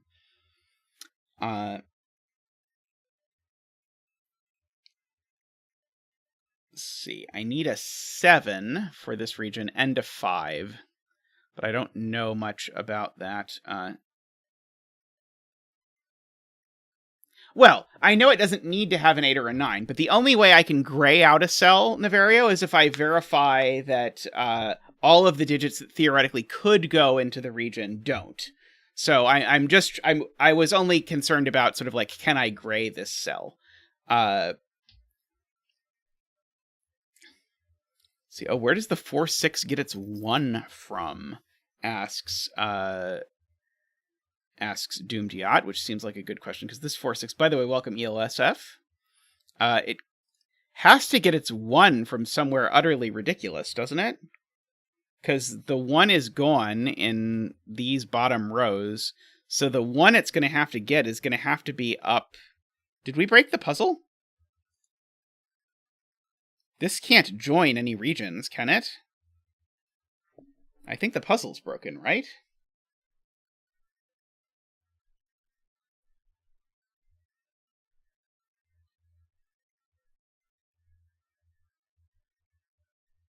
Is there some weird shape where this does, like, exactly that or something? I bet it could do exactly something like this. 1, 2, 3, 4, 5, 6, 7, 8, 9. And it could get a 1 here. I bet that's... Yeah, so... But even joining that, it needs to use all of its remaining cells to get there. So I think the fact that I need to get my 1 from row 10 at the absolute lowest... I think that forces...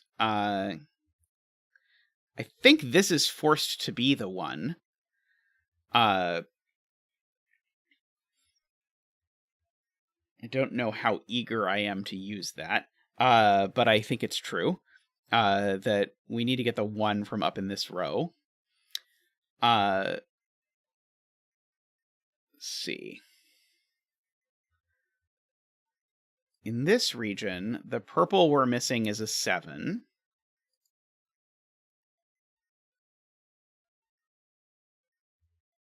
Yeah, the 5-9's not going to be able to get there. It's going to have to get into the region above it.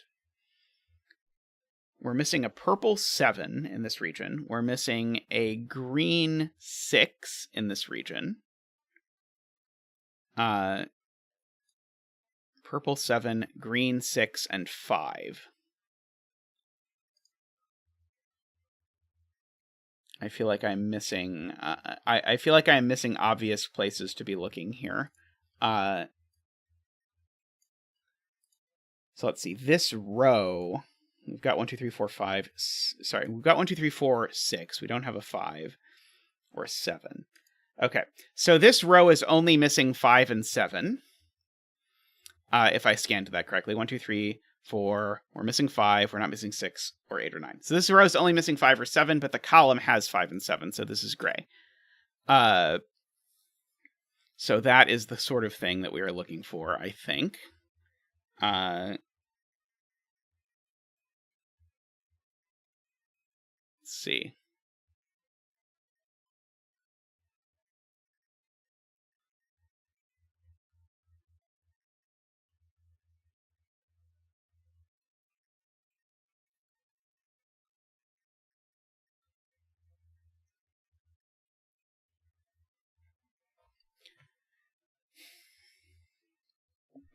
So row 14, column 7.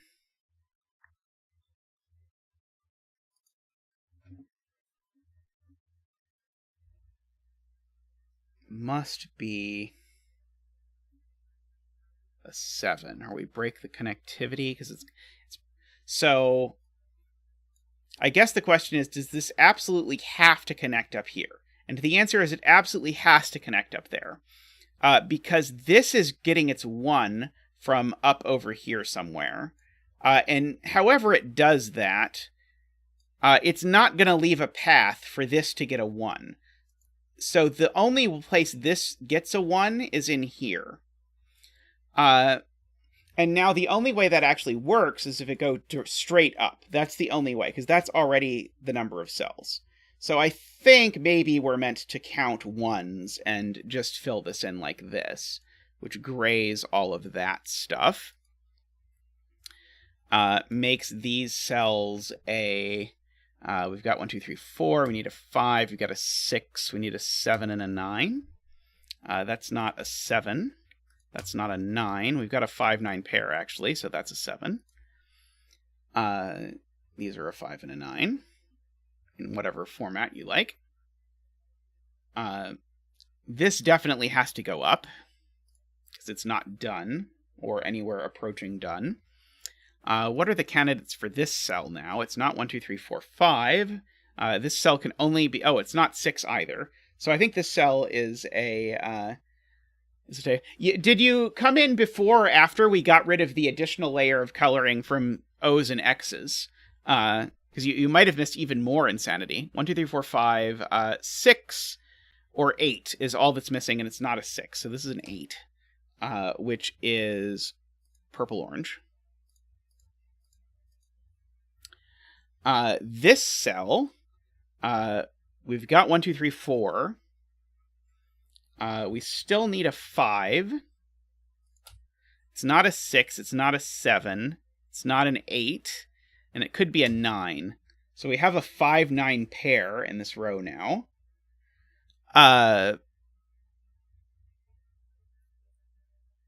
So can this cell be part of this region? It couldn't be 1, 2, 3, 4, 5, 6, 7, 8, or 9. No, this cell is gray. There is nothing it can be, which makes this cell yellow. And so we'll write in candidates for that in a second.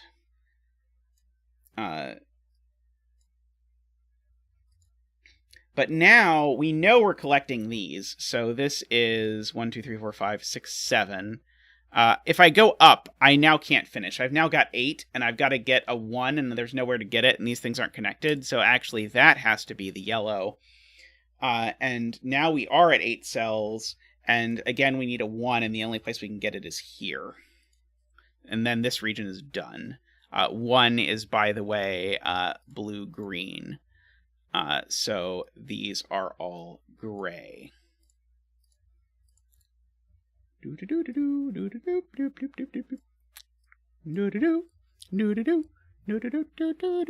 Okay, what are these? These are, we've got 1, we need 2, we've got 3, 4, we need a 5, we've got 6, 7, 8, and we need a 9. These are from 2, 5, 9.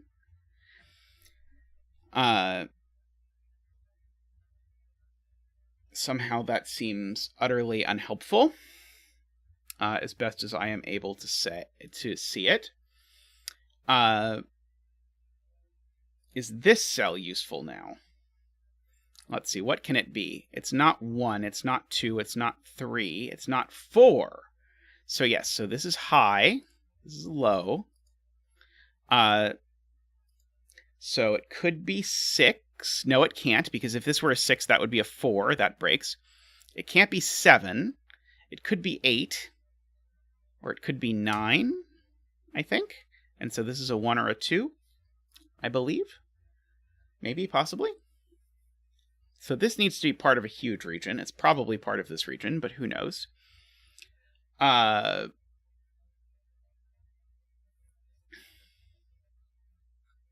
Okay. Are there yet more places where we can rule things out? Let's see. Martin says row 12, column 10. Can't be 2 because of anti-knight. Right, it can't be 2 because of anti-knight from there, which places that as a blue 2. 2 is purple. Great spot to Martin. Hey, Kodak. Let's see, row 12, column 1 is a 9. It can't be a 9. There's already a 9 in there. So if this is... this can't be a 5 or a 9. Those are the only things left in the row. 1, 2, 3, 4, 5, 6. I think this could still be a 7. This is a 7 or nothing. Oh, but I don't think this can be a 7, because if this were a 7, it would need to connect up there. Right, and it can't. Right, because if this needed to connect up here, this would be a 5, but it can't be. So this is gray. Let's see, this region, 1, 2, 3, 4, needs a 5 and a 6. This can be neither a 5 nor a 6, so it's gray.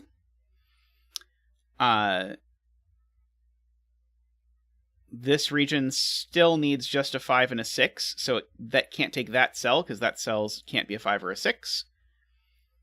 Let's see, that 5... I thought I saw a 5 in this column. No, this column. There we go. That 5 looks down, and so that's gray too, because it sees a 5 and a 6. So yeah, so we need a 5 and a 6, and we can't take any of that collection of cells.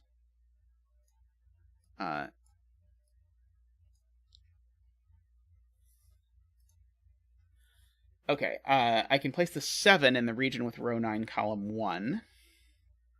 The 7 can't go there anymore, so and the 7 can't go there. So now this is the 7. Great spot to more crabs. Yellow, orange, purple. For that. So we can go... Bloop, bloop. Oops, not like that. Like that. And now we just need the 5, wherever the 5 wishes to live. Oh, well, the 5 is definitely in one of these two cells, so this cell can't be a 5 or a 6, so it's gray. So we can continue over here. Okay, so if this is anything, it's a 5. If this is anything, it's a 6. If this is anything, it's a 5 or 6. Sorry, no, it's a 6. Oh, right. This 5... Sorry, we can actually do it. This 5 looks down. Those aren't 5, so this is the only place for the 5.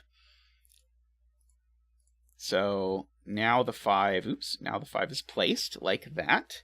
And so now there's only one place the 6 can actually go, which is here, because this needs to finish. And so that's the 6. And the 6 we discovered was green-orange. And so... this goes like that, and this goes gray, like me. Alrighty. We do still need a 5 in... Oh, we need a 5 in one of these two cells, but how could it be here? If it was here, this would not be a region so much. So this is the 5,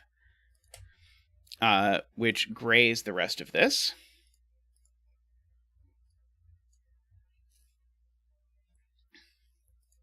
So now we're getting good progress in over here. That 5 actually made that a 9 and a 5 and a 9 and a 5.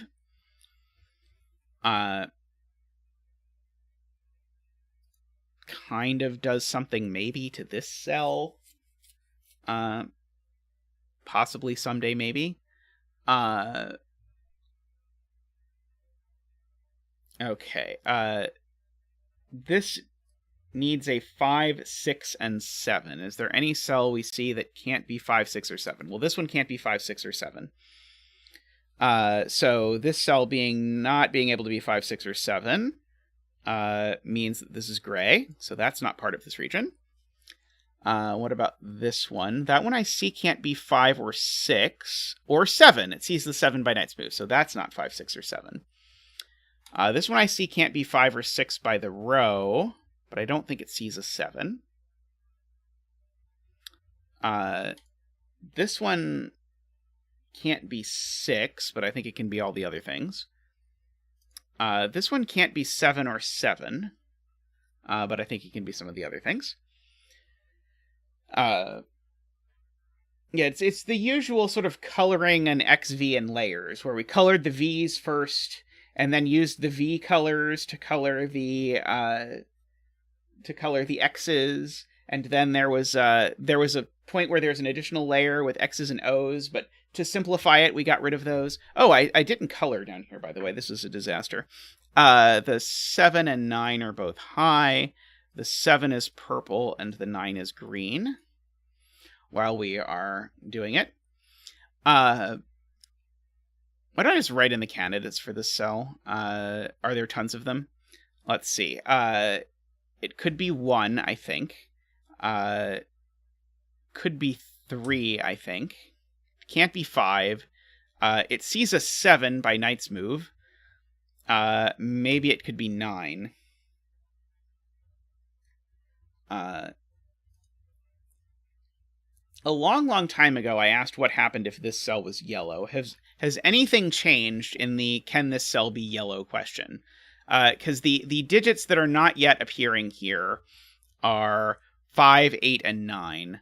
So I would need these to be an 8-9 pair in order for that to work. That would need to be the 8. That would need to be the 9. That still looks very plausible.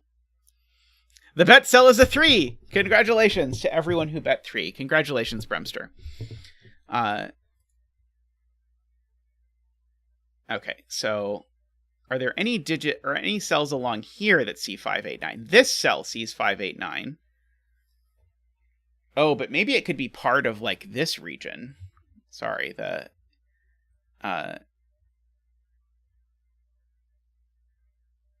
yeah, I think so. I don't think I know that this is gray because of that.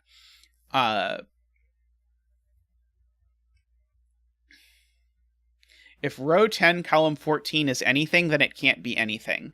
I like this logic. Okay, so it certainly can't be green.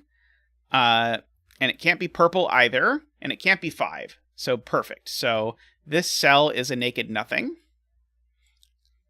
Which sounds more hurtful than it is. Do we get the same for this cell, perhaps? No, it doesn't look like it.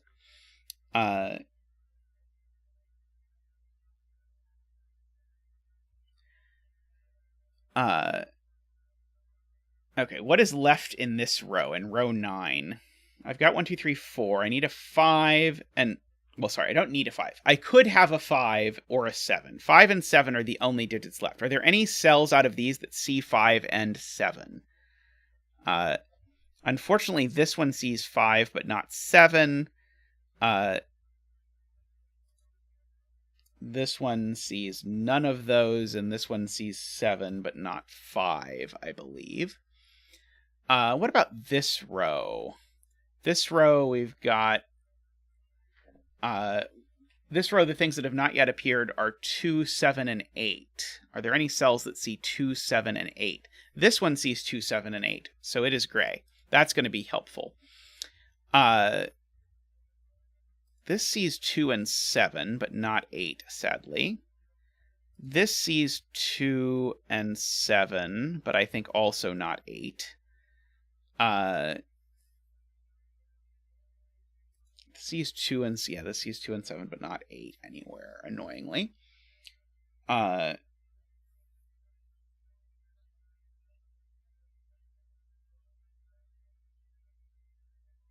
mean, I'm assuming that these two are going to connect, but there's lots of ways they could connect, I think. Because couldn't they connect either around this way or around this way? Is that too many cells? That could be too many cells. That's too many cells. Aha. Right. Okay. So I have been just assuming this whole time I was only answering the question, how did these connect? But the left is actually too big. So if these are going to connect at all, then they need to connect up this way. What if they don't connect? If they don't connect, then I need to find a 3 that's not part of this, except I have 3s in these rows already. And so in order to get my 3, and keep in mind I can't go past here, so I just can't get out of here, and I could never get a 3. So these are yellow, and that is this region complete, because it now has 9 cells, which is the max it's allowed to have anyway. Oops. So that's gray. These are gray, gray, gray. And gray. Yeah, the it has to connect to get a 3 was a very, very nice proof of that. That made it not difficult for me to explain why it had to work that way. So this is purple-orange. And it's a 7. If there were a region in here, it would need a 1, and it can't have 1, so this is gray. This row now is missing a 2 and an 8. And when I say it's missing, again, I just want to reiterate, it doesn't have to have a 2 and an 8, but 2 and 8 are the only digits I can still put here. And this sees an 8 by knight's move and a 2 by the column, so this is gray. Which is the kind of thing I'm looking for when I'm doing this. Sees a 2 by very long knight's move. But unfortunately, I don't think it sees a 2 through legitimate methods, we'll say. But that at least gives us some more lineage, and we enjoy our lineage on this stream. So 2 and 8 are the only digits that can live over here. Maybe they do, maybe they don't. This row, we've got 1, 2, 3, 4, 5, 6, 7 is the only digit left in this row that has not yet been placed. So, but unfortunately, either of those look like they could be a 7. Is it possible that this cell is nothing? Let's see. It's not 1, 2, 3, 4. Oh, it could be 5. Drat. Let's see. More Crab says row 4, column 8 is here. It sees 1, 2, 3, 4, 5, 6, 7, 8, 9. It sees every digit, so it is gray. Beautiful.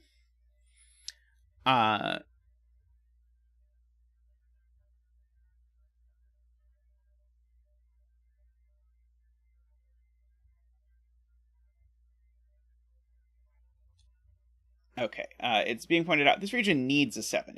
This region actually needs a 7 and a 6. Yeah, this needs a 7 and a 6. And so the question is, where is the 7 coming from? And so the 7 can't be coming from up here. One of these two is a 7 for this region. Neither of these two, though, could be the 6 for the region. So this can't be the 7. This is the 7. Orange, yellow, purple. So that's the only place it can get a 7. This is now gray because it would need to be a 6, and it can't be. And so now it needs to get a 6. It can't get it there. It can only get it there. Yellow, orange, green. And then we get to do that. We get to gray these. This cell can't be a 1, so there can't be an invisible region there.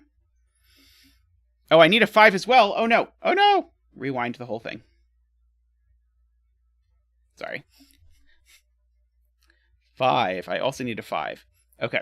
So I need a 5, 6, and 7.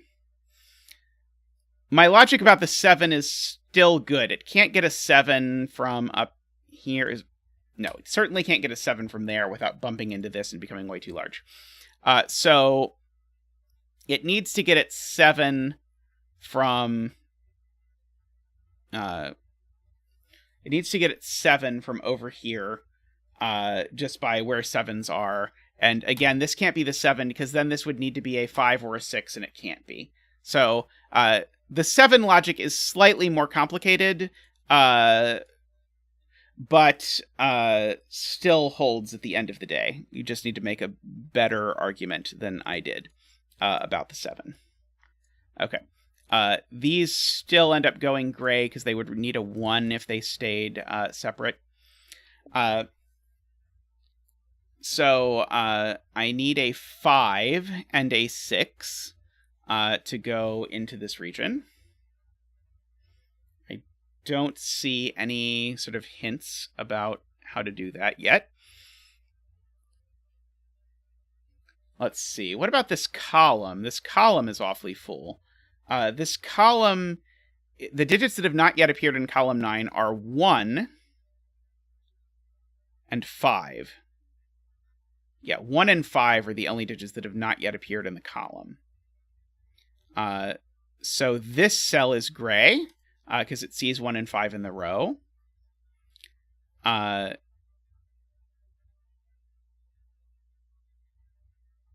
This cell is gray, because it sees 1 and 5 by knight's move. This cell is gray, because it sees 1 in the region if it was in a region and 5 in the row. So this column is nearly forced. So now I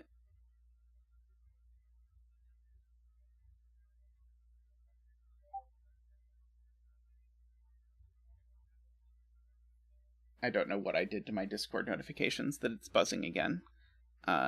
Oh, I think it's just that I unplugged my earbuds and that they got, so you're now hearing it when you normally wouldn't. Okay, so I'm being encouraged to look at this. 1, 2, 3, 4, 5, 6, 7. This would need to be an 8 if it were anything, and it can't be because of anti-knight. Good point. Let's see. So if this region doesn't take this cell now, then this digit needs to be a 5. Which seems okay, I think, as far as I can immediately see.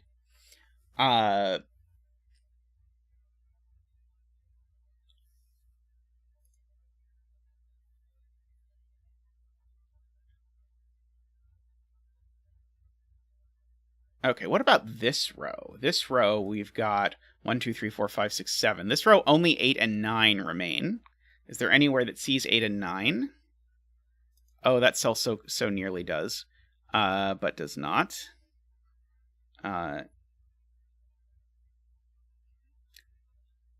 Nope, nowhere that sees 8 and 9 somehow.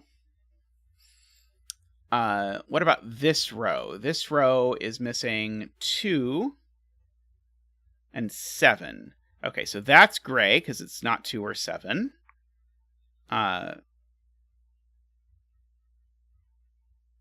That might be my only... Oh, no, this one's gray because it sees 2 and 7 in the column.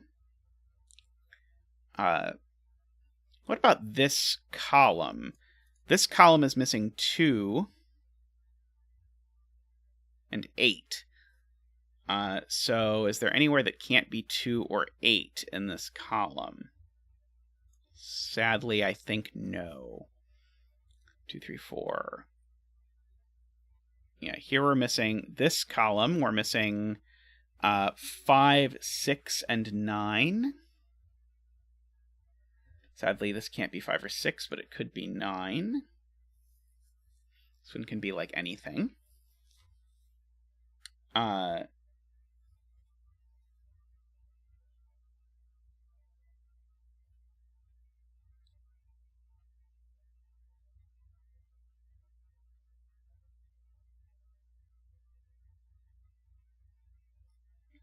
see. The central region needs a 6. It has to go... Right, the 6 can't go here. That's the point. The negative constraint. Oh, wow, that's cool. Okay. This can't be a 6, and this can't be a 6. This can't be a 6 because that would need to be an X, and that can't be. This can't be a 6 because that. So the only place that this possibly gets a 6 is here. So that's the 6. That's the other digit. Gorgeous. Thank you, chat. It's a 6 and a 5. And 6 is yellow-orange. Oops. Sorry, is green-orange. So these are gray.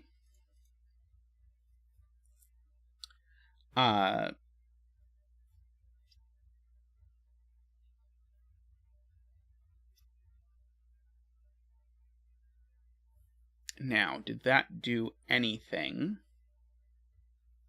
Oh, I'm missing some colors on row 13, column 9. Ah, yes, right. This is green-orange. 5 for the top middle. Right, this can't be a 5 anymore, so now it has to get out to get its 5. Boy, that... I felt like this one was going to resolve way earlier, and then it kept resisting. But, well spotted. It has now successfully finished, as we all hope to. So now that makes this a 9 and this an 8, and I will color them both orange. And this one is purple, and this one is green. And that now sees this by knight's move, so that is an 8 and a 2. So that is purple, and purple.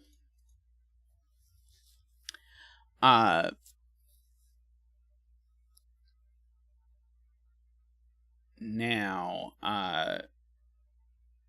this can't be a 1, so it's certainly gray. So what about these two? In the row, we need a 4.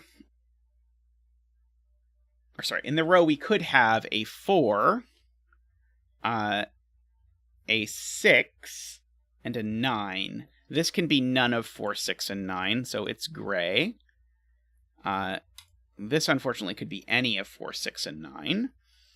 Let's see. Oh, more crabs just got there. And you don't have to delete it just because you saw something and I also saw it. I mean, hopefully that applies to many things. This row, we've got 1, 2, 3, 4, 5, 6, 7. This row only has 8 and 9 left.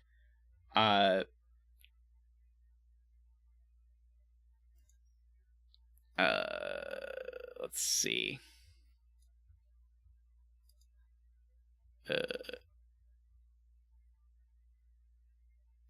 I don't know about that.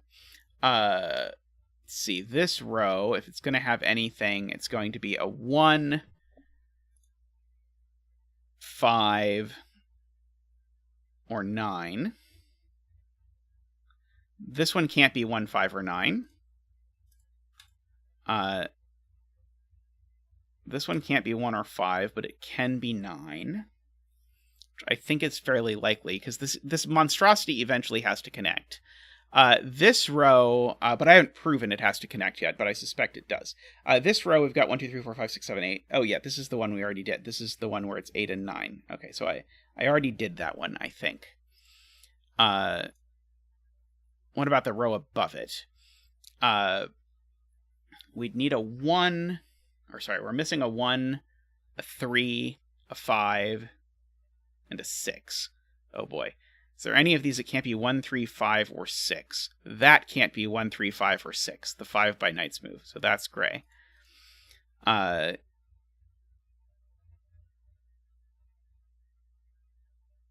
about this one? Can this one can't be 1, 3, or 5.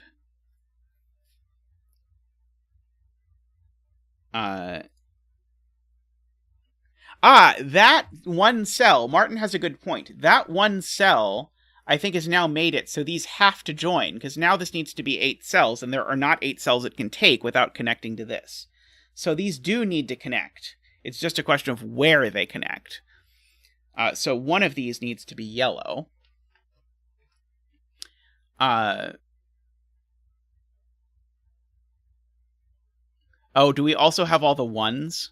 That's also a common trick in these. We might have all the 1s. We don't actually have a 1 in this row. So we do have a...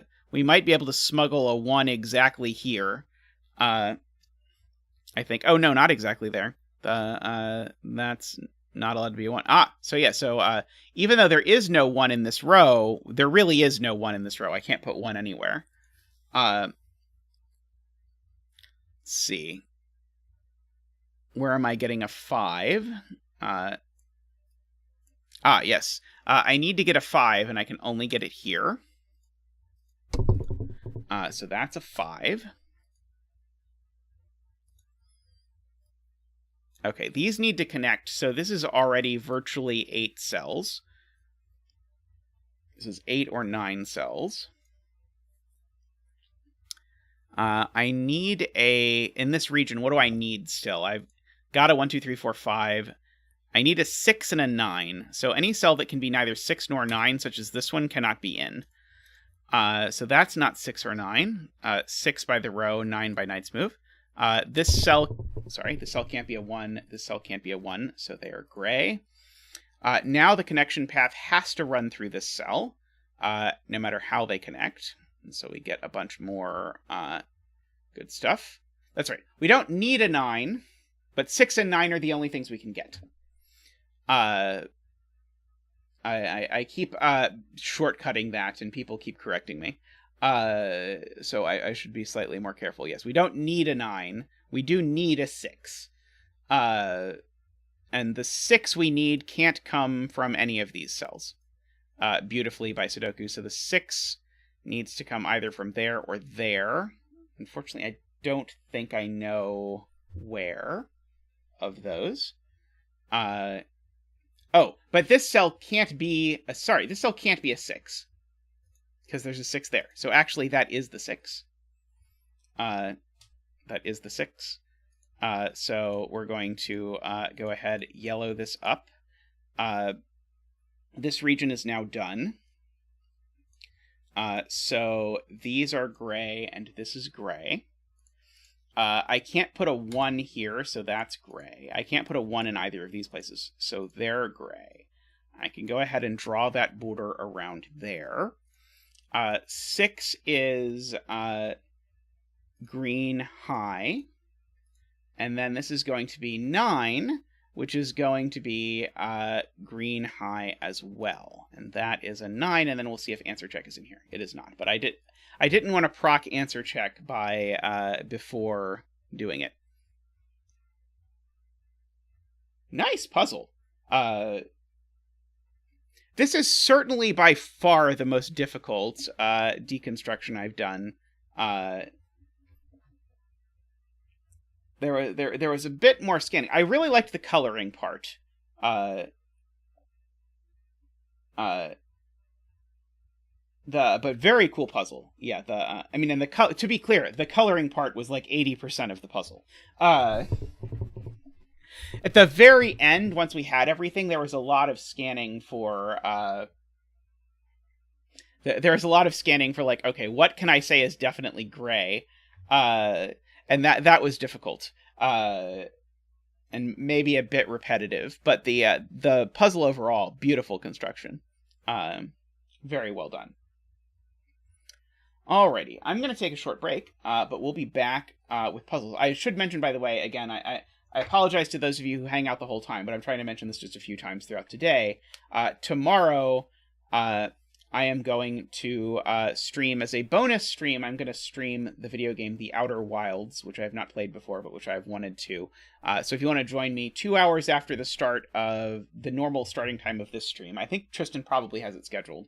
But if you want to join for me attempting to play The Outer Wilds, you can drop by tomorrow for that. But I'm not stopping now. I'm going to do another puzzle after a quick break. So I will see you all back shortly.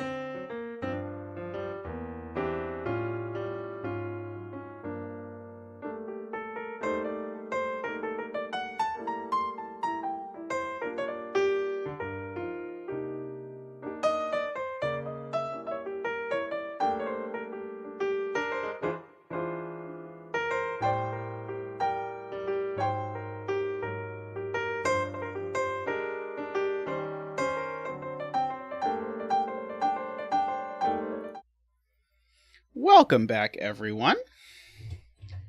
Sorry for the slightly longer than usual break. I was talking to Tristan about the woes related to the tiny URL incident. Which sounds like it is going to be an unfortunate pain. But we're going to return now with this puzzle, Tension, by Jakhob and Woofers. Sorry, Jakhob and Woofer. Woofer. Not Woofers. Woofer. I'll remember, eventually, maybe, possibly. Tristan will remember me. Or Tristan will remind me every time I screw it up.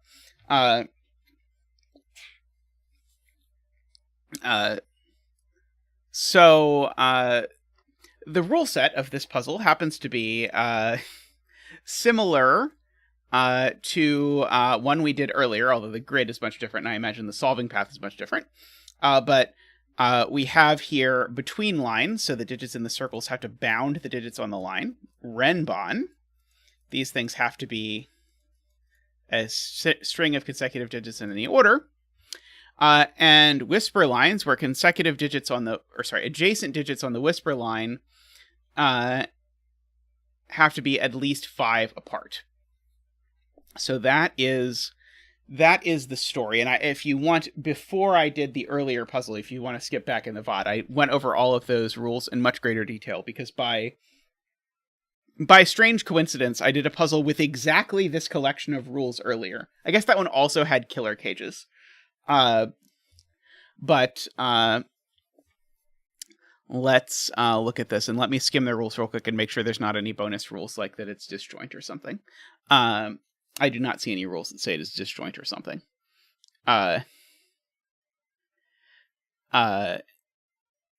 Enjoy your nap, codec. So right away, there's some very interesting stuff going on here.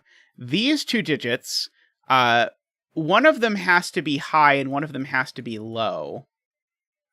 So one of them is 6, 7, 8, 9. One of them is 1, 2, 3, 4. But I guess that means they could still be quite close together at the end of the day. I don't think there's anything wrong with these being 4 and 6, for example. I know, I guess, one of these is high and one of these is low. Oh, bet cell. Yes, bet cell. If either setter is present and wants to pick a bet cell, I will accept their things over mine, but I will pick this blind. Oh, hey, Anti-Knight, we just did a puzzle named after you.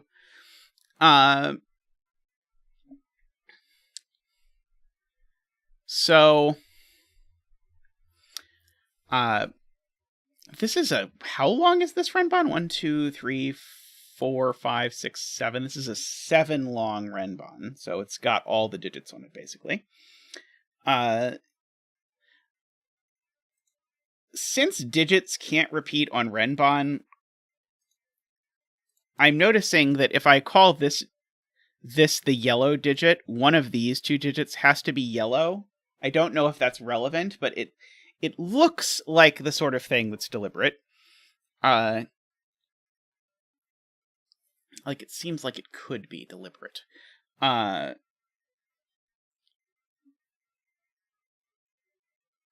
it doesn't seem to do anything for me right away, which is interesting because of that. This cell's not quite as good. It goes in one of those 3 places. Yeah, there's something. So this cell, okay, I guess actually maybe the thing to think about is this cell definitely goes on this between line. So this is not a 1 or a 9. I guess I already knew it wasn't a 9, but this cell is not 1 or 9.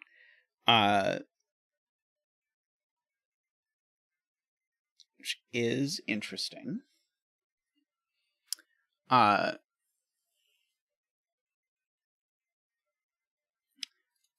I think it's going to be something where in 15 minutes we're going to need that observation, and then someone in chat is going to tell me, but you already proved this a while ago, and then I'm going to have completely forgotten about it. There's an excellent question from Kuraban. Where do 1 and 9 go in box 5? So, how many of 1 and 9 can I put on this Renbon? Exactly 1, right? I can only put 1 of them on it. I can't put 2, because then I would need to connect 1 and 9 in a string of 7 consecutive digits. But I can't put 1 and 9 on the between line at all. So actually, there's a 1-9 here. The other 1-9 is on this is on the Renbon in this box. And so this is an extreme Renbon. It's either 1, 2, 3, 4, 5, 6, 7, or it's 3, 4, 5, 6, 7, 8, 9. Those are the only options. Which means one of these two digits has to be 4 or 6. Because, and this is hard to pencil mark, but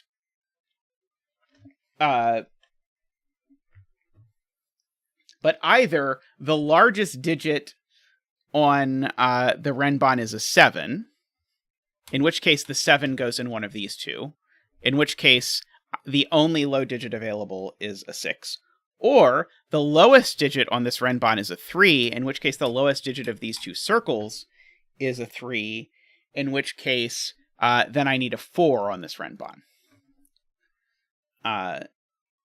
Is there any chance... So this Renbon has a 4 or 6 on it. That's the point.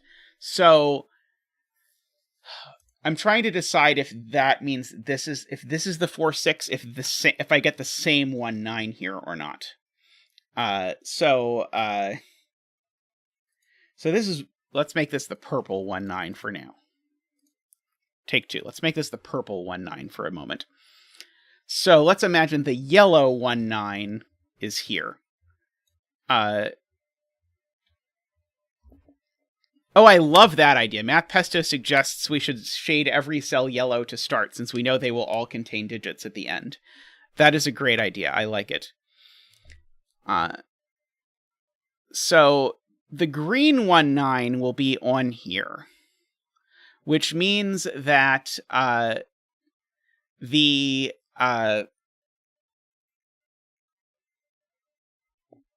digit that's sort of opposite, the opposite digit of green, so the one that's closer to purple, the 7 or 3 that's closer to purple is going to be in one of these two cells. So the purple 3-7 is going to be in one of these, which means the purple 4-6 is going to be in one of these, which means it's useless because the purple 4-6 would go with the green whatever. So I'm going to color this purple 1-9 for now. Actually, probably shouldn't use purple because we're doing a Renbon puzzle, and if I'm going to color the whole grid, I probably don't want to be using purple, so I'll use yellow instead. But I don't think I know which of these is 4-6. I just know one of them is 1-9.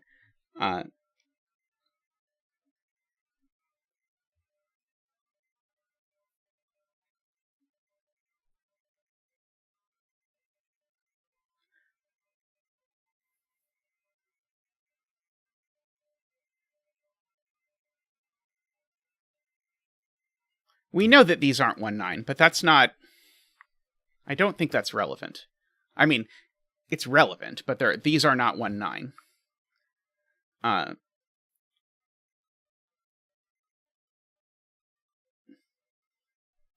But I would love a way to pencil mark that one of these is 3 or 7. But there's no good way to pencil mark that one of these is 3 or 7.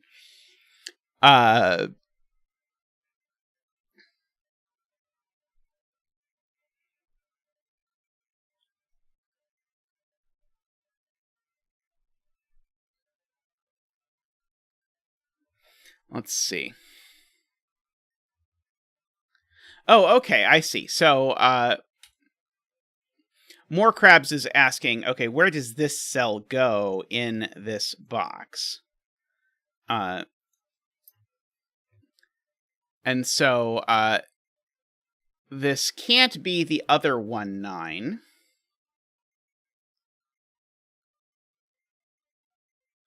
So this is either yellow 1, 9, or it goes exactly there.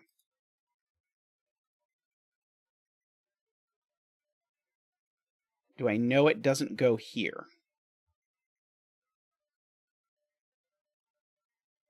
I mean, I know it goes in this column.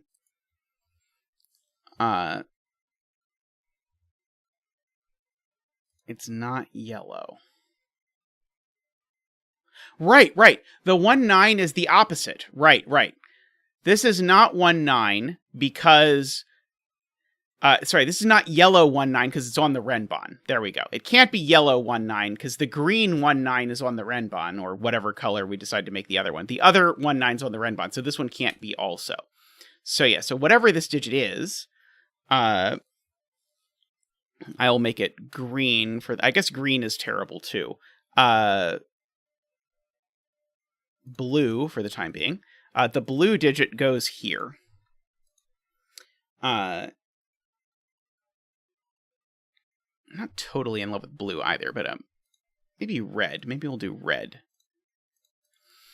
So yeah, I can't put red, because I can't put 1 and 9 on this Renbon is the whole point. So this digit goes here.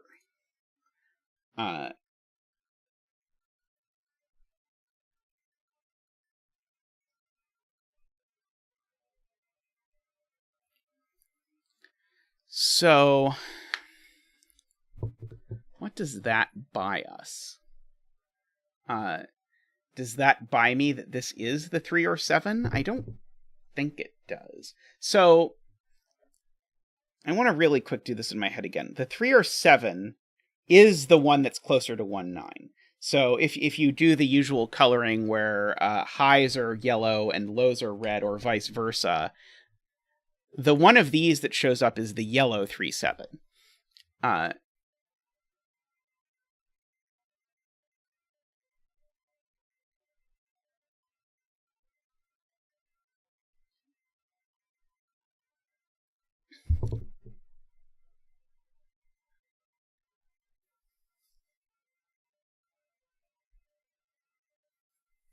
What goes on the whisper line on the between line, since it can't be 1, 2, 8, 9?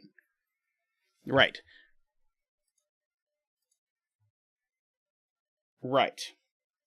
So these can't be 1, 2, 8, or 9. These can't be 1, 2, 8, or 9. And the reason for that is I know neither of these digits is 1 or 9. So neither of these digits can be 2 or 8 either, because 2 and 8, if they're between something, it needs to be 1 or 9.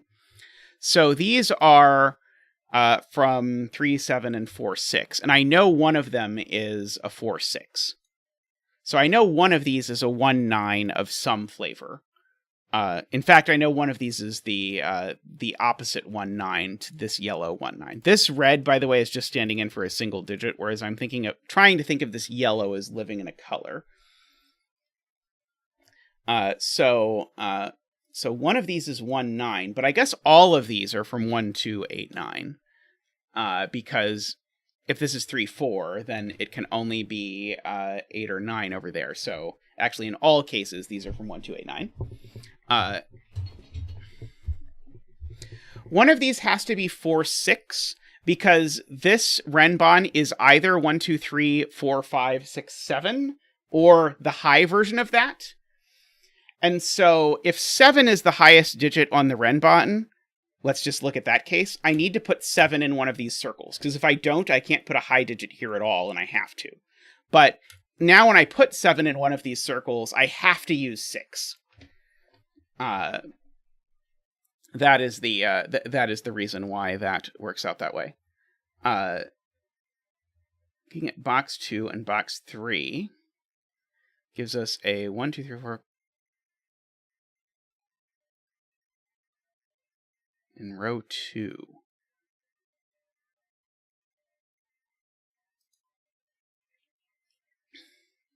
Are you talking about these cells?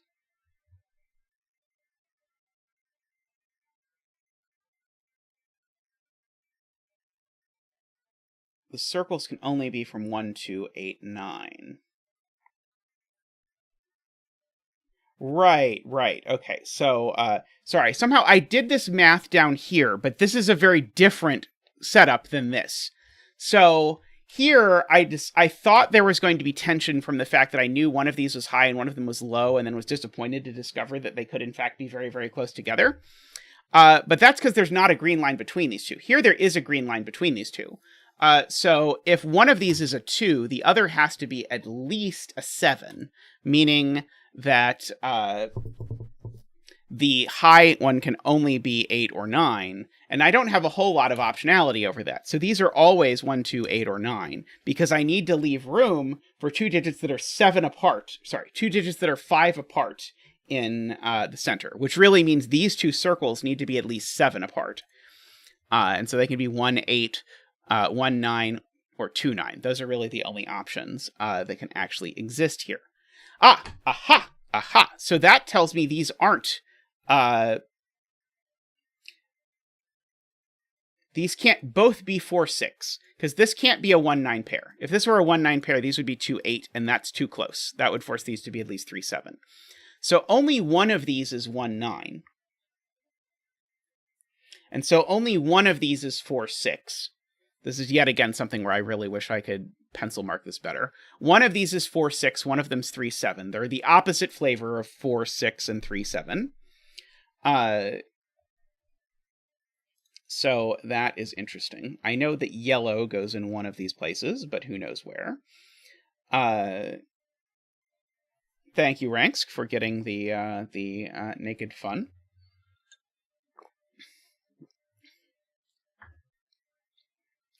The 1, 9 will be in column 4.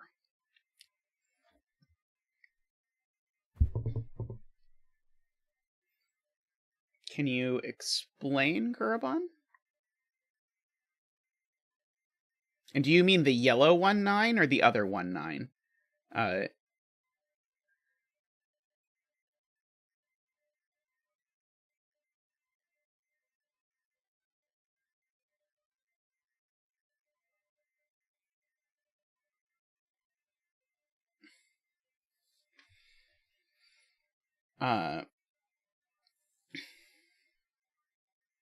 Okay, so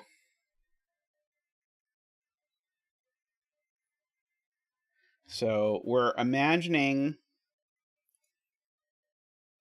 that imagine that this Renbon is 1 through 7, and this is a 9. So one of these two cells is a 7, meaning that one of these two cells is a 6, meaning that there needs to be a 1 up here, but it's not the same. It's the opposite of this 1, 9. Like, this is a 9, and I want to put a 1 in one of these.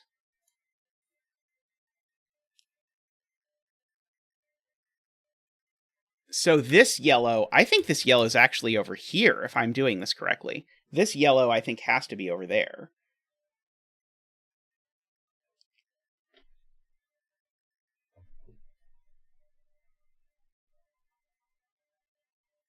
Am I backwards?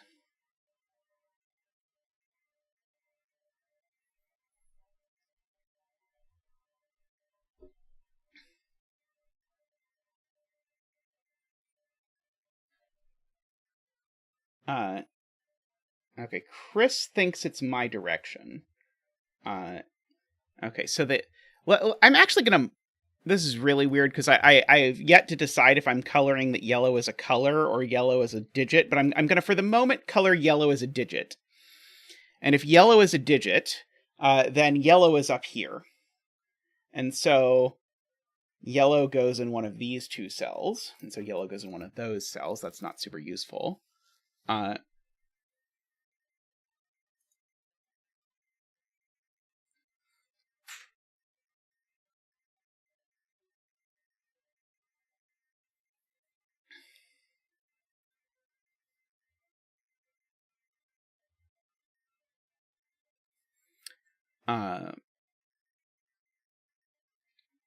Let's see.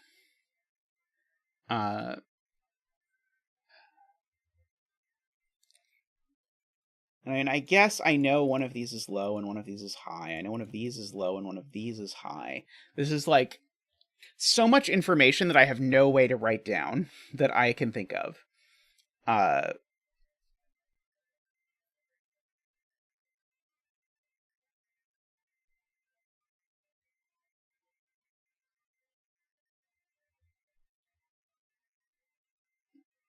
I know one of these is a 1-9, but the one of these that's a 1-9 isn't the yellow 1-9. It's the other 1-9.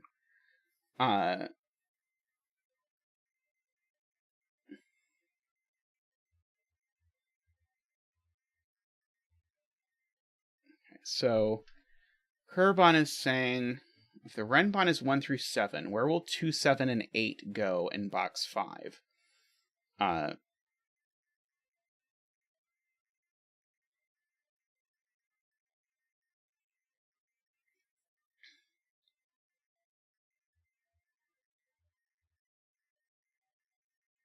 Okay, so that's a good way to put it. Okay, so I'm going to abandon this coloring immediately. These two are the same, but I want to think about the yellow 2-8, by which I mean the 2 or 8 that is next to 1 or 9 numerically. So if yellow is not, if this is a 9, then the yellow 2-8 is an 8. Where does it go in this box? Well, it can't go on the Renbon at all. So the yellow 2-8 is in one of these two cells. So one of these two is the yellow 2-8, which is huge because that means I need something that bounds the yellow 2-8. And the only thing that bounds the yellow 2-8 is the yellow 1-9. And so one of these two circles has to be the yellow 1-9, and it can't be that one. So it's that one. So this is the yellow 1-9. And now this can't be the yellow 1-9 anymore. So this is the yellow 1-9. So this is now the purple 2-8, say. And these are a 3-7-2-8 pair.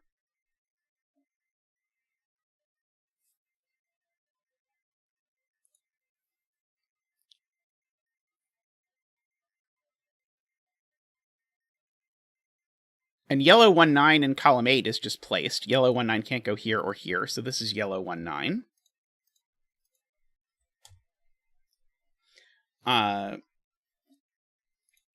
So yellow 1-9 is in fact on this Renbon. So this Renbon is entirely yellow. So this Renbon is either 1, 2, 3 or 7, 8, 9, which is interesting.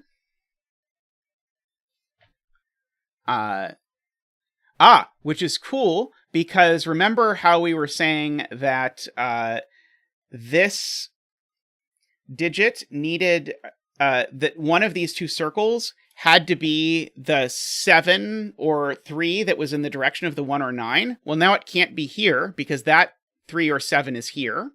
So so that says the yellow this digit, which is also this digit, is the yellow 3-7.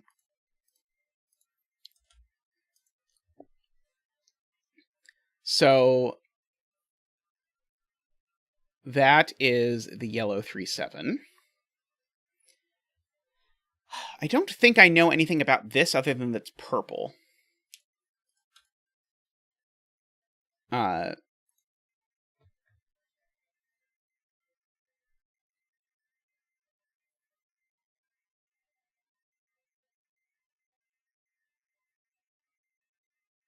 People are saying it has to be purple 2-8. Interesting. And so this, sorry, while I'm doing this, I'm noting, one of these digits is a yellow 4-6. So these are from 4-6-1-9.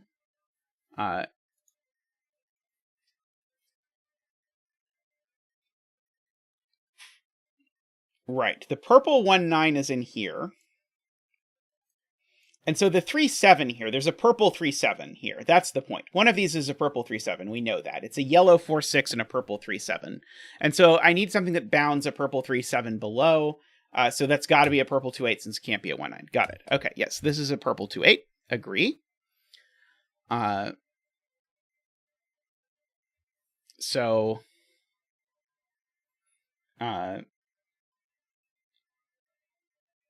purple 2/8 in box 5 is over in one of these two cells.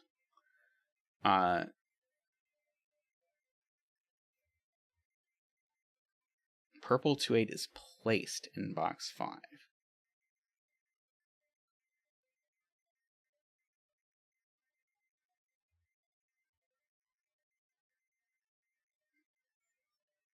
Now, I will say here's one thing. Purple 2/8's definitely on this between line, so this has to be purple 1/9, which is going to do a lot. So, I mean, I think all I need is that purple 2/8 is on one of these two cells. I don't know which one it is. I have an odd feeling that before I knew another digit that had to be here. But anyway, now this can't be the 1/9.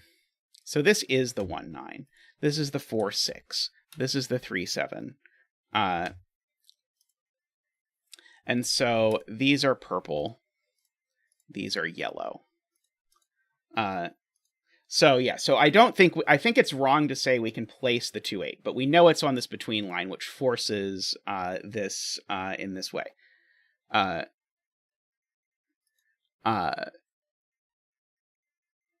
Okay.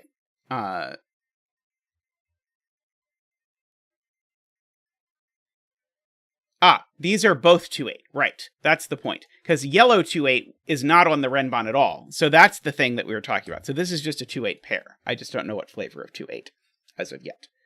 I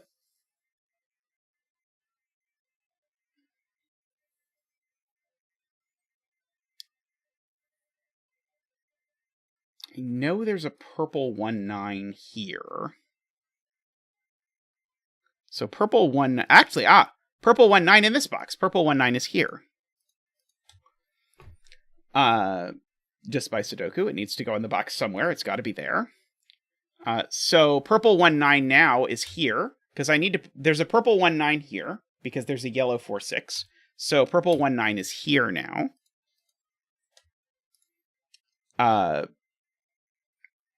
Let's see. Long may it continue. Purple 1/9... not as good.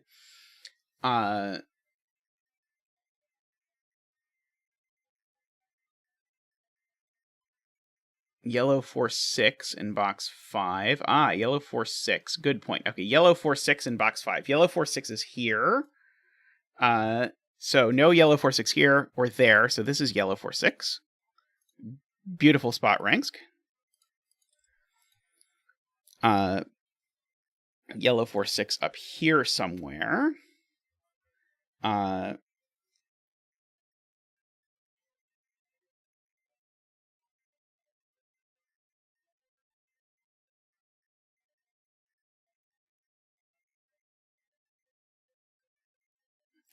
Right.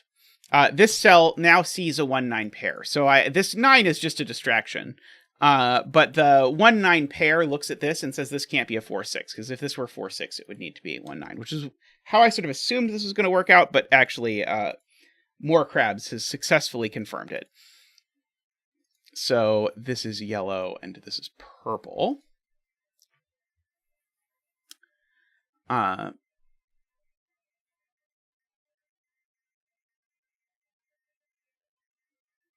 So now all the yellows are in the row. So this is purple. Thank you, Martin. And this is yellow. Because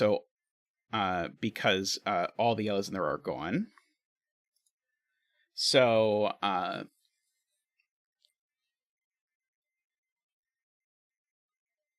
we've got that.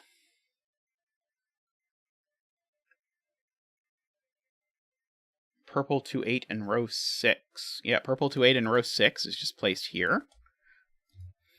So purple 2/8 down here somewhere. Things are just coming up swimmingly.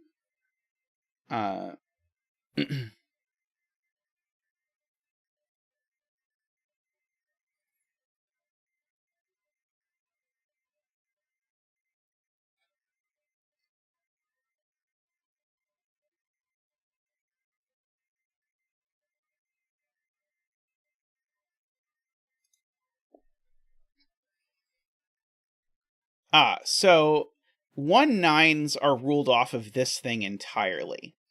And so I can't put a 3/7 here, because a 3/7 is only whisperable with a 1/9 and a 2/8, but I can't have any 1/9s here. That's a great spot at 11. So this cell has to be a 2 or an 8. And once it has to be a 2 or an 8, it has to be a yellow 2/8. That's gorgeous. Okay. So these are both purple. And these are a 3/7 2/8 pair. Oops. 3/7 2/8 pair. Yes. And this 2/8 looks down. 3/7. It's not a 3/7, so that's a 2/8. Good.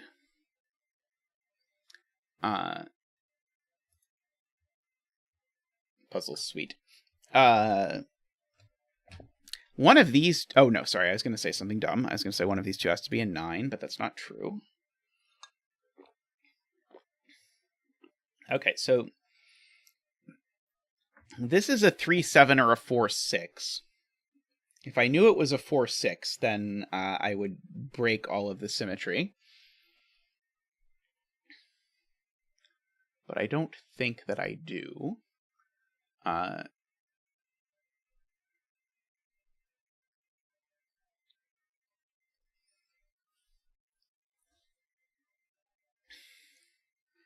Let's see. I haven't quite disentangled what order this goes in yet. Maybe I should think about this little itty-bitty Renbon. Because it can't have 2 or 8 on it. So it's got to be from 3, 4, 5, 6, 7. I guess that's not super restrictive since it's only 2 digits. It's interesting, though. I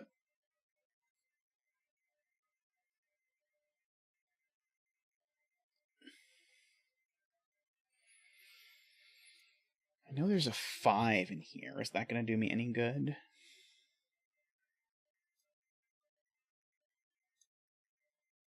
Sadly, this is a purple 3/7 and a yellow 2/8, which I don't know anything about looking at it.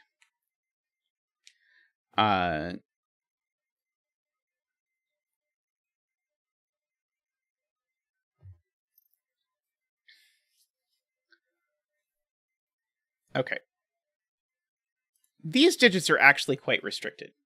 In fact, I'm going to look at this one specifically. It's not 1/9. It's not 2/8. It's not 3/7 because it sees both yellow and purple 3/7. So this is only 4, 5, 6.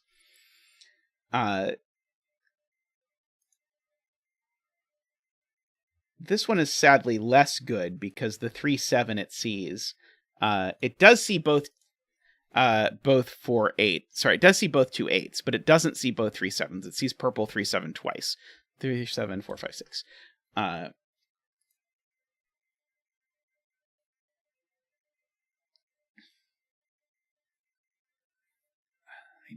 do have to fit the purple 1/9 in this box somewhere. I guess the purple 1/9 is going to go down here somewhere. Purple 1/9 is going to come over here somewhere in this like T shape. Let's see.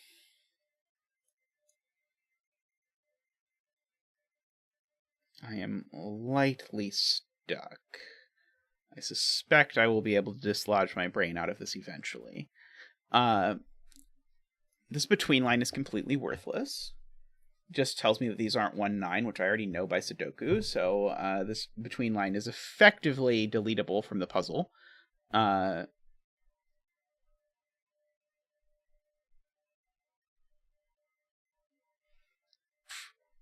Yellow in row 4. That's a good question. I need to fit 4 yellows in row 4, and none of these cells can be yellow. So these are all yellow. That is a great spot to Chris Palmer there.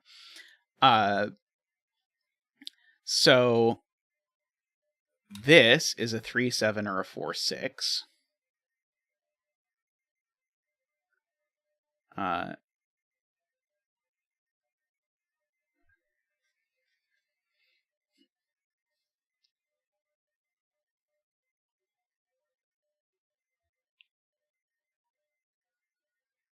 Yeah, I mean, I know that these are purple 3/7 and yellow 2/8. Does that help me?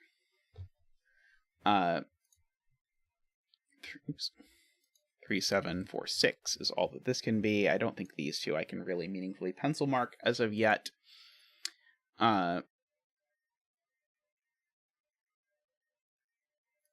These are all purple or 5.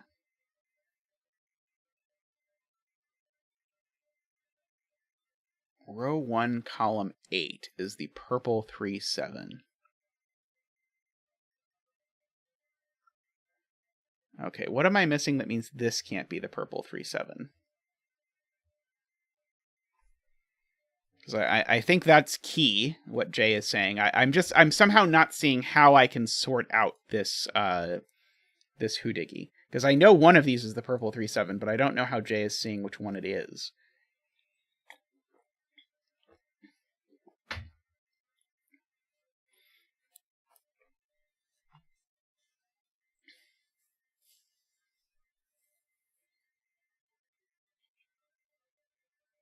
Column logic. Hey, Doug. How are you?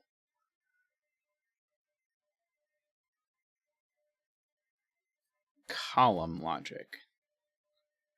So purple 3/7's not here. I think it could be here. Could be either of these places. It's not there. But I don't see, like, these are completely symmetrical, aren't they? How do I know which of them is the 3/7? Let's see. Chris says row 6, column 7 only has one place to go in row 5. Yeah, so these two cells are the same. Because whatever the cell is, it's not yellow and it's not purple 2/8. I agree with that assessment. So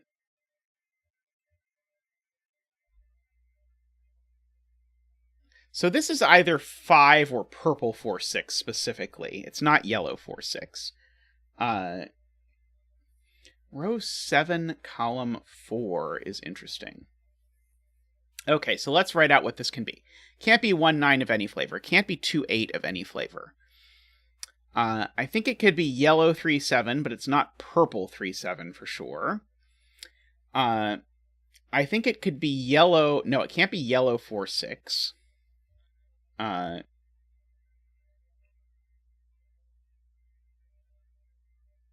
Yeah, so if this cell is purple, it's purple 4/6. Exactly, I think.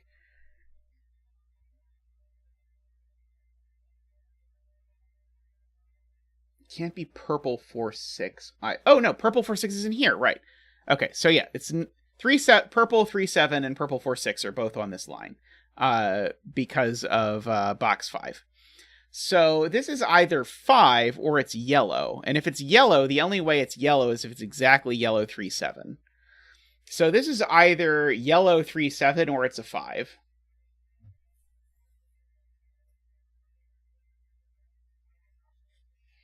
I'll write 3/7/5 here. Oh, but it's not a 5, because the 5 is here. Yeah, doy. Okay, yes. Thank you. Yes, we've not yet placed a 5 in this box, so there is a 5 there, meaning that this is not a 5, meaning that this is a 3/7, but it can't be the purple 3/7, it's the yellow 3/7. Fantastic, because that makes this the yellow 4/6, which makes this a 1/9, which then sorts the entire universe, because now purple 1/9s are 1s,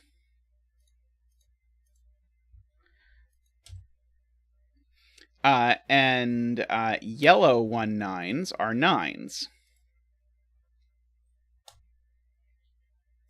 And so let's unwind that down. Yellow 2 8s are 8s. Yellow 3 7s are 7s. Yellow 4 6s are 6s. That was a 7. I didn't grab it. Purple 2 8 is 2.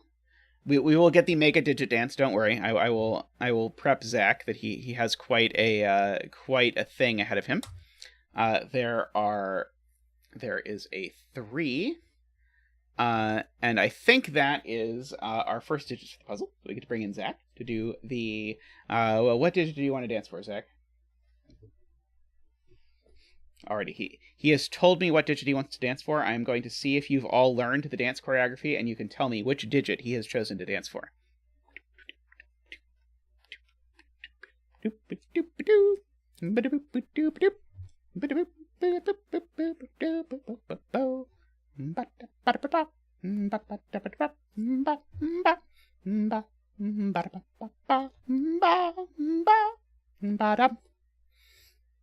Thank you, Zach. Excellent. Naverio bets that it was the 7 dance. I will leave it a mystery until I've heard more votes, and then I will see if people can correctly guess what it is. Okay, so 7 8 9 go there. These are 6 7 8. That's not an 8. Let's see. This isn't a 3, of course. It's not a 6 either. Let's see. This row. The invisible 9 is yellow. Yes. So the digits left in this row are a 3 and a 4 and a 5. Which gets me as close to nothing as it is possible to get. Let's see. Of course, this isn't 2 or 7. It's 3 8.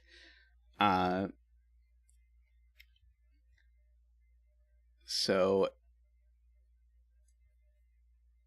yeah, so one of those is 7, but I don't know which one yet. Let's go ahead and finish these out. 1 2 3 4 5 6 7 8 9. That one's not a 2. Let's see. 1 is interesting in box 1, I am told. Those aren't 1s. That's not a 1. So one of these two is 1. Wait, 1 in box 9. Sorry, 1 in box 9. I'm looking at the wrong box 9. 1 in box 9 is in one of these two cells. But it can't be on a Renbon because there's a 2 and a 3 there. So this is a purple 1. So now this is a purple 1. Just continuing the Sudokuology. Now this is a purple 1. And that's all our 1s, right? Sure looks like 9 1s. This isn't a 9 by vision. That's not a 9. Let's see. That's not a 2. It's not a 9 either, by the row.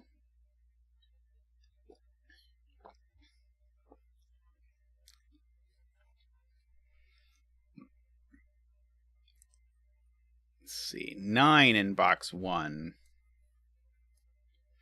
needs to be down here. Okay, so the 9, this is Martin's point. The 9 is up here in this box, so the 9 in this row is down here. It can't be there because of this 9, and it actually can't be here either because it would put an 8 there, and that's not going to work.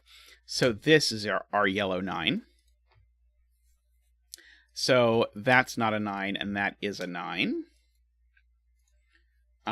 This box is missing some stuff. 1, 2, 3, 4, 5, 6, 7, 8, 9. 3, 4, 5 is what is missing.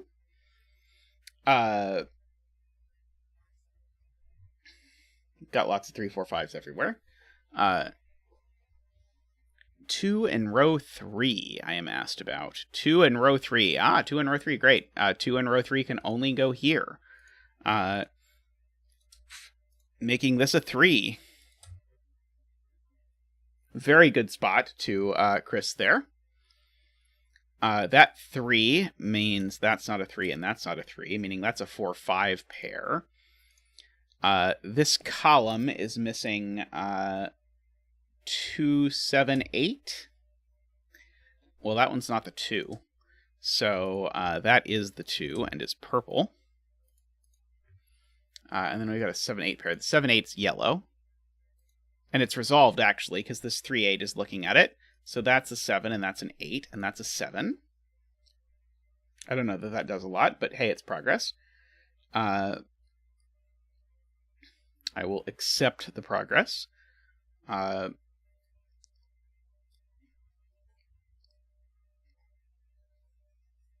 8 is placed in row 3, I am told it is, because 8's not in this box because of the 3-8 pair, so this is an 8, and it's purple.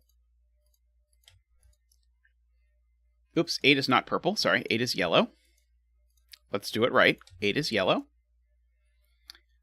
These digits are 3, 4, 5, 6 is what is over there, but those aren't 6, so this is 6, and therefore is yellow.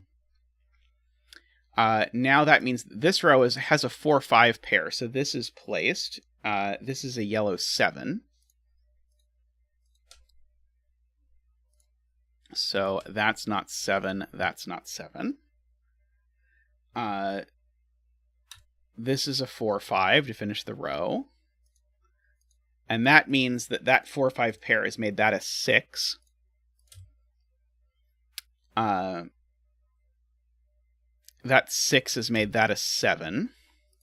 That 7 has made that not a 7.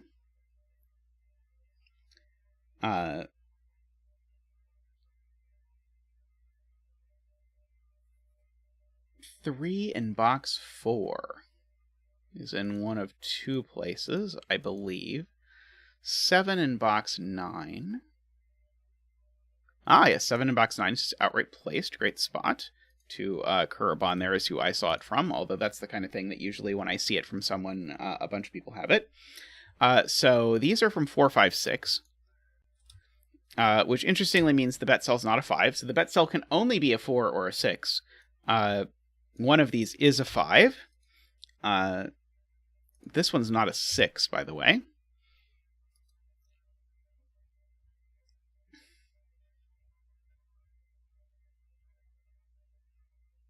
Three in column 1. Don't see it yet. 7 in box 7. Yeah, 7 bumps over across here. So that is a 7. Oh, there's a 4-5 pair looking at this. I see. Okay, I get it. Sorry, I was being dense about that one. That's a 3. These are 4, 5. This is also a 4 or a 5, just for the row. Everything is 4, 5. This, I should know, it is an 8. So it is yellow. It's an 8. By the way, welcome, Perla. I'm not sure I've seen you around before, but thank you for your help and welcome to the stream. Always happy to see new faces around. This is a 3, 4, or 5. Oh, it's not a 3 either. So that's a 4, 5 pair, which makes that the 3. Makes this squarely not a 3.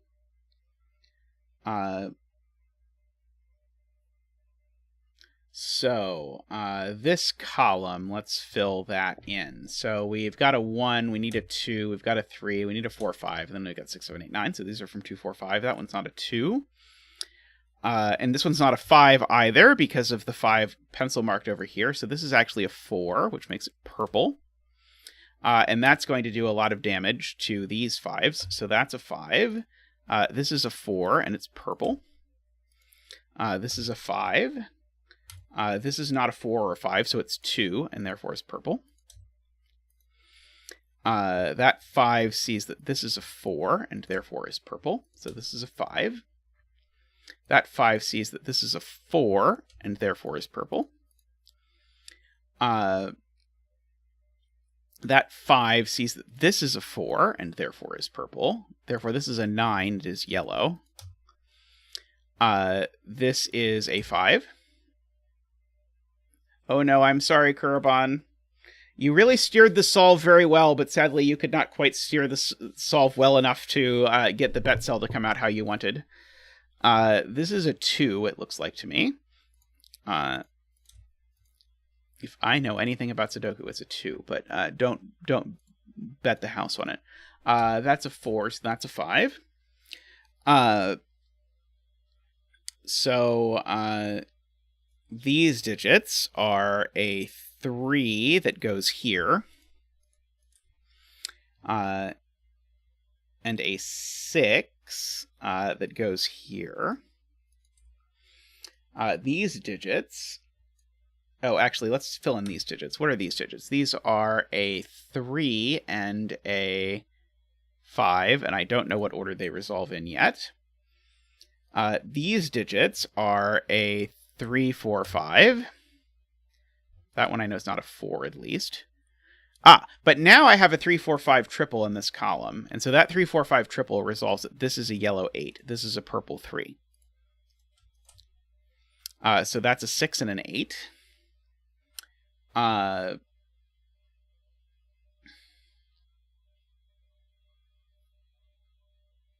One of these is the 3. So that's not a 3. So it is a 4 or a 5. This 4 looks over here to see that this is a 5, so this is a 6. So that 5 looks up to see that this is a 4. This is a 5. So that's a 5. These are not 5. So they're purple. So this cell is purple. So let's carry that out. That 5 makes that a 3, makes that a 4 and a 3. Makes that a 5. This digit, I probably know what it is. It is an 8. It's yellow. This digit's also yellow. Quick pause to make sure we're done our coloring before we accidentally finish the puzzle.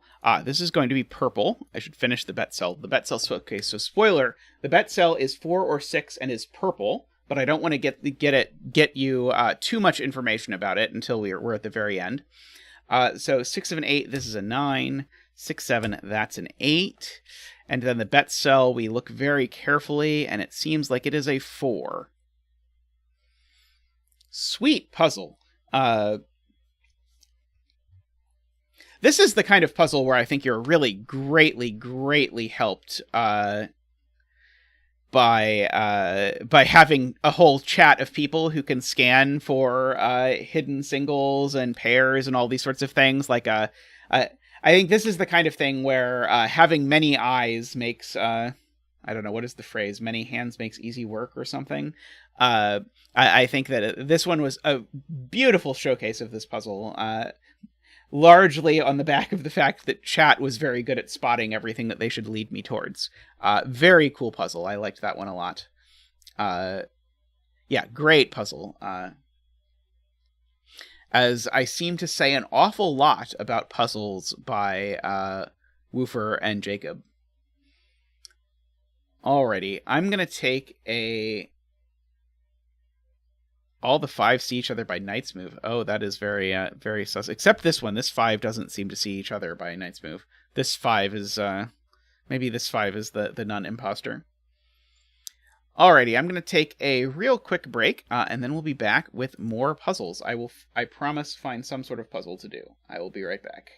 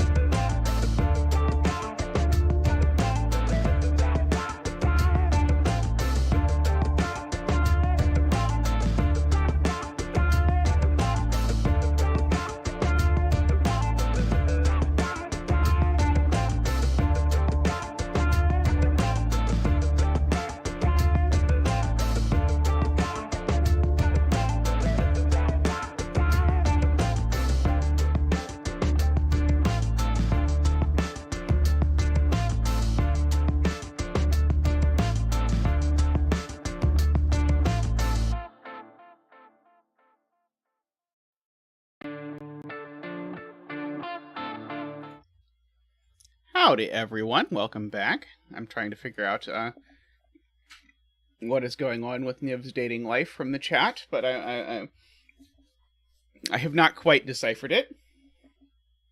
But let's do a Derektionary puzzle. This is one of those times, and this is a common theme for puzzles making it into the bucket.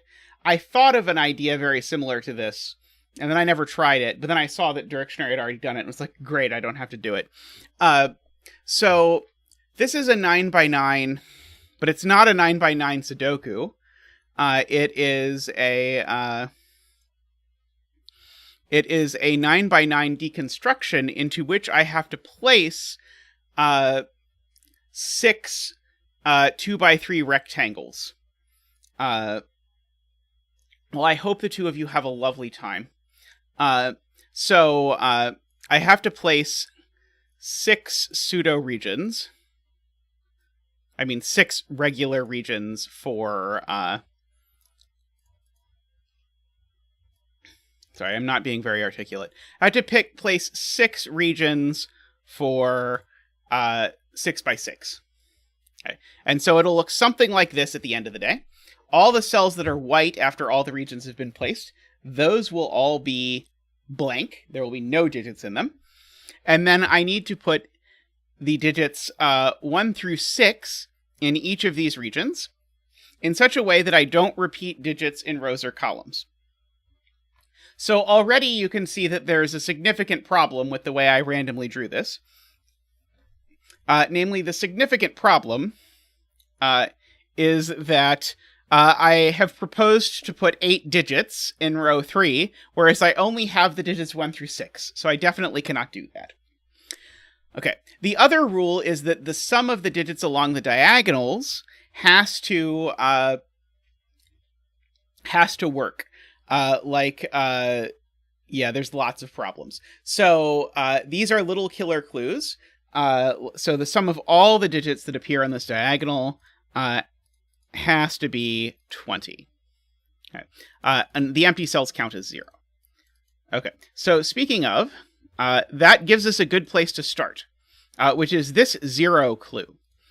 I can't use negatives, so all of those are gone. Those are not part of anything. Oh, the 2x3 regions cannot touch orthogonally. Oh, hey, who knew? I definitely didn't. So this has an additional rule, which is that your 2x3 regions cannot touch orthogonally, which is well hidden there in the whole thing. Okay.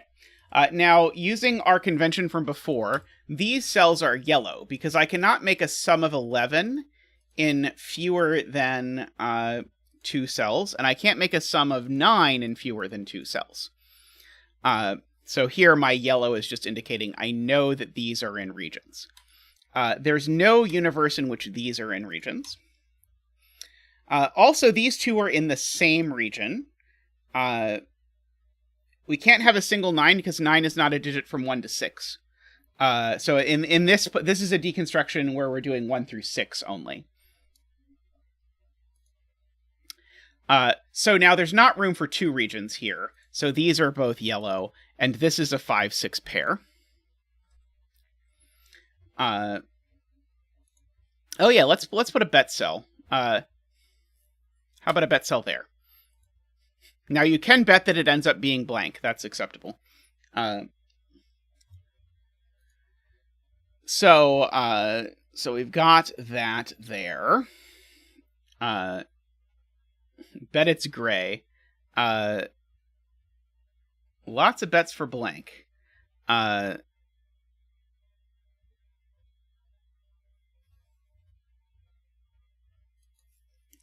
Okay, so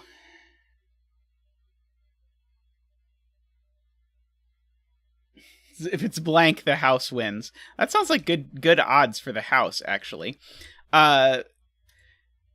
These, by the way, these can't be part of different regions, because I just can't fit a region here without them being part of the same region. So these are part of the same region. That region either goes this way or goes this way. Either way, though, this is gray, because the region either finishes like this or finishes like this. This cell is never part of anything. Sorry. to the cell. Apologies in advance.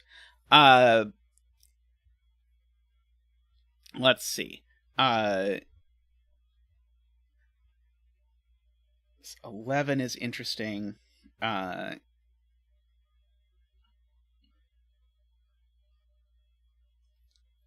see. What am I meant to do? So, this 11 here, so I think it was More Crabs was saying you can't gray this cell.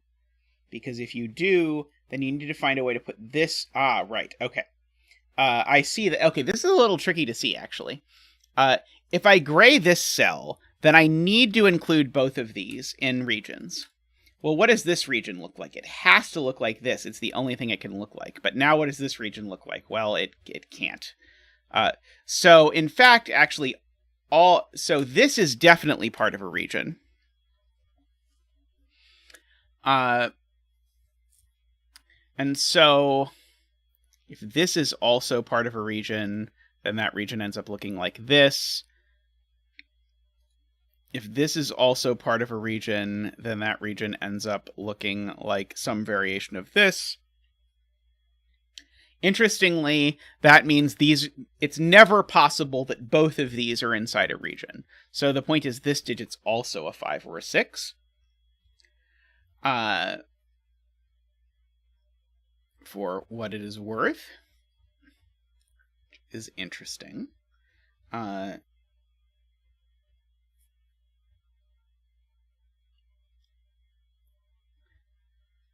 See, this 7 is coming down. Ah, okay, this 7 is very interesting, because this 7 actually is landing here at this 5 or 6, which is interesting. It's very, very invisible, but that's true. So there can't be... So it's not possible, for example, that there's a region that looks like this.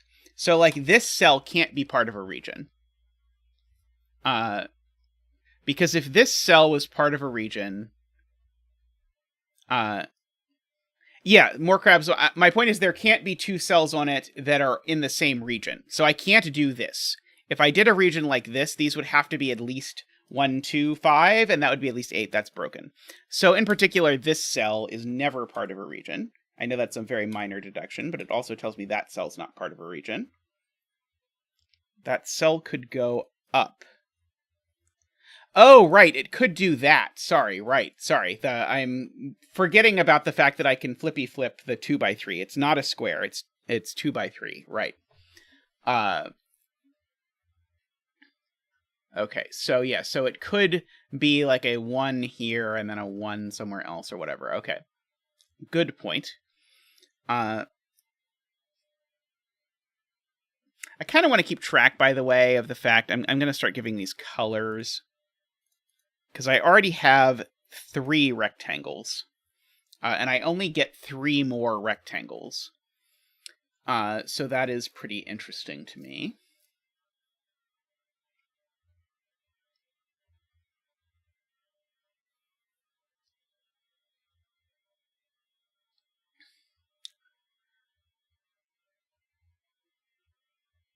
Let's see.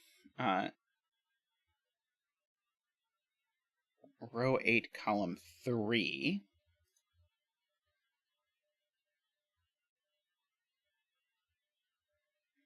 That's a good point, Tegarian. These cells actually, because 9 is in a 6x6 is much more restricted. This is either 3, 6, or 4, 5. So this could be something, but this can't be. Because if this were part of a region, that region would have to come down like this, and that would put too many more cells on the 5 diagonal.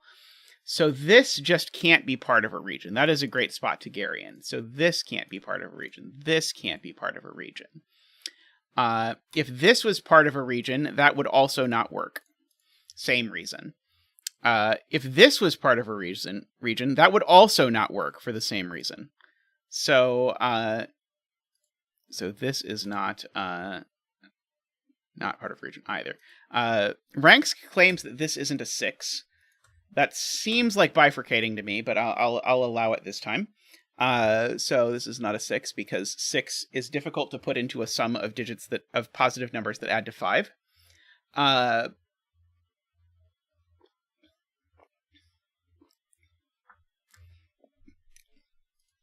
think my argument with the 7... No, it does not apply there. No, does it? Yeah. Okay. My argument about the 7 before does apply to this cell. If this cell were in a region, it would put 2 cells in the same region on this, and that would not work. So that goes away from the 7.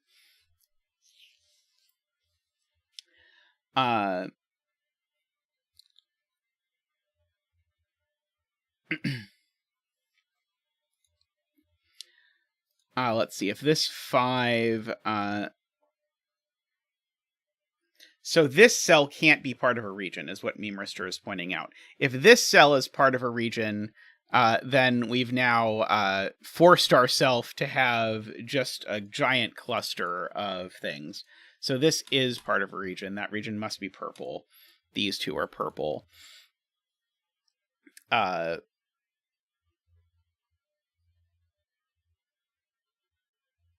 So, very cool. So this is also, this is also a 5 or a 6. I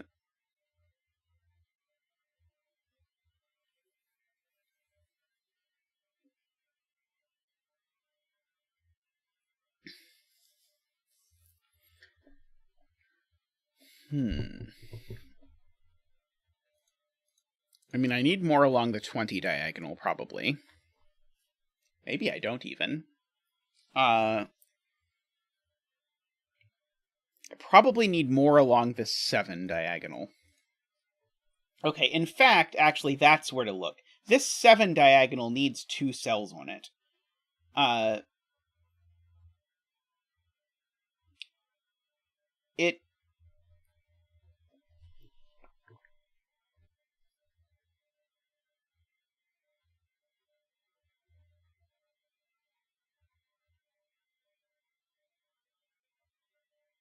Yeah, this 7 needs 2 cells on it, but I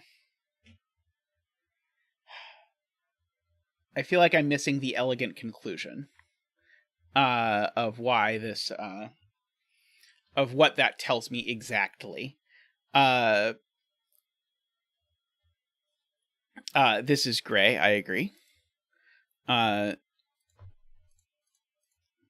So it seems to me like I could do something like this for the 7, and then have the purple go down like that.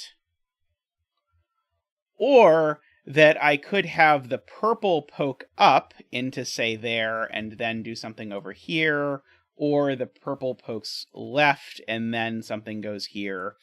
There are a few options, but they're very restricted.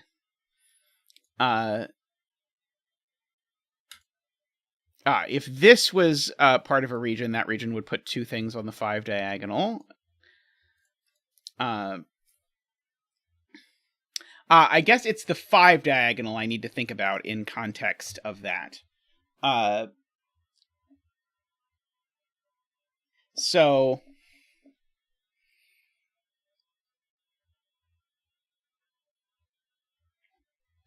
Okay, so... What happens if purple goes down? If purple goes down, these 2 cells are ineligible. So this needs to be part of a region. And the only shape that region can take is this one exactly. But that put 2 cells on the 5 diagonal. So purple doesn't go down. These are gray.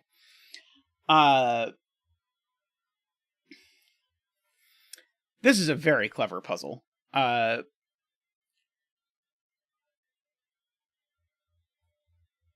So now, what if I put one here? Does that put 2 things on the 5 diagonal? That also puts 2 things on the 5 diagonal, so that's gray. Avoid a 2x2. If this is on the... If this is there, that also doesn't work, so this is gray. So now there's not room for a region over here. Which now means that I can't use this. purple goes up, then that's not going to work. So purple now goes that way. This is now part of a region. We're going to make it orange. Orange needs to always take at least those cells.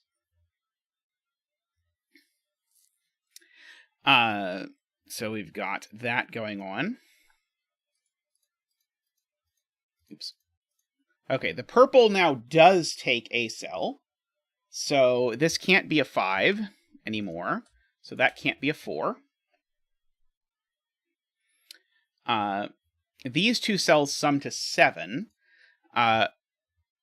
I was going to say without using a 5 or a 6, but all I actually know is without using a 5 or a 6 down here. They could use a 5 or a 6 up there, for all I know.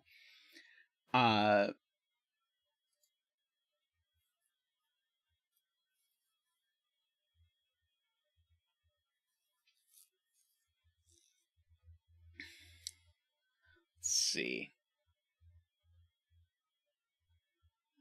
This 5...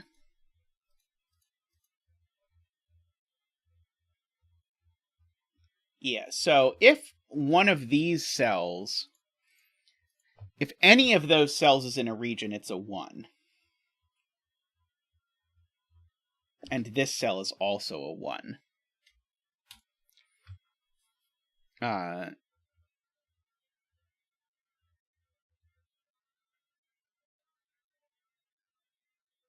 Which is interesting.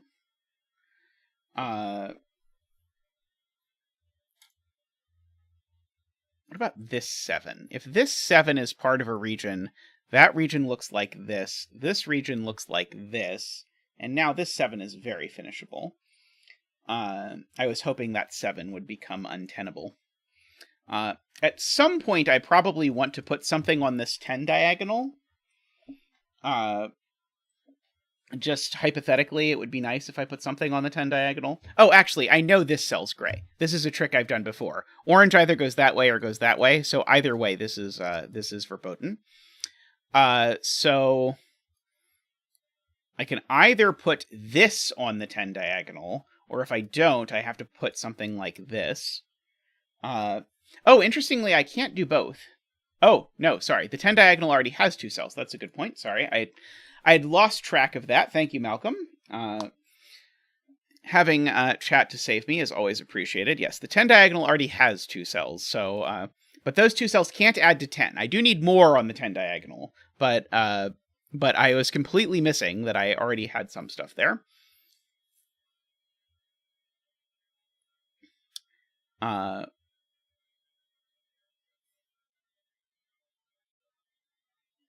Let's see, the 22. Let's highlight the 22. Actually, maybe I should highlight the 22 like this. Oops.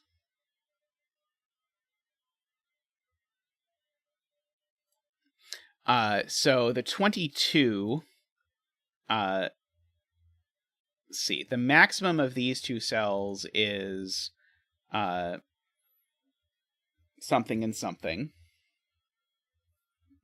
It's not 6 and 5. So there needs to be another shaded cell on this 22 diagonal, because in order to get to 22 otherwise, I would need to do 5 and 6 and 5 and 6, and plainly that's not possible. So I need another shaded cell on this diagonal somewhere.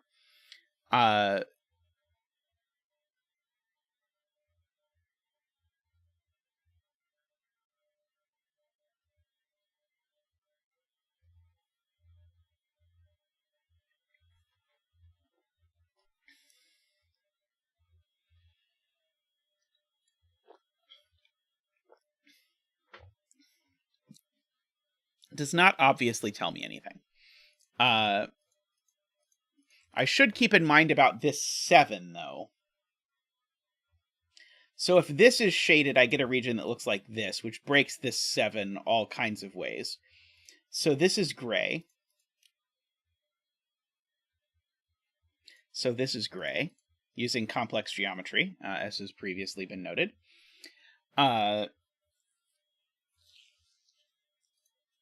Yeah, we looked at the 7 diagonal earlier, but then I forgot about it, but it is still useful.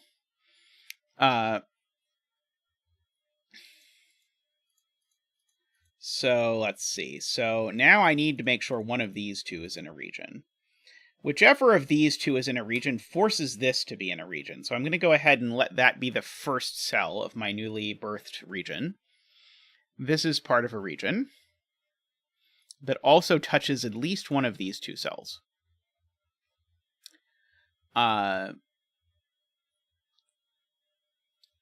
If it only touches, I guess it could do... yeah, the 7 has a cell already, which is why it has a cell already that's quite large. So we have to be very careful with this 7 diagonal, not to let it get too spicy, because it is going to get overly spicy very quickly.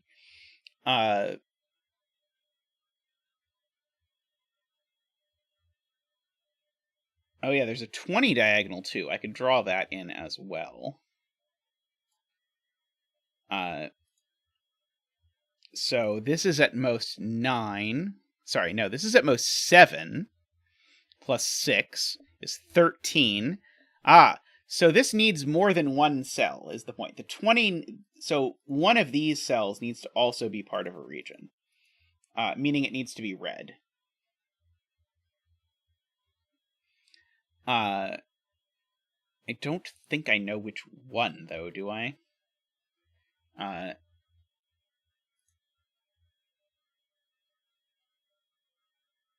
Oh, it could take another green, right. I don't even know that it has to be red. It could take that cell. That would be fine.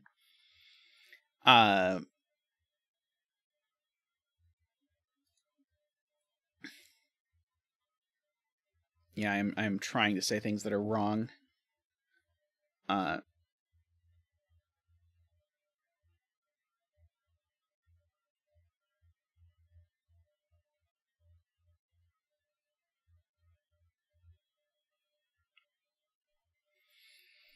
Oh yeah, there just is no way to draw this without putting another red on this diagonal. So there is a second red there.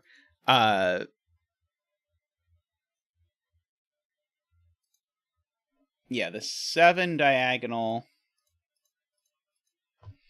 Oh, interesting. I had not appreciated the 7 diagonal always takes a cell from this orange, so it always clips this orange region. But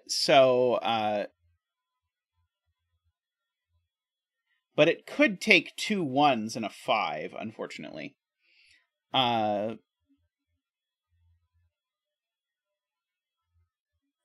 I believe.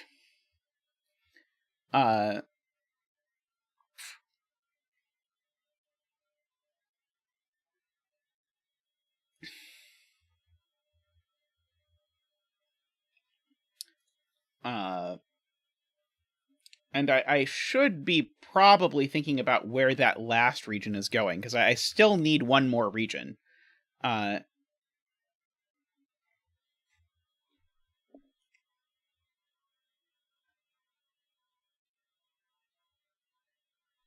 10 maybe I should think about. Oops. Because the 10 definitely needs an extra thing, because these suspiciously sum to at most 9.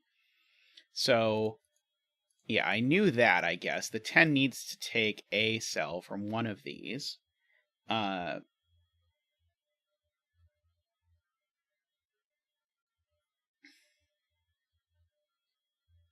Someone says 7. I think Ranks wants me to draw this in for him. I can do that. I know this takes one of these 2 cells. Oh, the yellow sum is at most 7. Right, it's at most 7, because these are at most 3 and 4. Good point. Let's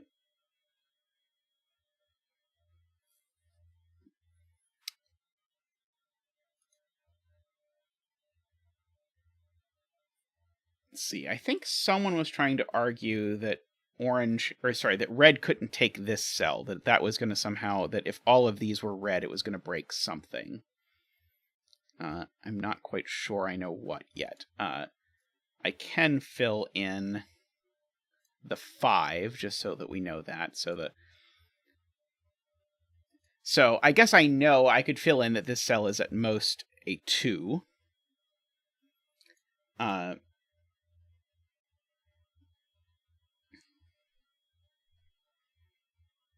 whatever it's worth. If this was red, it would be a 1, and that would be a 1.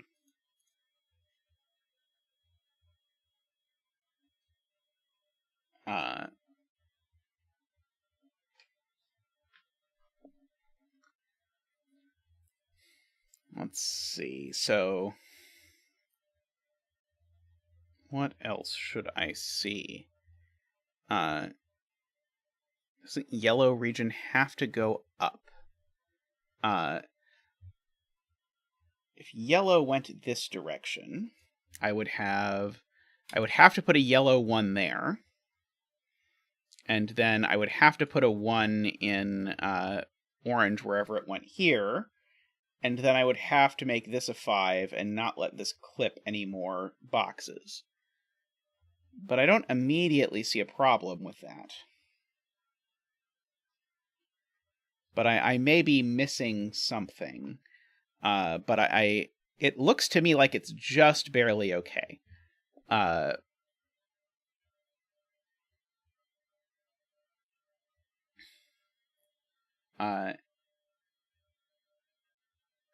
Red takes row 3, column 6. So I was trying to prove this. So I think, so someone said before, Screaming Ice Cubes, this is Malcolm, that red can't do this.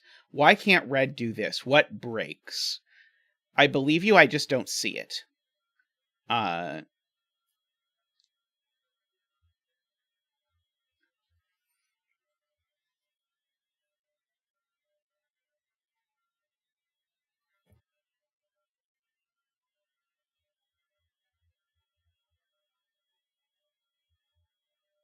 So some people are suggesting this can't be red, because if this is red, now I look at where these are all red in this universe. Where am I putting another rectangle?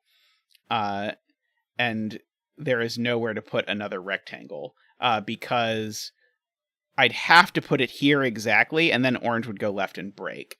So that is gray. I agree. So now,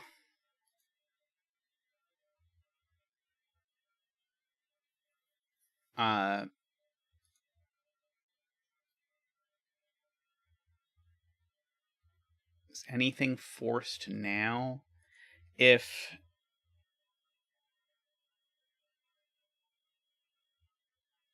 So let's just imagine orange has done this. If orange does this, is there anywhere for the other region to go? It would have to go at least this far over. But that might be okay.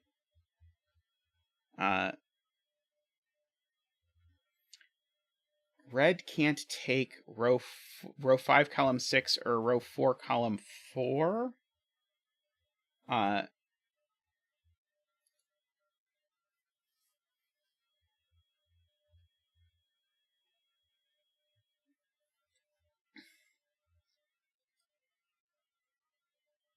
Let's see. Okay, let's start here. Can this cell, row 1, column 9, can it possibly be part of a region? If so, it forces that exact configuration. Is that broken? Now red has to take at least these cells. I don't see anything obvious from that. If red took row 5, column 6, then row 5, column 6, and row 5, column 4 must both be 1. Yeah, there's lots of pairs of cells like that where you get lots of 1s.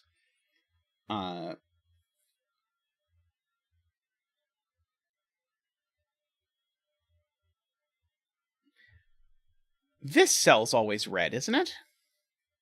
Yeah, there's no way I can draw this region that cell isn't red. So I can at least get one commonality. That cell's red. So I have that much.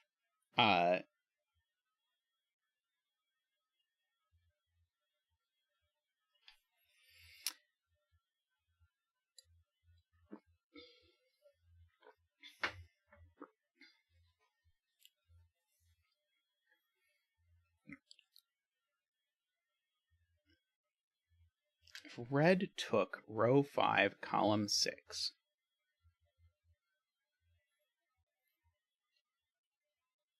So if red looks like this, then orange looks like this. And both of these cells are 1. But that's not 2 1s in the same region.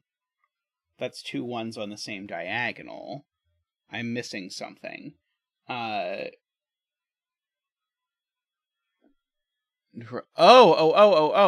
there's also... There we go. Okay, that's the point.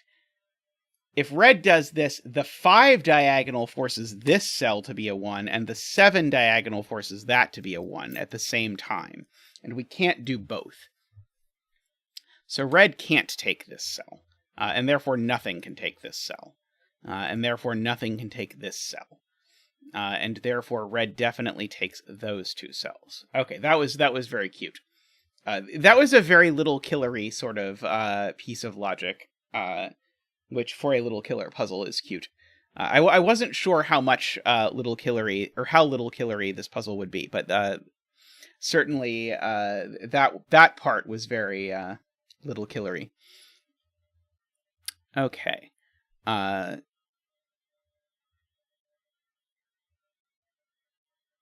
So now I need to put down another box. And so that other box has to live entirely in these cells. There's nowhere else it can go, because these are the only cells where you could put it that don't work. So it always takes these. So blue always takes those cells. And then it is just a question of which other cells blue takes. And now once blue takes those cells, orange takes these cells. These become gray. These are now gray. Nothing can reach them.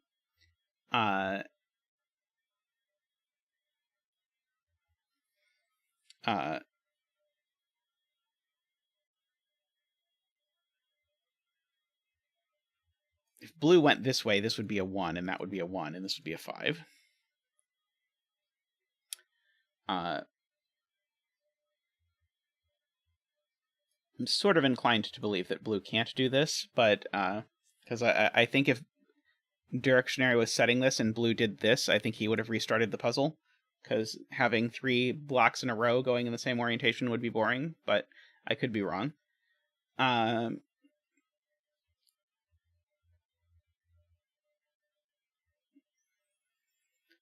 Let's see. Is one of these at its maximum? I don't think it is yet. I guess the question is, does 10 need another cell? I don't think it does. I think that's fine.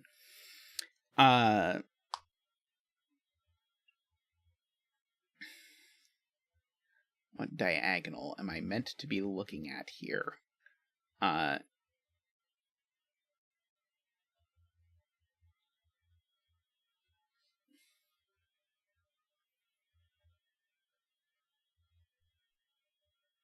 Let's see. I know these are from 1, 2, 3, 4, but that doesn't seem to tell me anything that I can figure out.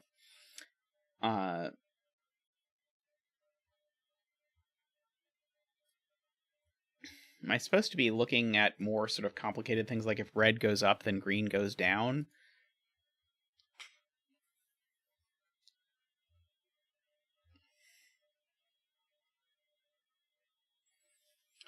Let's see. Chris is looking at the fact that this is going to do a bunch with 1s if blue does this, because that's going to be a 1, and that's going to be a 1, and that's going to be a 1. That's going to be a 2. And that's going to force red to go up, but row 4, column 7, I'm being encouraged to fill candidates in for. It's only 1 or 2, I guess is the point, because it goes with this cell on the 7. So that gives us a 1-2 pair, I think is Rank's point, in this column. So this cell is only 3 or 4.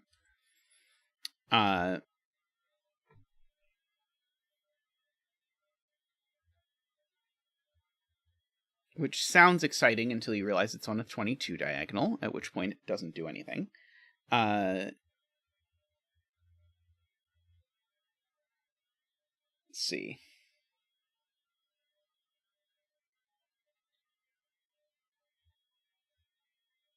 Ah, good. Okay, good point.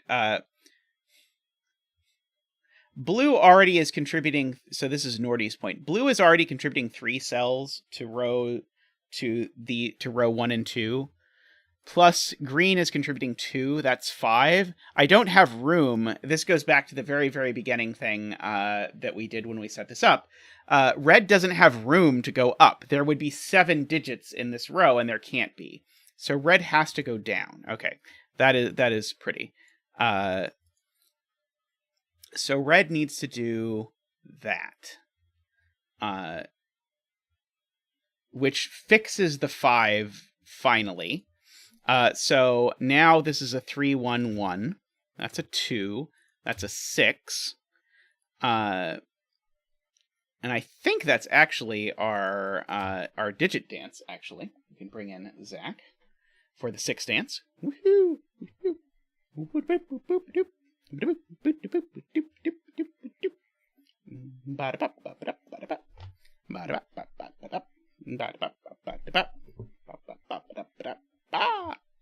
Thank you, Zach. Thank you.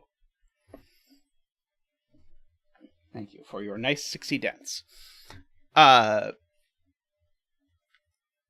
So now we have lots of things to do. Now these 2 cells are gray because 2 plus 5 is already 7. And once those cells are gray, some other things happen. And so blue goes that way, yellow goes this way. Green can't go down anymore because green is done. This 5 sum is done, so green can't go that way. So green goes that way. Let's see. This 7 sum means that this cell's a 3 or a 4, because I need to make the 7 work in 2 cells, one of which is a 3 or a 4. I would have restarted if they aligned directionary, so I agree with your instinct. Let's see. Now, are there any other diagonals that I can do interesting diagonally things with? Maybe not. I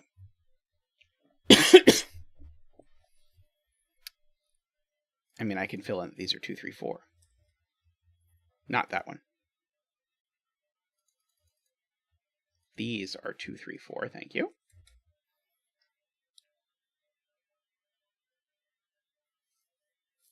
Let's see. Oh, the 1 is in this row over here for whatever that's worth. I think it might be worth absolutely nothing.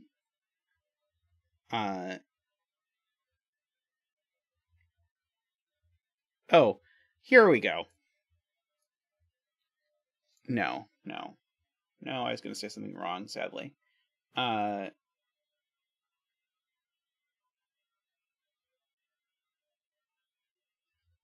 I know is that one of these is a 1, but I don't know which.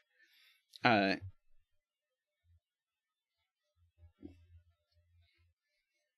think if you used it as logic, it would be frowned upon, but if you use it to tell you where to look, I think it's okay. Which is also true of uniqueness, by the way. I think often you'll see Simon or whatnot see that because of uniqueness, he knows something, and so then try and figure out how to prove it without uniqueness. So I think people are suggesting we minimize the 20 diagonal, so that would be 6, 7, 12, 17, I think is the minimum.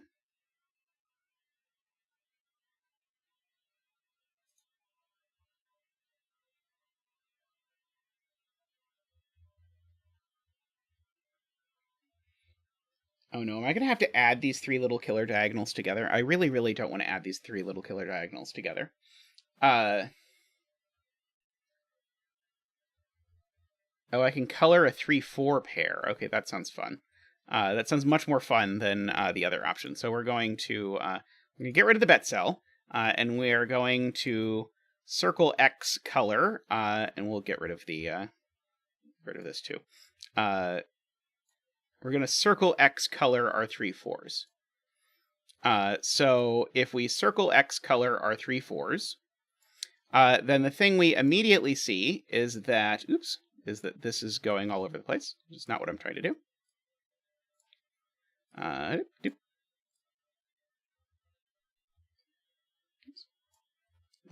We're almost there. There we go.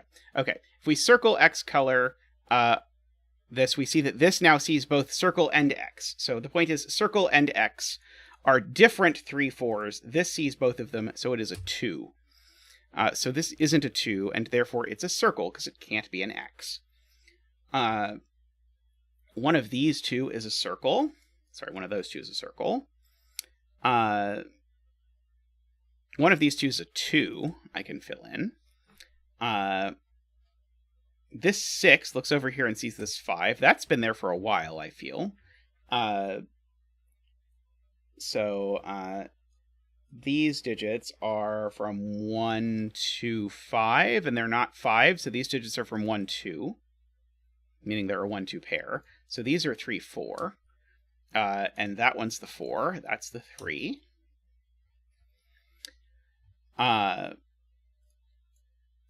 This is from 1 to 5, I believe. This is from 1 to 4.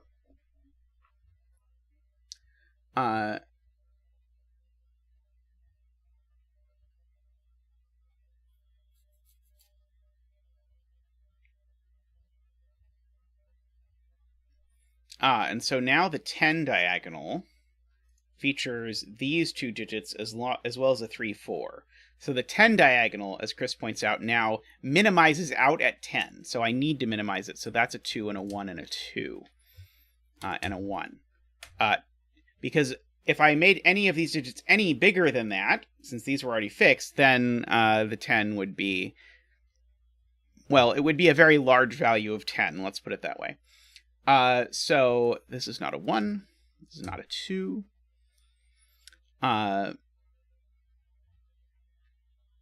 So these are from 3, 4, 6, meaning that this is the 5 for the box, meaning that one of these two is a 5. These are from 3, 4, 6. 3, 4, 6. That one's not a 6. That one's not a 3.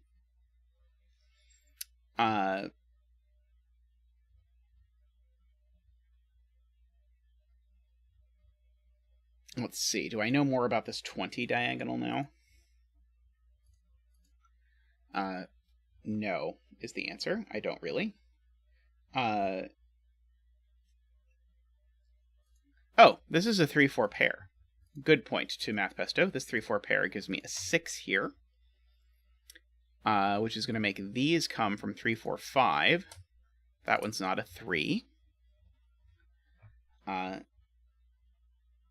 I know one of these has to be a 2, but I don't know if it's useful. I guess I can go ahead and mark that this is a circle.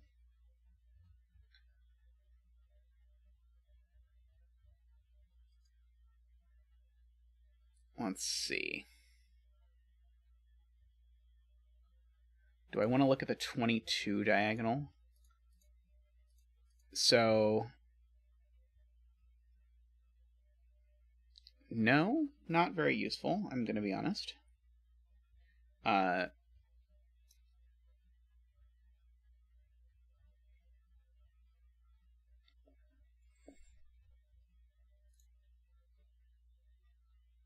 10, 7, 11, all of those work.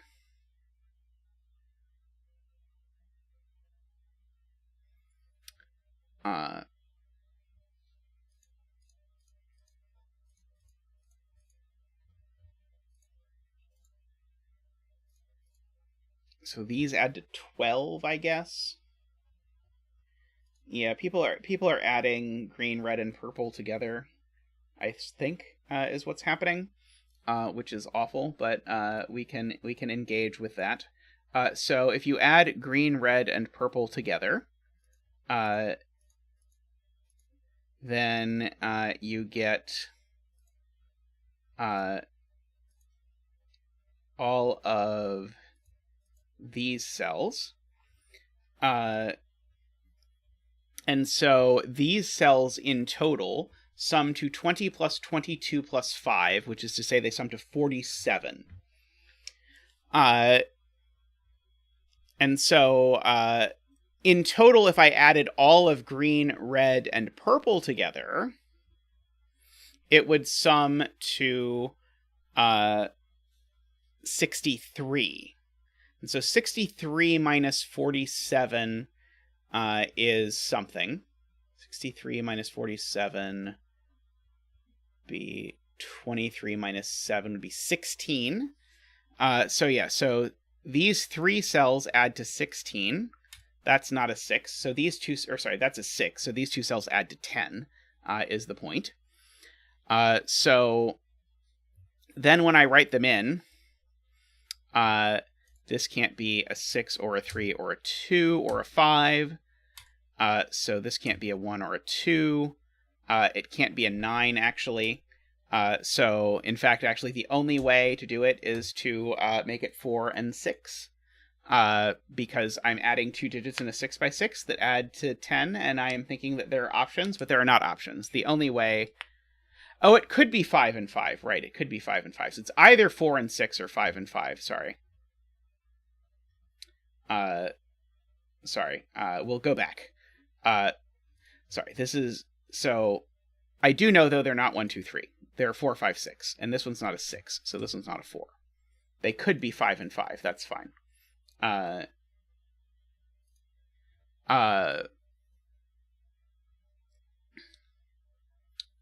Mercifully, I'm being told by the chat I don't have to think about this, because the 20 diagonal needs to be minimized. But this does get us there, the ugly way, but it gets us there. Because now we don't have but one place to put 1 in row 1. So that's a 1. So that's a 2 and a 1. And this is a 2, 4, 5. Also, thank you, Derektionary, for not making me add the little killer diagonals together. I greatly appreciate that, and I apologize for doing it anyway. Chat baited me. I'm sorry. For making your puzzle look less cool than it was. Okay, so these are from 3, 4, 5, 6. This is now, these need to add to 14. If I make this 2 and 7, that's 9. And 3. That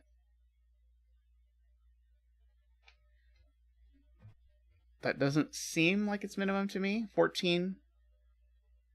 Oh, it's because I'm forgetting this 2. I don't know why this 2 appeared here. So these cells add up to 12 because I forgot the 2 just completely.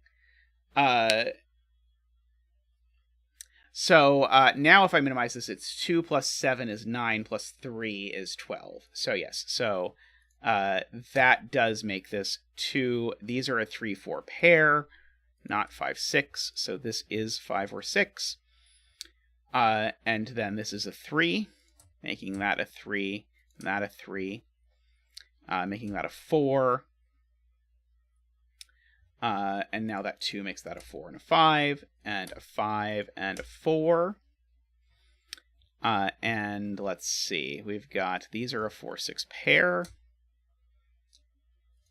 This is a very cool puzzle. I'm very happy. I'm very happy that you made this and I did not have to. And so I just got to enjoy the benefits without having to think about it.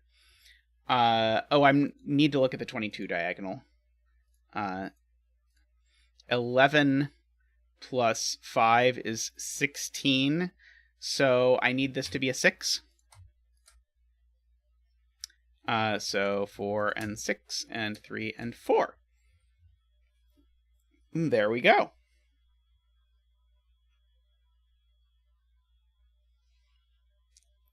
I did quite enjoy that. That was very cute. My very low tolerance for a little killer was not overridden. The fact that it was 6x6s made the little killer much more tolerable. And then the rest of it was cool. I really liked the geometry part, and the little killer interacted very interestingly with the geometry part, which I must say I greatly appreciated.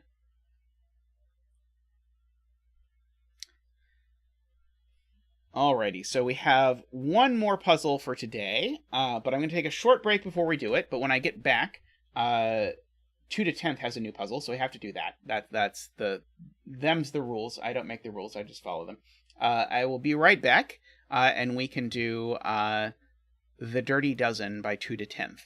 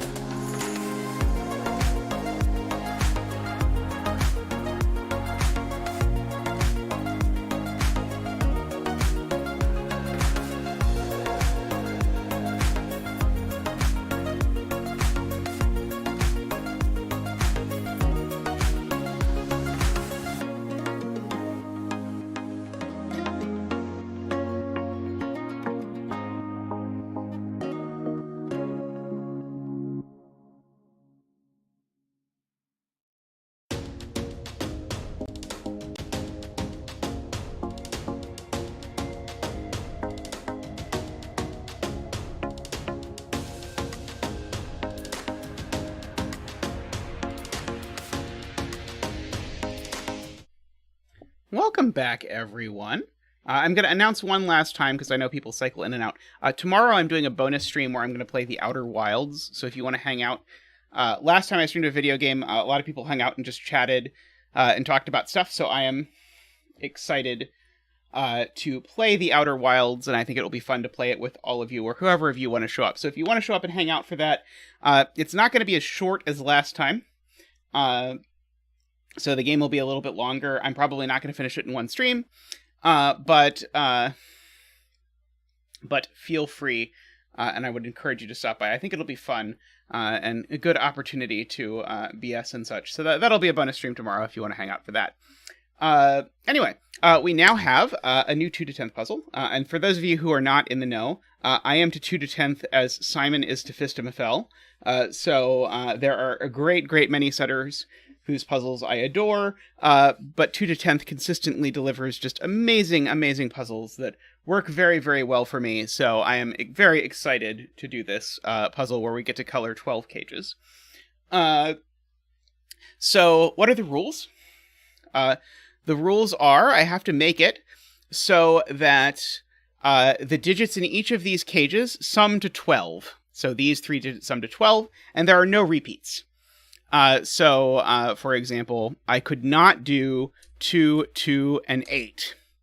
That would not be a valid thing. And I realize that conflict checker is off because the conflict checker actually, Sven beautifully set it up. So the conflict checker knows that this is not allowed. But I could do 8, 1, 3. That would be fine. Okay. I'm also going to pull up, just because it seems like it's going to be very useful. Let's pull up the killer calculator. And so the reason why I am bringing that up is because you can see over here, this tells you all the ways there are to make 12 in 3 digits. So I was hoping there would be like 3, but it turned out that I was not so lucky. So I think instead I have to think about math and what these digits sum to. So these digits sum to 21? Am I supposed to know anything about 21 and 3? I don't think so. I think 21 and 3 needs to have an 8 or a 9, but it doesn't need to have both. It doesn't need to have a 9, because it could be 8, 7, 6. The 2-cell ones, there's only a few options as well. But okay, so what is going on here? I mean, these 3 sum to 21 too. These 3 sum to 21. Why do I care about numbers that sum to 21? That doesn't sound great. There's no number you can't put in a 3-cell 12 cage. So, for example, you could do 1, 2, 9 if you wanted to use a 9. So that is a possibility.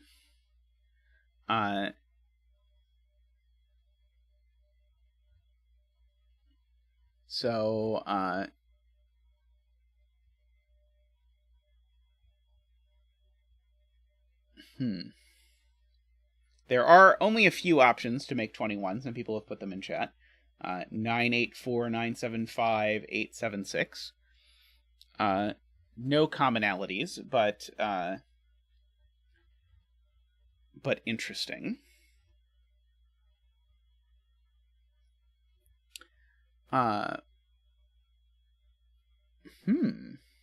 Intriguing. Yeah, Garion was looking at a thing I was looking at, but I'm not sure it's interesting, which is that there's these 2 virtual 21 cages that sort of intersect in box 7. But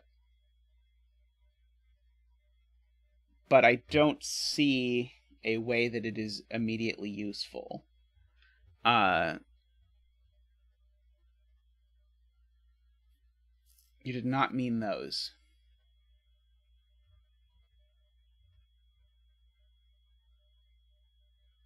Column 8 and column 2. Column 2 and row 8. Oh, these. These. Okay. That is, okay, sorry. That is much more interesting than the thing I had seen. So I'm going to draw that in real quick just to explain what's going on. So in the same way that these 3 cells Is this puzzle going to make me color 21 cages? Is that what's happening here? Because that sort of seems like what's going to happen. Just like because this box adds to 45, these three need to add to 21.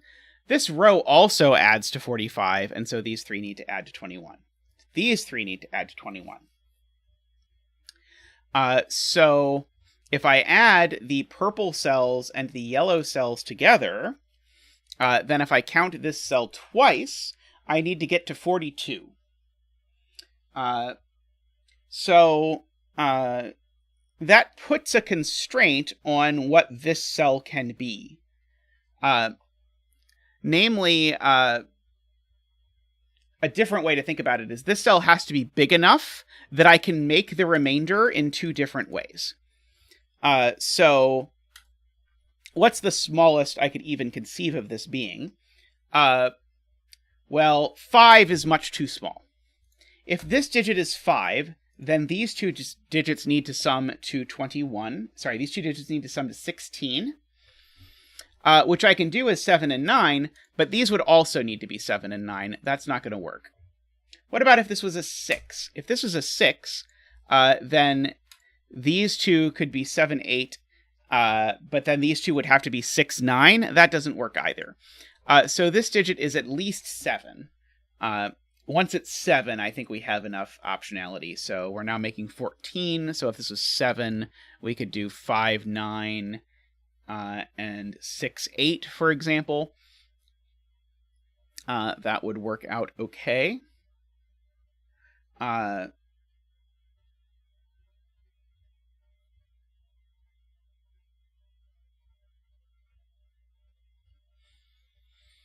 Okay, so I think I really need to think about the 3 ways to make 21. So the 3 ways to make 21 are, I'm going to go back and copy them from chat. 9, 8, 4, 9, 7, 5, and 8, 7, 6. So one of those ways I have labeled purple. One of those ways I have labeled yellow. Which one is this? Well, it can't be purple because it's looking at purple. Could it be yellow? If it's yellow, then we're roped, and this is also yellow. Is that a problem? Can I disprove that? I would love to be able to disprove that. Because I would love to say that this has to be green. So why is this being roped? Oh, let's see. Tallcat says it's the boring answer. It has to be yellow. And there is roping. Okay, so what if it's green? Well, roping is just sad. No one likes roping. What if it is green? Then what happens? The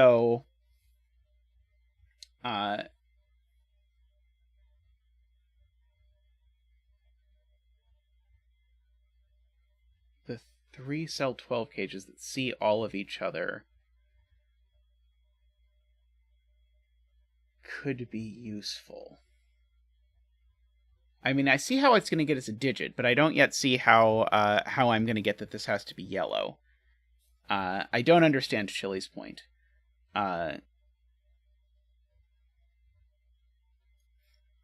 Is our point instead to think about these two 12 cages and prove they have to be the same?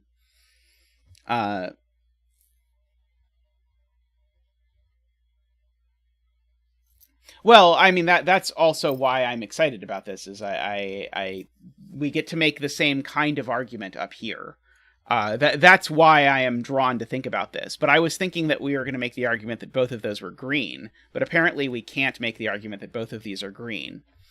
So we have to argue that this can't be green, or that this can't be green. But I don't see how to do it yet. So this is 6 cells that sum to 24, is, I guess, what Chili and Tallcat want me to think about. And so 6 cells that sum to 24, well, the minimum of 6 cells is 21. So because this is 6 cells that sum to 24, it needs to contain a 1, 2, 3. And these need to contain a 1, 2, 3. Likewise, in this row, I need to contain a 1, 2, 3 in these. Yeah, 21 can't use 1, 2, 3, works easily. Oh, last bet cell of the night. Let's make this the bet cell, unless someone has a suggestion for a different bet cell.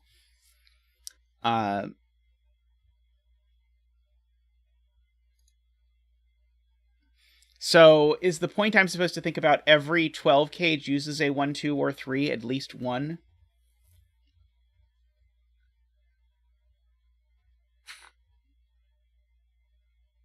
I don't know. It's a good bet for this puzzle. Yeah,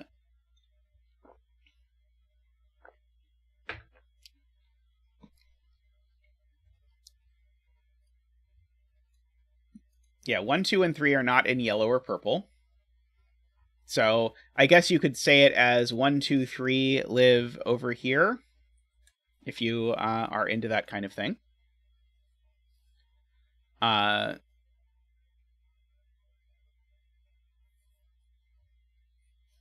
I know, yeah, I know there's 1, 2, 3 here. I know there's 1, 2, 3 here. I'm not interested yet, but I'm getting there.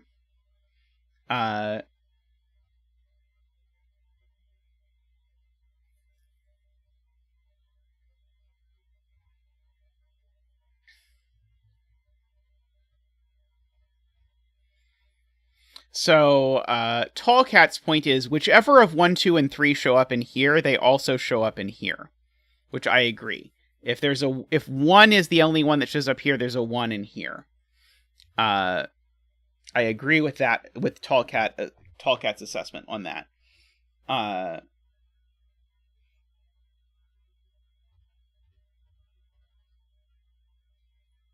But that doesn't seem to tell me that they have to be the same. Unless I'm supposed to, like, I'm very confident I'm not supposed to do a proof by cases. I'll just say that. I'm very confident that that is not what I'm supposed to do here.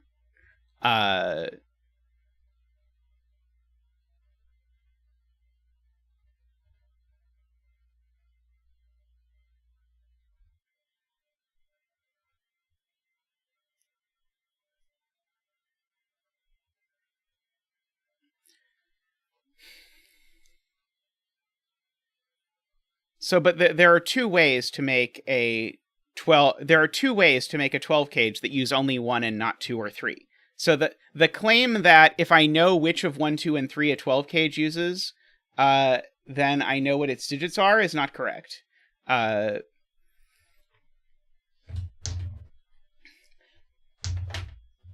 guess maybe the point is the point to say I know one of these uses 2 of them? And so the one that uses 2 of 1, 2, 3 is forced? Well, the one that uses 2 of 1, 2, 3 is certainly forced. That's definitely true. So whichever one of these uses 2 of 1, 2, 3... So if this cage uses 2 of 1, 2, 3, then these two cages are the same. So if there's 2 1, 2, 3s up here, then there's 2 1, 2, 3s in here, and if there's 2 digits in common in a 3-cell killer cage with the same total, they're the same.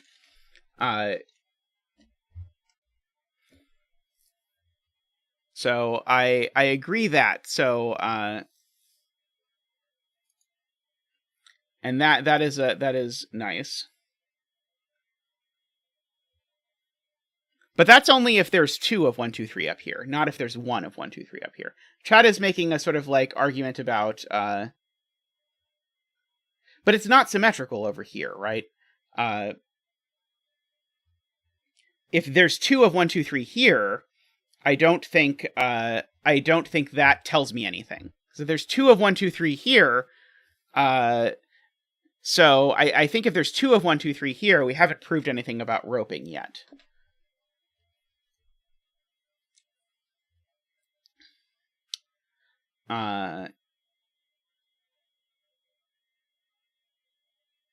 Because then these don't have to be the same. I don't believe. Because, like, say this involves 2 and 3, then this needs to have a 1 in it. But there are several ways to have cages that have a 1. And Tallcat and a couple other people in chat are suggesting we'll just try it, but I don't think the proof is just try it, because I acknowledge if I chase it far enough it breaks, but I think there's something more elegant going on here that I'm supposed to understand. Like, there's no way that this is examine all 7 cases and prove this.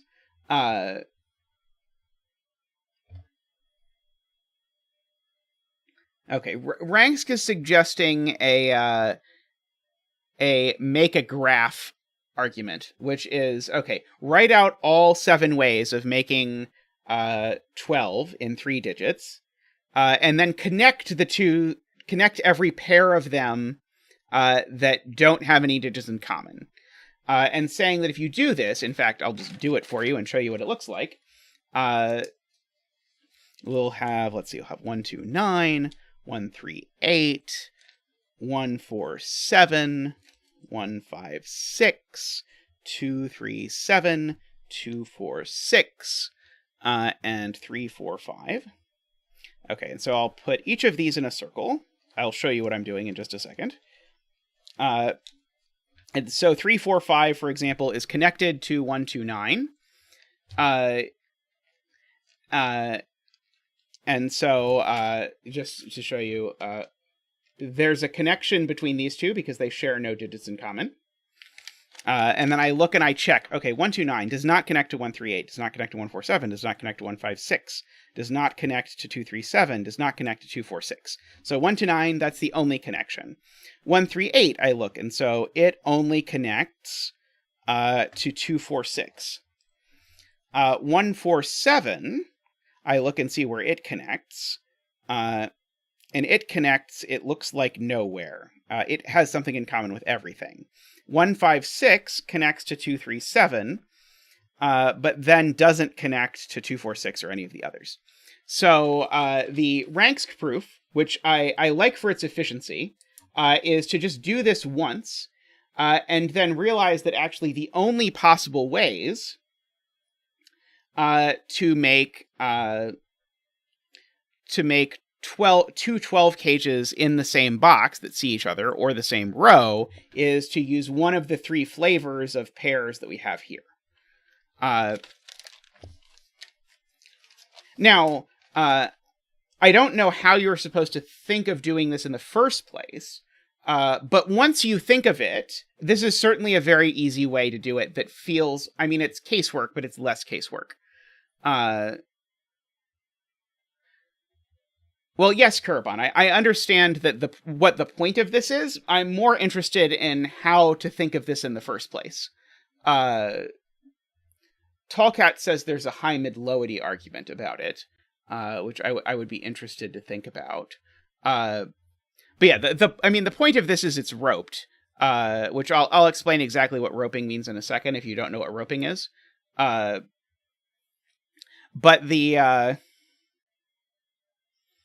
given that that's the point, I was hoping that there would be some cool underlying argument to look at, but maybe there just isn't. But some cool underlying way to look at this. But the point is that whatever this is, I'm going to get rid of this coloring because I don't think this coloring is going to be relevant anymore. Whatever this cage is, it has a unique cage that it goes with in a box or row or column. And so that means that this cage has to be the unique cage that this goes with. So this has to be yellow. And so as soon as these are yellow and these are yellow, I ask where yellow goes in row 9, and yellow in row 9 has to go here.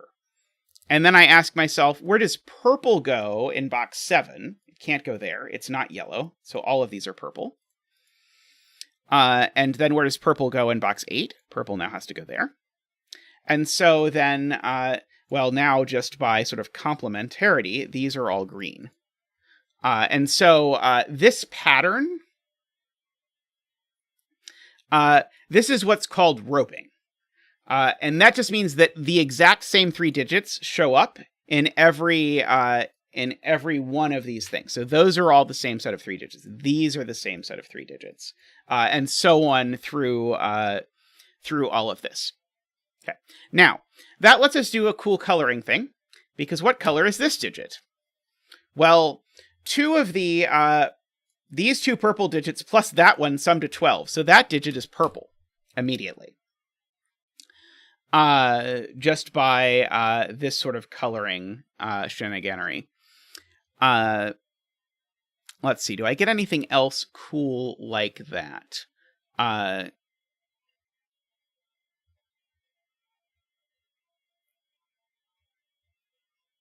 Yeah, this was the thing I saw before when I sort of figured out how this is going to work. Green totals to 21, so we get this digit. So when I was trying to prove that the 21 thing roped, which is, I still feel like maybe there's an easier way to prove that the 21's rope.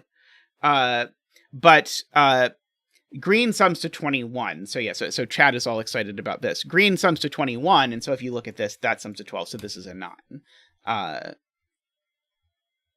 But I'm just staring at this for a second before we fill that in.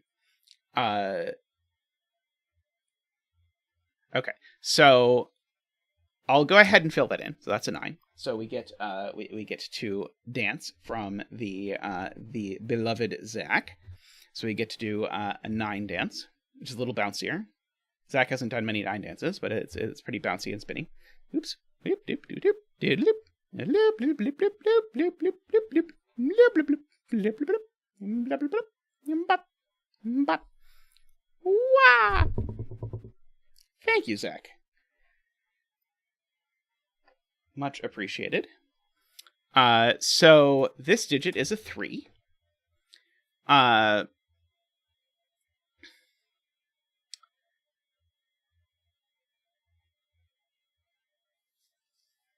And so I'm not going to do it, but if you did exactly the same thing, these 3 cells would end up here if you did it in the columns instead, which would make that a 9, which makes this a 1-2 pair.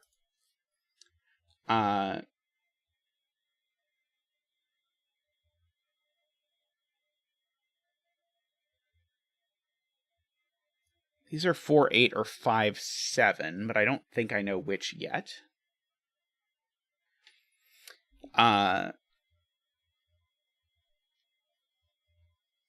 Does, as Chris suggests, place the 9 in box 5, because now the 9 can't go in a 12 cage. So that's a 9. Oops. Now the 9 is placed in box 2, because I can't put the 9 in this 12 cage without making that a 1-2, but there's already a 1-2 in the box. So that's a 9.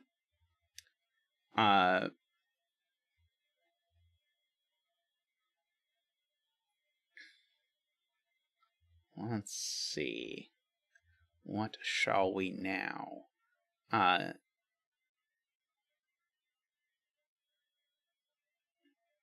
Okay. This 1-2 has to appear in the 12 cage. Because every 12 cage features a 1, 2, or 3. And these 2 cells see all of 1, 2, 3. So this is a 1 or a 2. That's because 4, 5, 6 is already too much. It's 15. So this cell is a 1 or a 2. It's the same 1, 2 as that cell. These 2 are the same digit.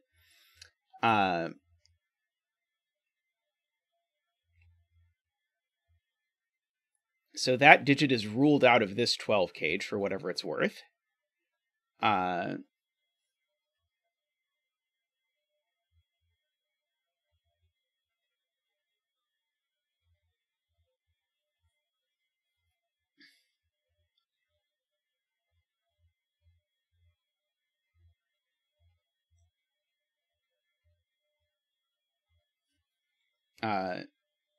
Chris is pointing out that these 12 dominoes are different, which I believe, although I haven't quite thought to prove yet.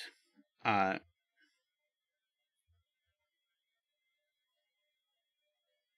am not abandoning the thought of thinking about the vertical version of this and how the vertical version and the horizontal version go together, but I'm currently just digesting what is happening here.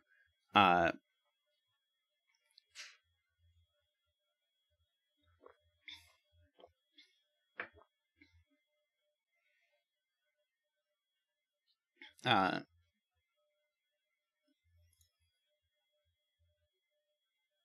to think about that. Okay, so there's got to be a 9 over here, but I guess I don't actually really know. It could be in any of those cells, I think.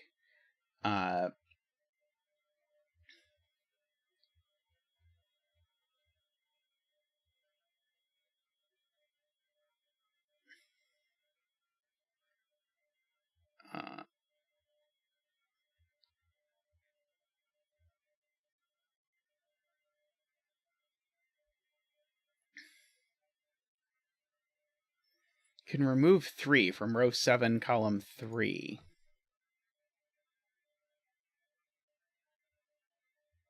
Which does nothing but is true. This is via row 6, column 1. Ah, right. These two cells are the same. Got it. Okay, so yeah, these two cells are the same, so they're not 3.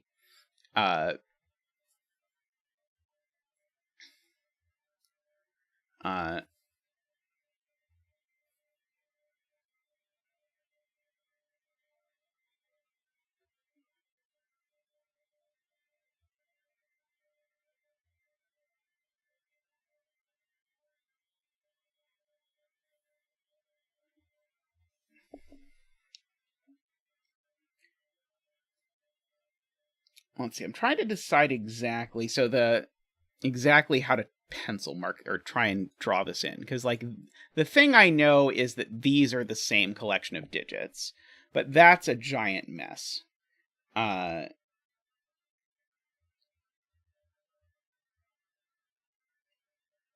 Okay, well, here's one consequence of this. These 3 cells are these 3 cells. And so these 3 cells also add to 12. And so that has the same consequence that these two are the same digit. So actually, and this is very pretty, these 3 digits are all the same digit. I'm trying to draw in the minimum amount that I can maybe possibly visualize this.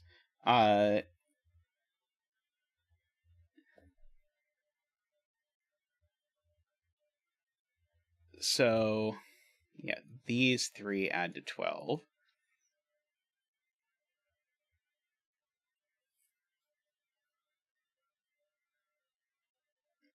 And so the point is 1, 2 see that cell, and 3 sees that cell. So this is not 1, 2, or 3.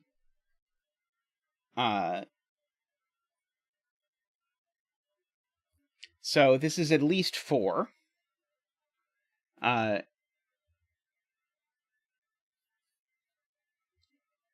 So in fact, that gives me that if I look at this now, these are now a 1, 2, 3 triple.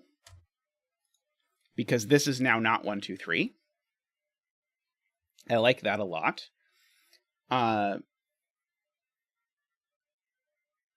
Yeah, people are saying 6 right away, but I don't get it either, but I'm not too worried about it.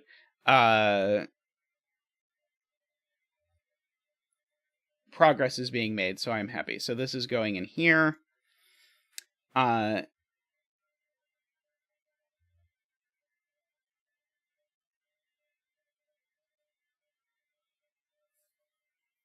Oh, the point is,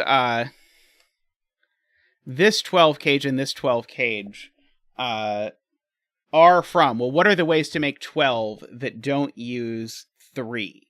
The ways to make 12 that don't use 3 are 4, 8, and 5, 7. And the question is, could these 2 cages be the same? And if they were the same, then I would, something would go wrong. I don't think I actually tried to articulate to myself. People were just saying it, so I believed it.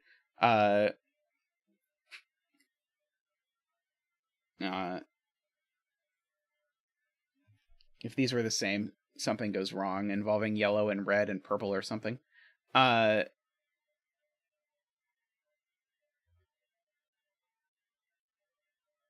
21s would be identical.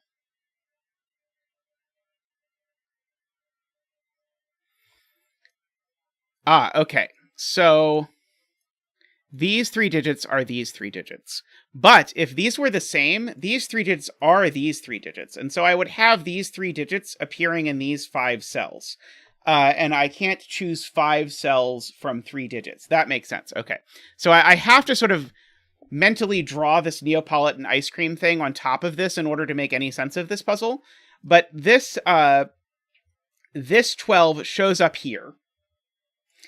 These 3 digits, sorry, they show up here. One of them's a 9, but the other 2 show up here. But the 9 is also here. So these show up here by the same argument, but yeah, so they can't be the same.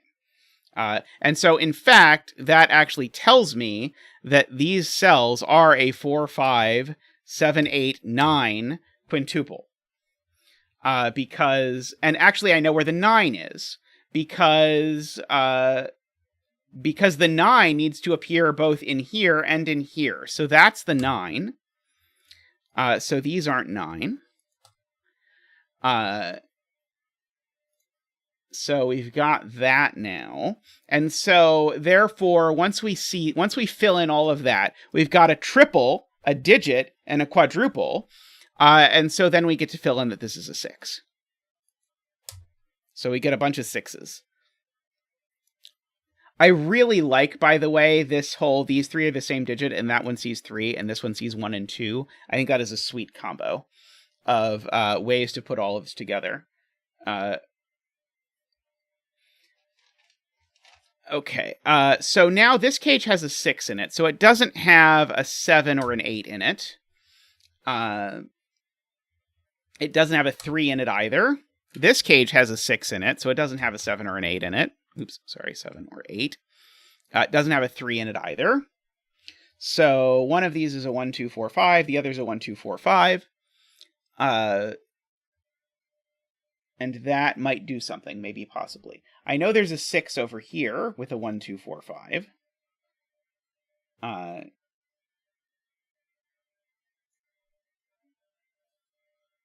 There's no 4s or 5s in this. So is that enough? No, it's not enough to tell me, knowing that there's no 4s or 5s in here. Let's see. So 3 in the corner. Good point. Losing its religion, because there's a 1-2 pair now, so this is a 3. Da da da da da da da da da da da da da da da da da. Okay, so no 3 here. And these are the yellows, so no 3 here either. And these are 7 8s, as Ranks points out.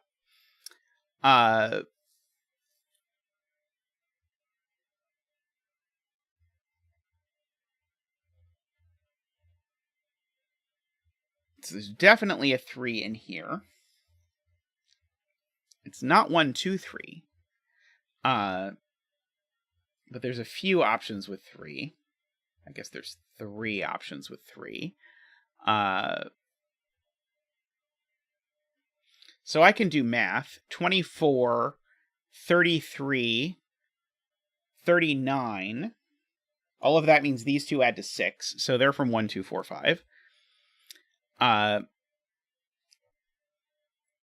Which probably works the same over here. Yeah, so these are from 1, 2, 4, 5.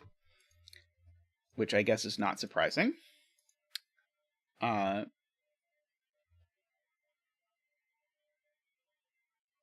yeah, Ranks points out, yes, it's just roped, which is correct. Yes, they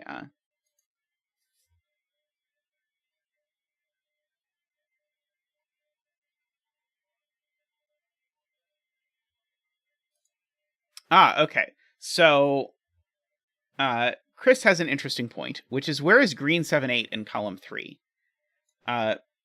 Green 7, 8 is also red, so it's not here. So it's over here. Wait, no, this is the one that contains the green 7, 8. Darn it, I don't think that's good. No. Green 7, 8 is red, so this contains the green 7, 8. So if I look at the cages that contain a 3 that also contain a 7 or an 8, I guess I get 2, 3, 7 and 1, 3, 8. I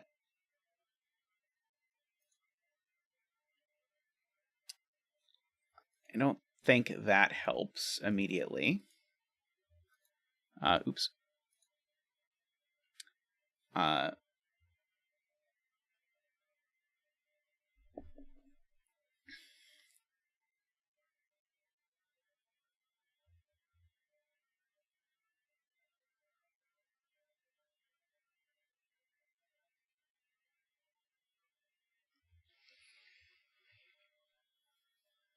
not ready to remove my roping coloring yet, but I suspect I will get there. So maybe I should think about the 21 sums instead.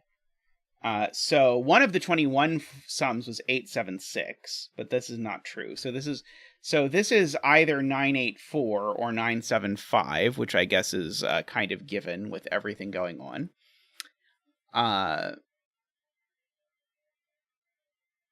Okay, this has only 1 or 2.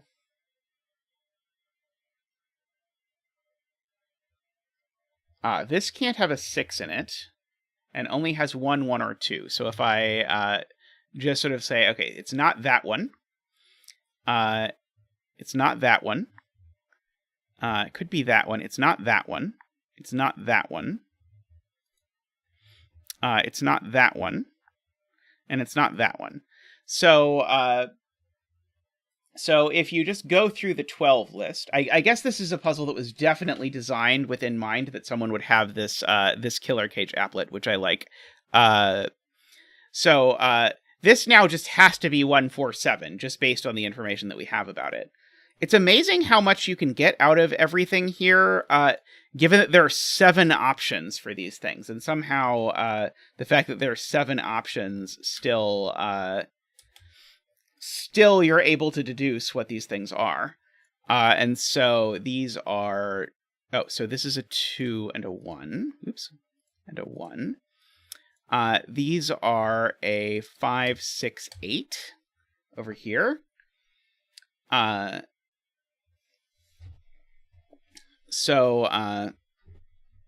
Derectionary with the slick proof, which is that, well, it only has 1 of 1 and 2. What if it doesn't have and no 3? What if it doesn't have a 4?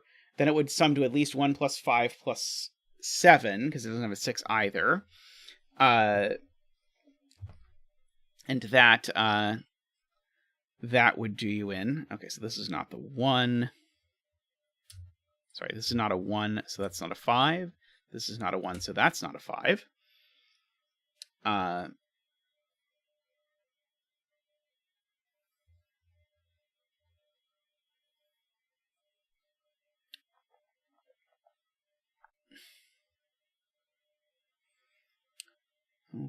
Okay.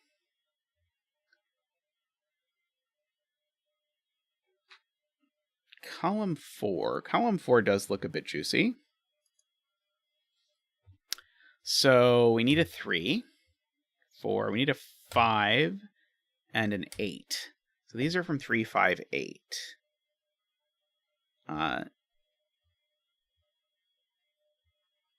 This can't be an 8, because if it were an 8... Oops, sorry. This can't be an 8, because if it were an 8, these would be these would have to be a 1-3 pair, and they can't be, for multiple reasons. So this is a 3 or a 5. One of these really is an 8. I don't know what that does. The box 212 cage doesn't have a 1 in it anymore, so we can sort of restart and say, okay, what are the options? It could maybe be 237 or 246 or 345. I guess it can have all of those. So I guess I don't think just knowing it doesn't have a 1 tells me anything.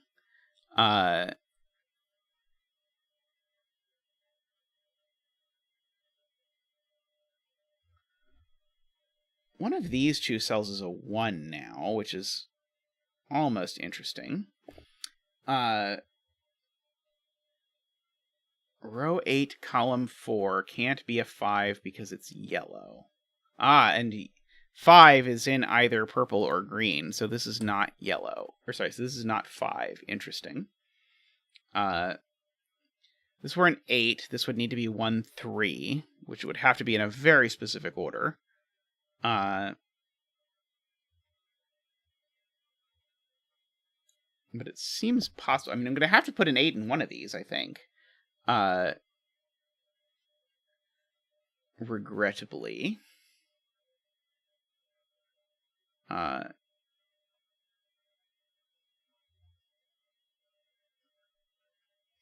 Bye, Ken. Thanks for dropping by.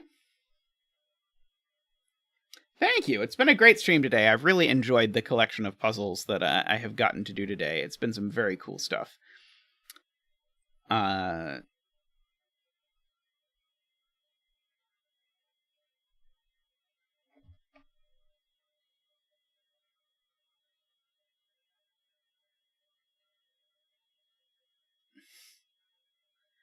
That is very possible.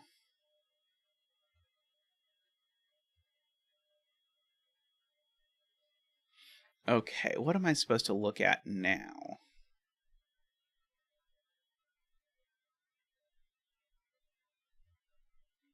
I assume the answer is something. Oh, here's an obvious thing. There's definitely a 6 over here. What are the options for something that definitely... Oh, yeah, there's 1, 2, 4, 5. Never mind. Never mind. It doesn't do anything. It does absolutely nothing.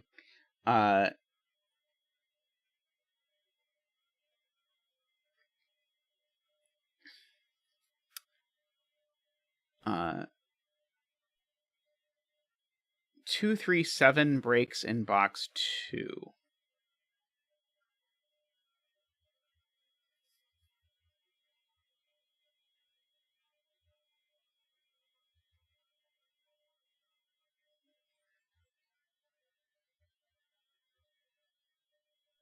Oh, you're saying if you look far enough ahead, if this is 2, 3, 7, it breaks? Directionary?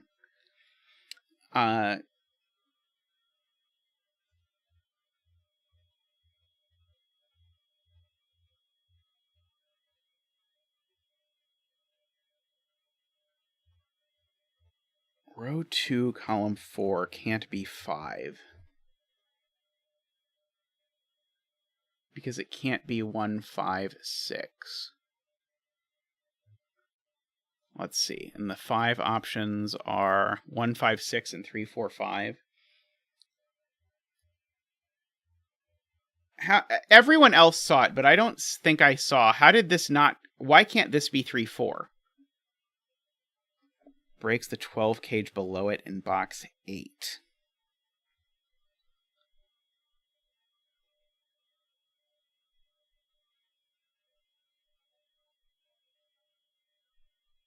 It can be 3, 4.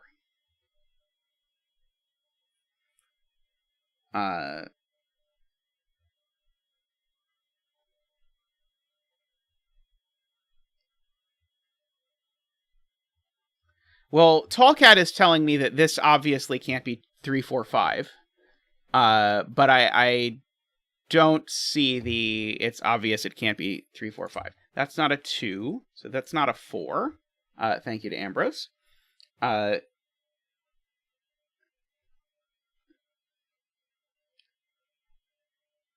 okay. So here's Tallcat's thing.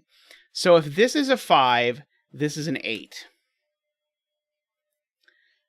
Now, I look at the 12 things and I see, okay, if this is a 5, then this has to be either 1, 6, which it obviously can't be, or 3, 4. But on the other hand, this being an 8 makes this a 4. And so you've put 2 4s in this column. Whew, boy. Okay. That is gritty, we'll say. Gritty. So this can't be a 5 because of what it does in combination with these two things. So this is not a 5, it's a 3. And so that makes that an 8 and a 5 and a 7. And a 4 and a 2 and a 5 and a 1. And then various other stuff. So that's a 7, that's an 8. this 651 means this needs to be 651 as well. This 624 means this has to be 624 as well. So that's not a 5, that's not a 1. These two need to be 1 and 3, of course, and I know the order. So that's a 3 and a 1. These are, of course, 8, 3, 1. These are the remaining digits over here. These are 5, 7, 9. These are the purple digits, which are 2, 4, 6. These are 2, 3, 7. And that one's not a 2. That one's not a 3. These are 2, 3, 7. That one's not a 3. These are 1, 5, 6. That one's not a 1. And these are 4, 9, 8. And that one's not a 9. So now these need to add to 9. They're not 1, 8. They're not 2, 7, and they're not 3, 6. So they are 4, 5, validating Derektionary's point. And so those being 4, 5 makes that a 2 and a 4. This isn't a 5 anymore. So this is a 6 or an 8. Let's see.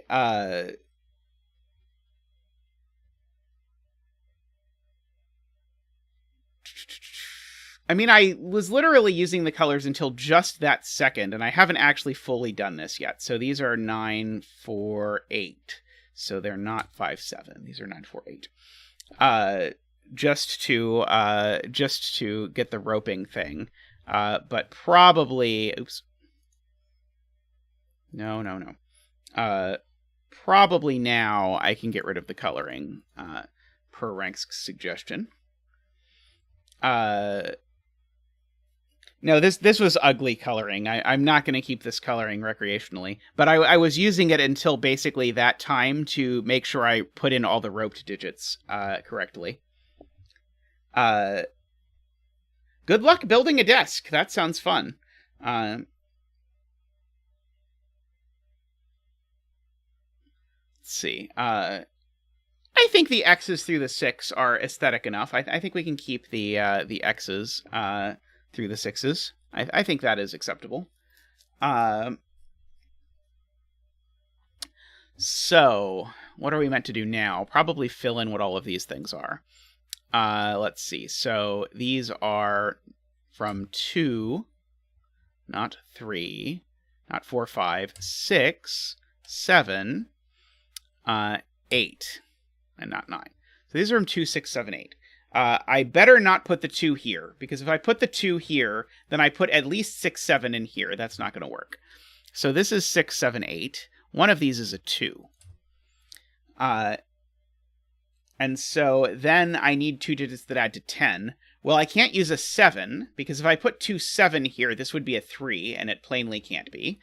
So this is not, these aren't 7, which then interestingly places the 7 there. Which means that's not a 7, for what it's worth.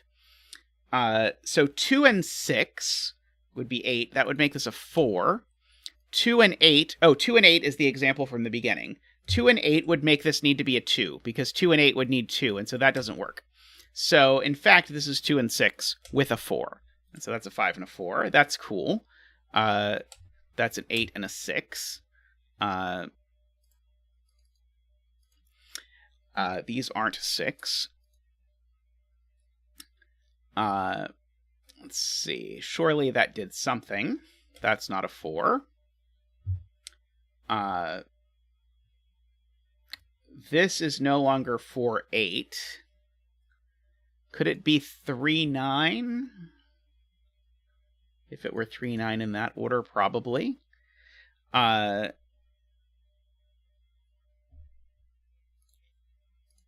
by row 5, that's an 8. Good point to I think that was Ambrose. Let's see. So that 8 looks back over and gives me a 4 and an 8, gives me a 7 and a 4. Says that's not a 7. Ye old chocolate teapot triple. These are, let's do exactly the same game over there that we did, or over here that we did over there. So these are from 1, 2, 3, 4, 5, 6, 7, 8, 9. These are from 1, 2, 5, 7. Maybe this isn't quite as good. Yeah, I think this is not going to work quite as well as the other one did. Oh, this is resolved by that 8. Good point, Tony. That 8 looks over and makes that a 4. That is not a 4.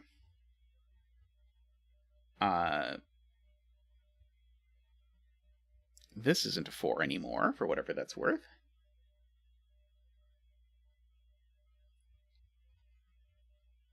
Let's see. There's a 6 over here somewhere. Unfortunately, that 6 could be here, which is really irksome.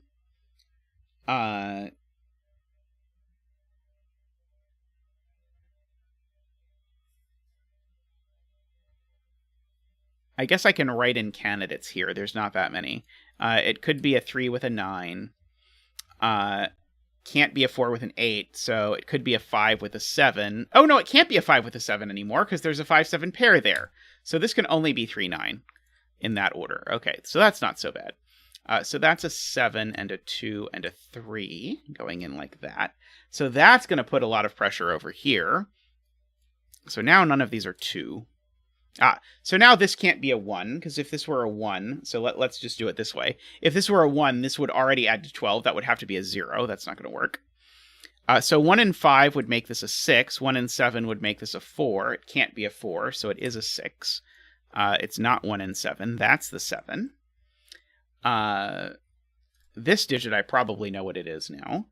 I think it's a 2. These digits are a something and a something.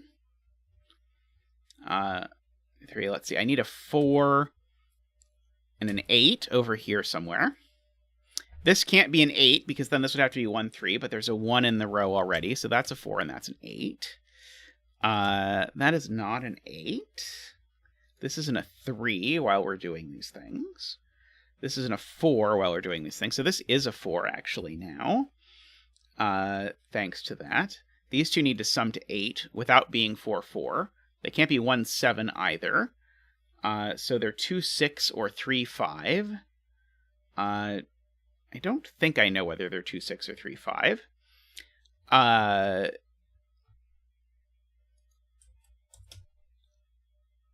But I do know that I have a virtual 2, 3 pair here. Yeah, by the way, in order to avoid spoiling anything for anyone, we don't fill in the bet cell until the end most of the time. So we should not admit to anyone if we've figured out what the value of this cell is, because they might be holding out hope that this is going to be the 9 that they bet it will be, and we don't want to ruin their fun. 8 and 9 in row 3. That is an excellent point by Ranksk. Also known as there's a 2, 3, 5, 6 quadruple, whichever way you want to see it.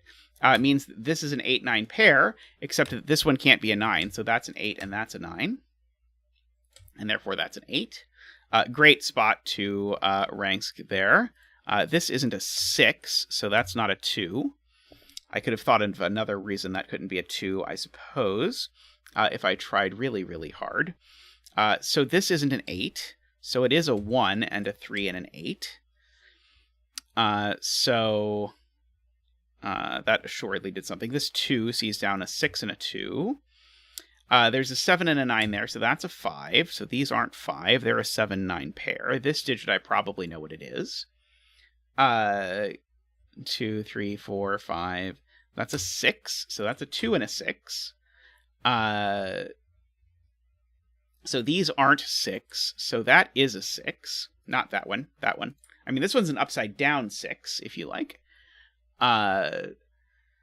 So that's not 6 either. So that's not 2. So this is a 3, 5 pair. So that is a 2, a 7, and a 3, and a 1 and a 5. So we come up here, and we see that these need to be a 1 and a something, a 1 and a 7, and somehow that's not resolved yet. And so these need to be a 2. That is resolved, so that's a 2 and a something else. 3, 4, 5, 6, 7, 8, 9. 2 and a 9. The 9 resolves the 7 and the 9. The 7 resolves the 1 and the 7. The 1 resolves the 5 and the 1. The 5 resolves the 3 and the 5. Oh, yes. In case you needed to see the rules, Ambrose, there are the rules. And now we have some careful coloring to do. So we need to make sure that all of our 6s are X'd. Let's double check. Do we have all X'd 6s? We do. And so now that we have finished our coloring, we can fill in the bet cell, which is not a 1, 2, 3, 4. It seems to be a 5. Very interesting sort of discovery here about how these 12 cages interacted. This was an incredibly complicated sort of realization. I mean, it's all very well summarized by Rank's picture. I think this really summarizes the entire puzzle in one page about the relationship between what 12 cages don't overlap. 12 seconds. I should have taken 12 more seconds Xing the 6s. I should have pretended not to see the very last 6. Yeah, poor 147. 147 does not get any friends. Thanks for the puzzle. As always, I enjoy your puzzles. And I got to X some 6s, so that was cool. I got to try and comprehend what it meant in my brain to have both this band and this band roped simultaneously. That was incredibly difficult for my brain for whatever reason. I could not visualize that easily. But I got there eventually in the end. And so I think my favorite part of the puzzle, if I get to pick a favorite part, I mean, my favorite part was that these 3 digits all ended up having to be the same for a reason that was really fundamental if you paid close attention. And then not only did they all have to be the same, they couldn't be 1, 2, 3, and they couldn't be 4, 5, 7, or 8. I thought that was a really cool deduction. That for me, that was the gold star part of this puzzle.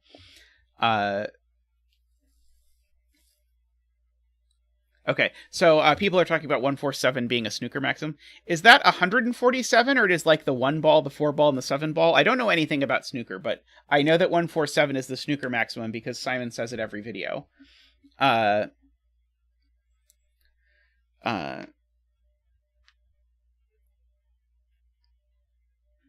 Nice. I've been considering whether to send in double dip or not. I don't always send something in, but I really liked double dip, so I was contemplating if I should send it into CTC. It's the total score. Okay, it is 147. Okay, excellent. I will now know one more thing about snooker. Is a high score in snooker good or bad? Now I will know get one more thing about snooker when someone tells me the answer to this.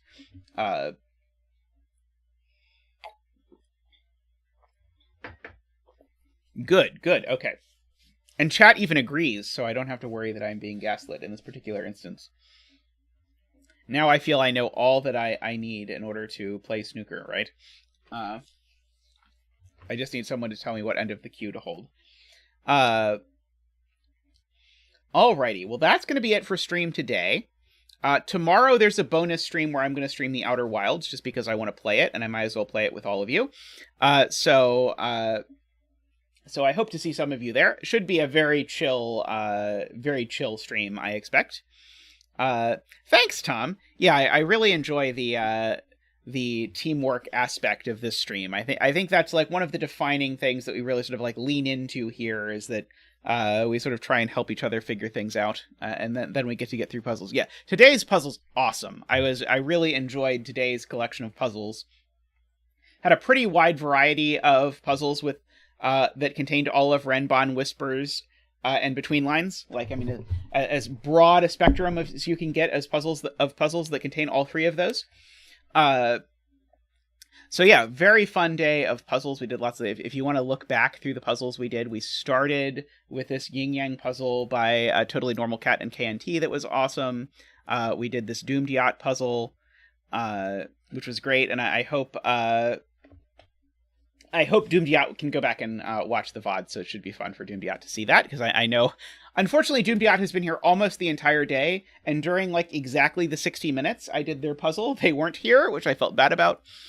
We did this absolutely bonkers coloring XV puzzle this really cool puzzle that I seem to have colored, and the little mini deconstruction. So a great day of puzzles all around.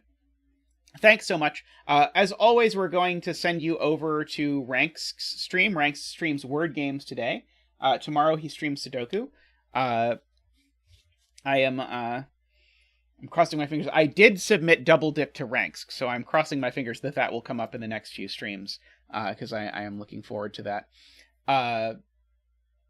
Whenever that sort of makes it through the Ranks machine. But that's all for now. I'll see some of you tomorrow for Outer Wilds, and if you're not up for that, I'll see you on Saturday for more Sudoku. So that's all for now. I'd like to thank, again, all of our people who support it. So everyone who supports us, thank you for supporting us. You can, again, support us either by becoming a YouTube member, in which gets you the green badge like Tall Cat has there, and all of the fancy emotes that you have for Zeta, like the Zach emote that we really like. You can also go to patreon.com/zetamath, where you can support us there. And if you, again, support us at an appropriate level, then you can vote on what puzzle we do at the beginning of the stream, because we start every stream by doing the most voted on puzzle, which is where this puzzle came from. This was the most voted on puzzle for today.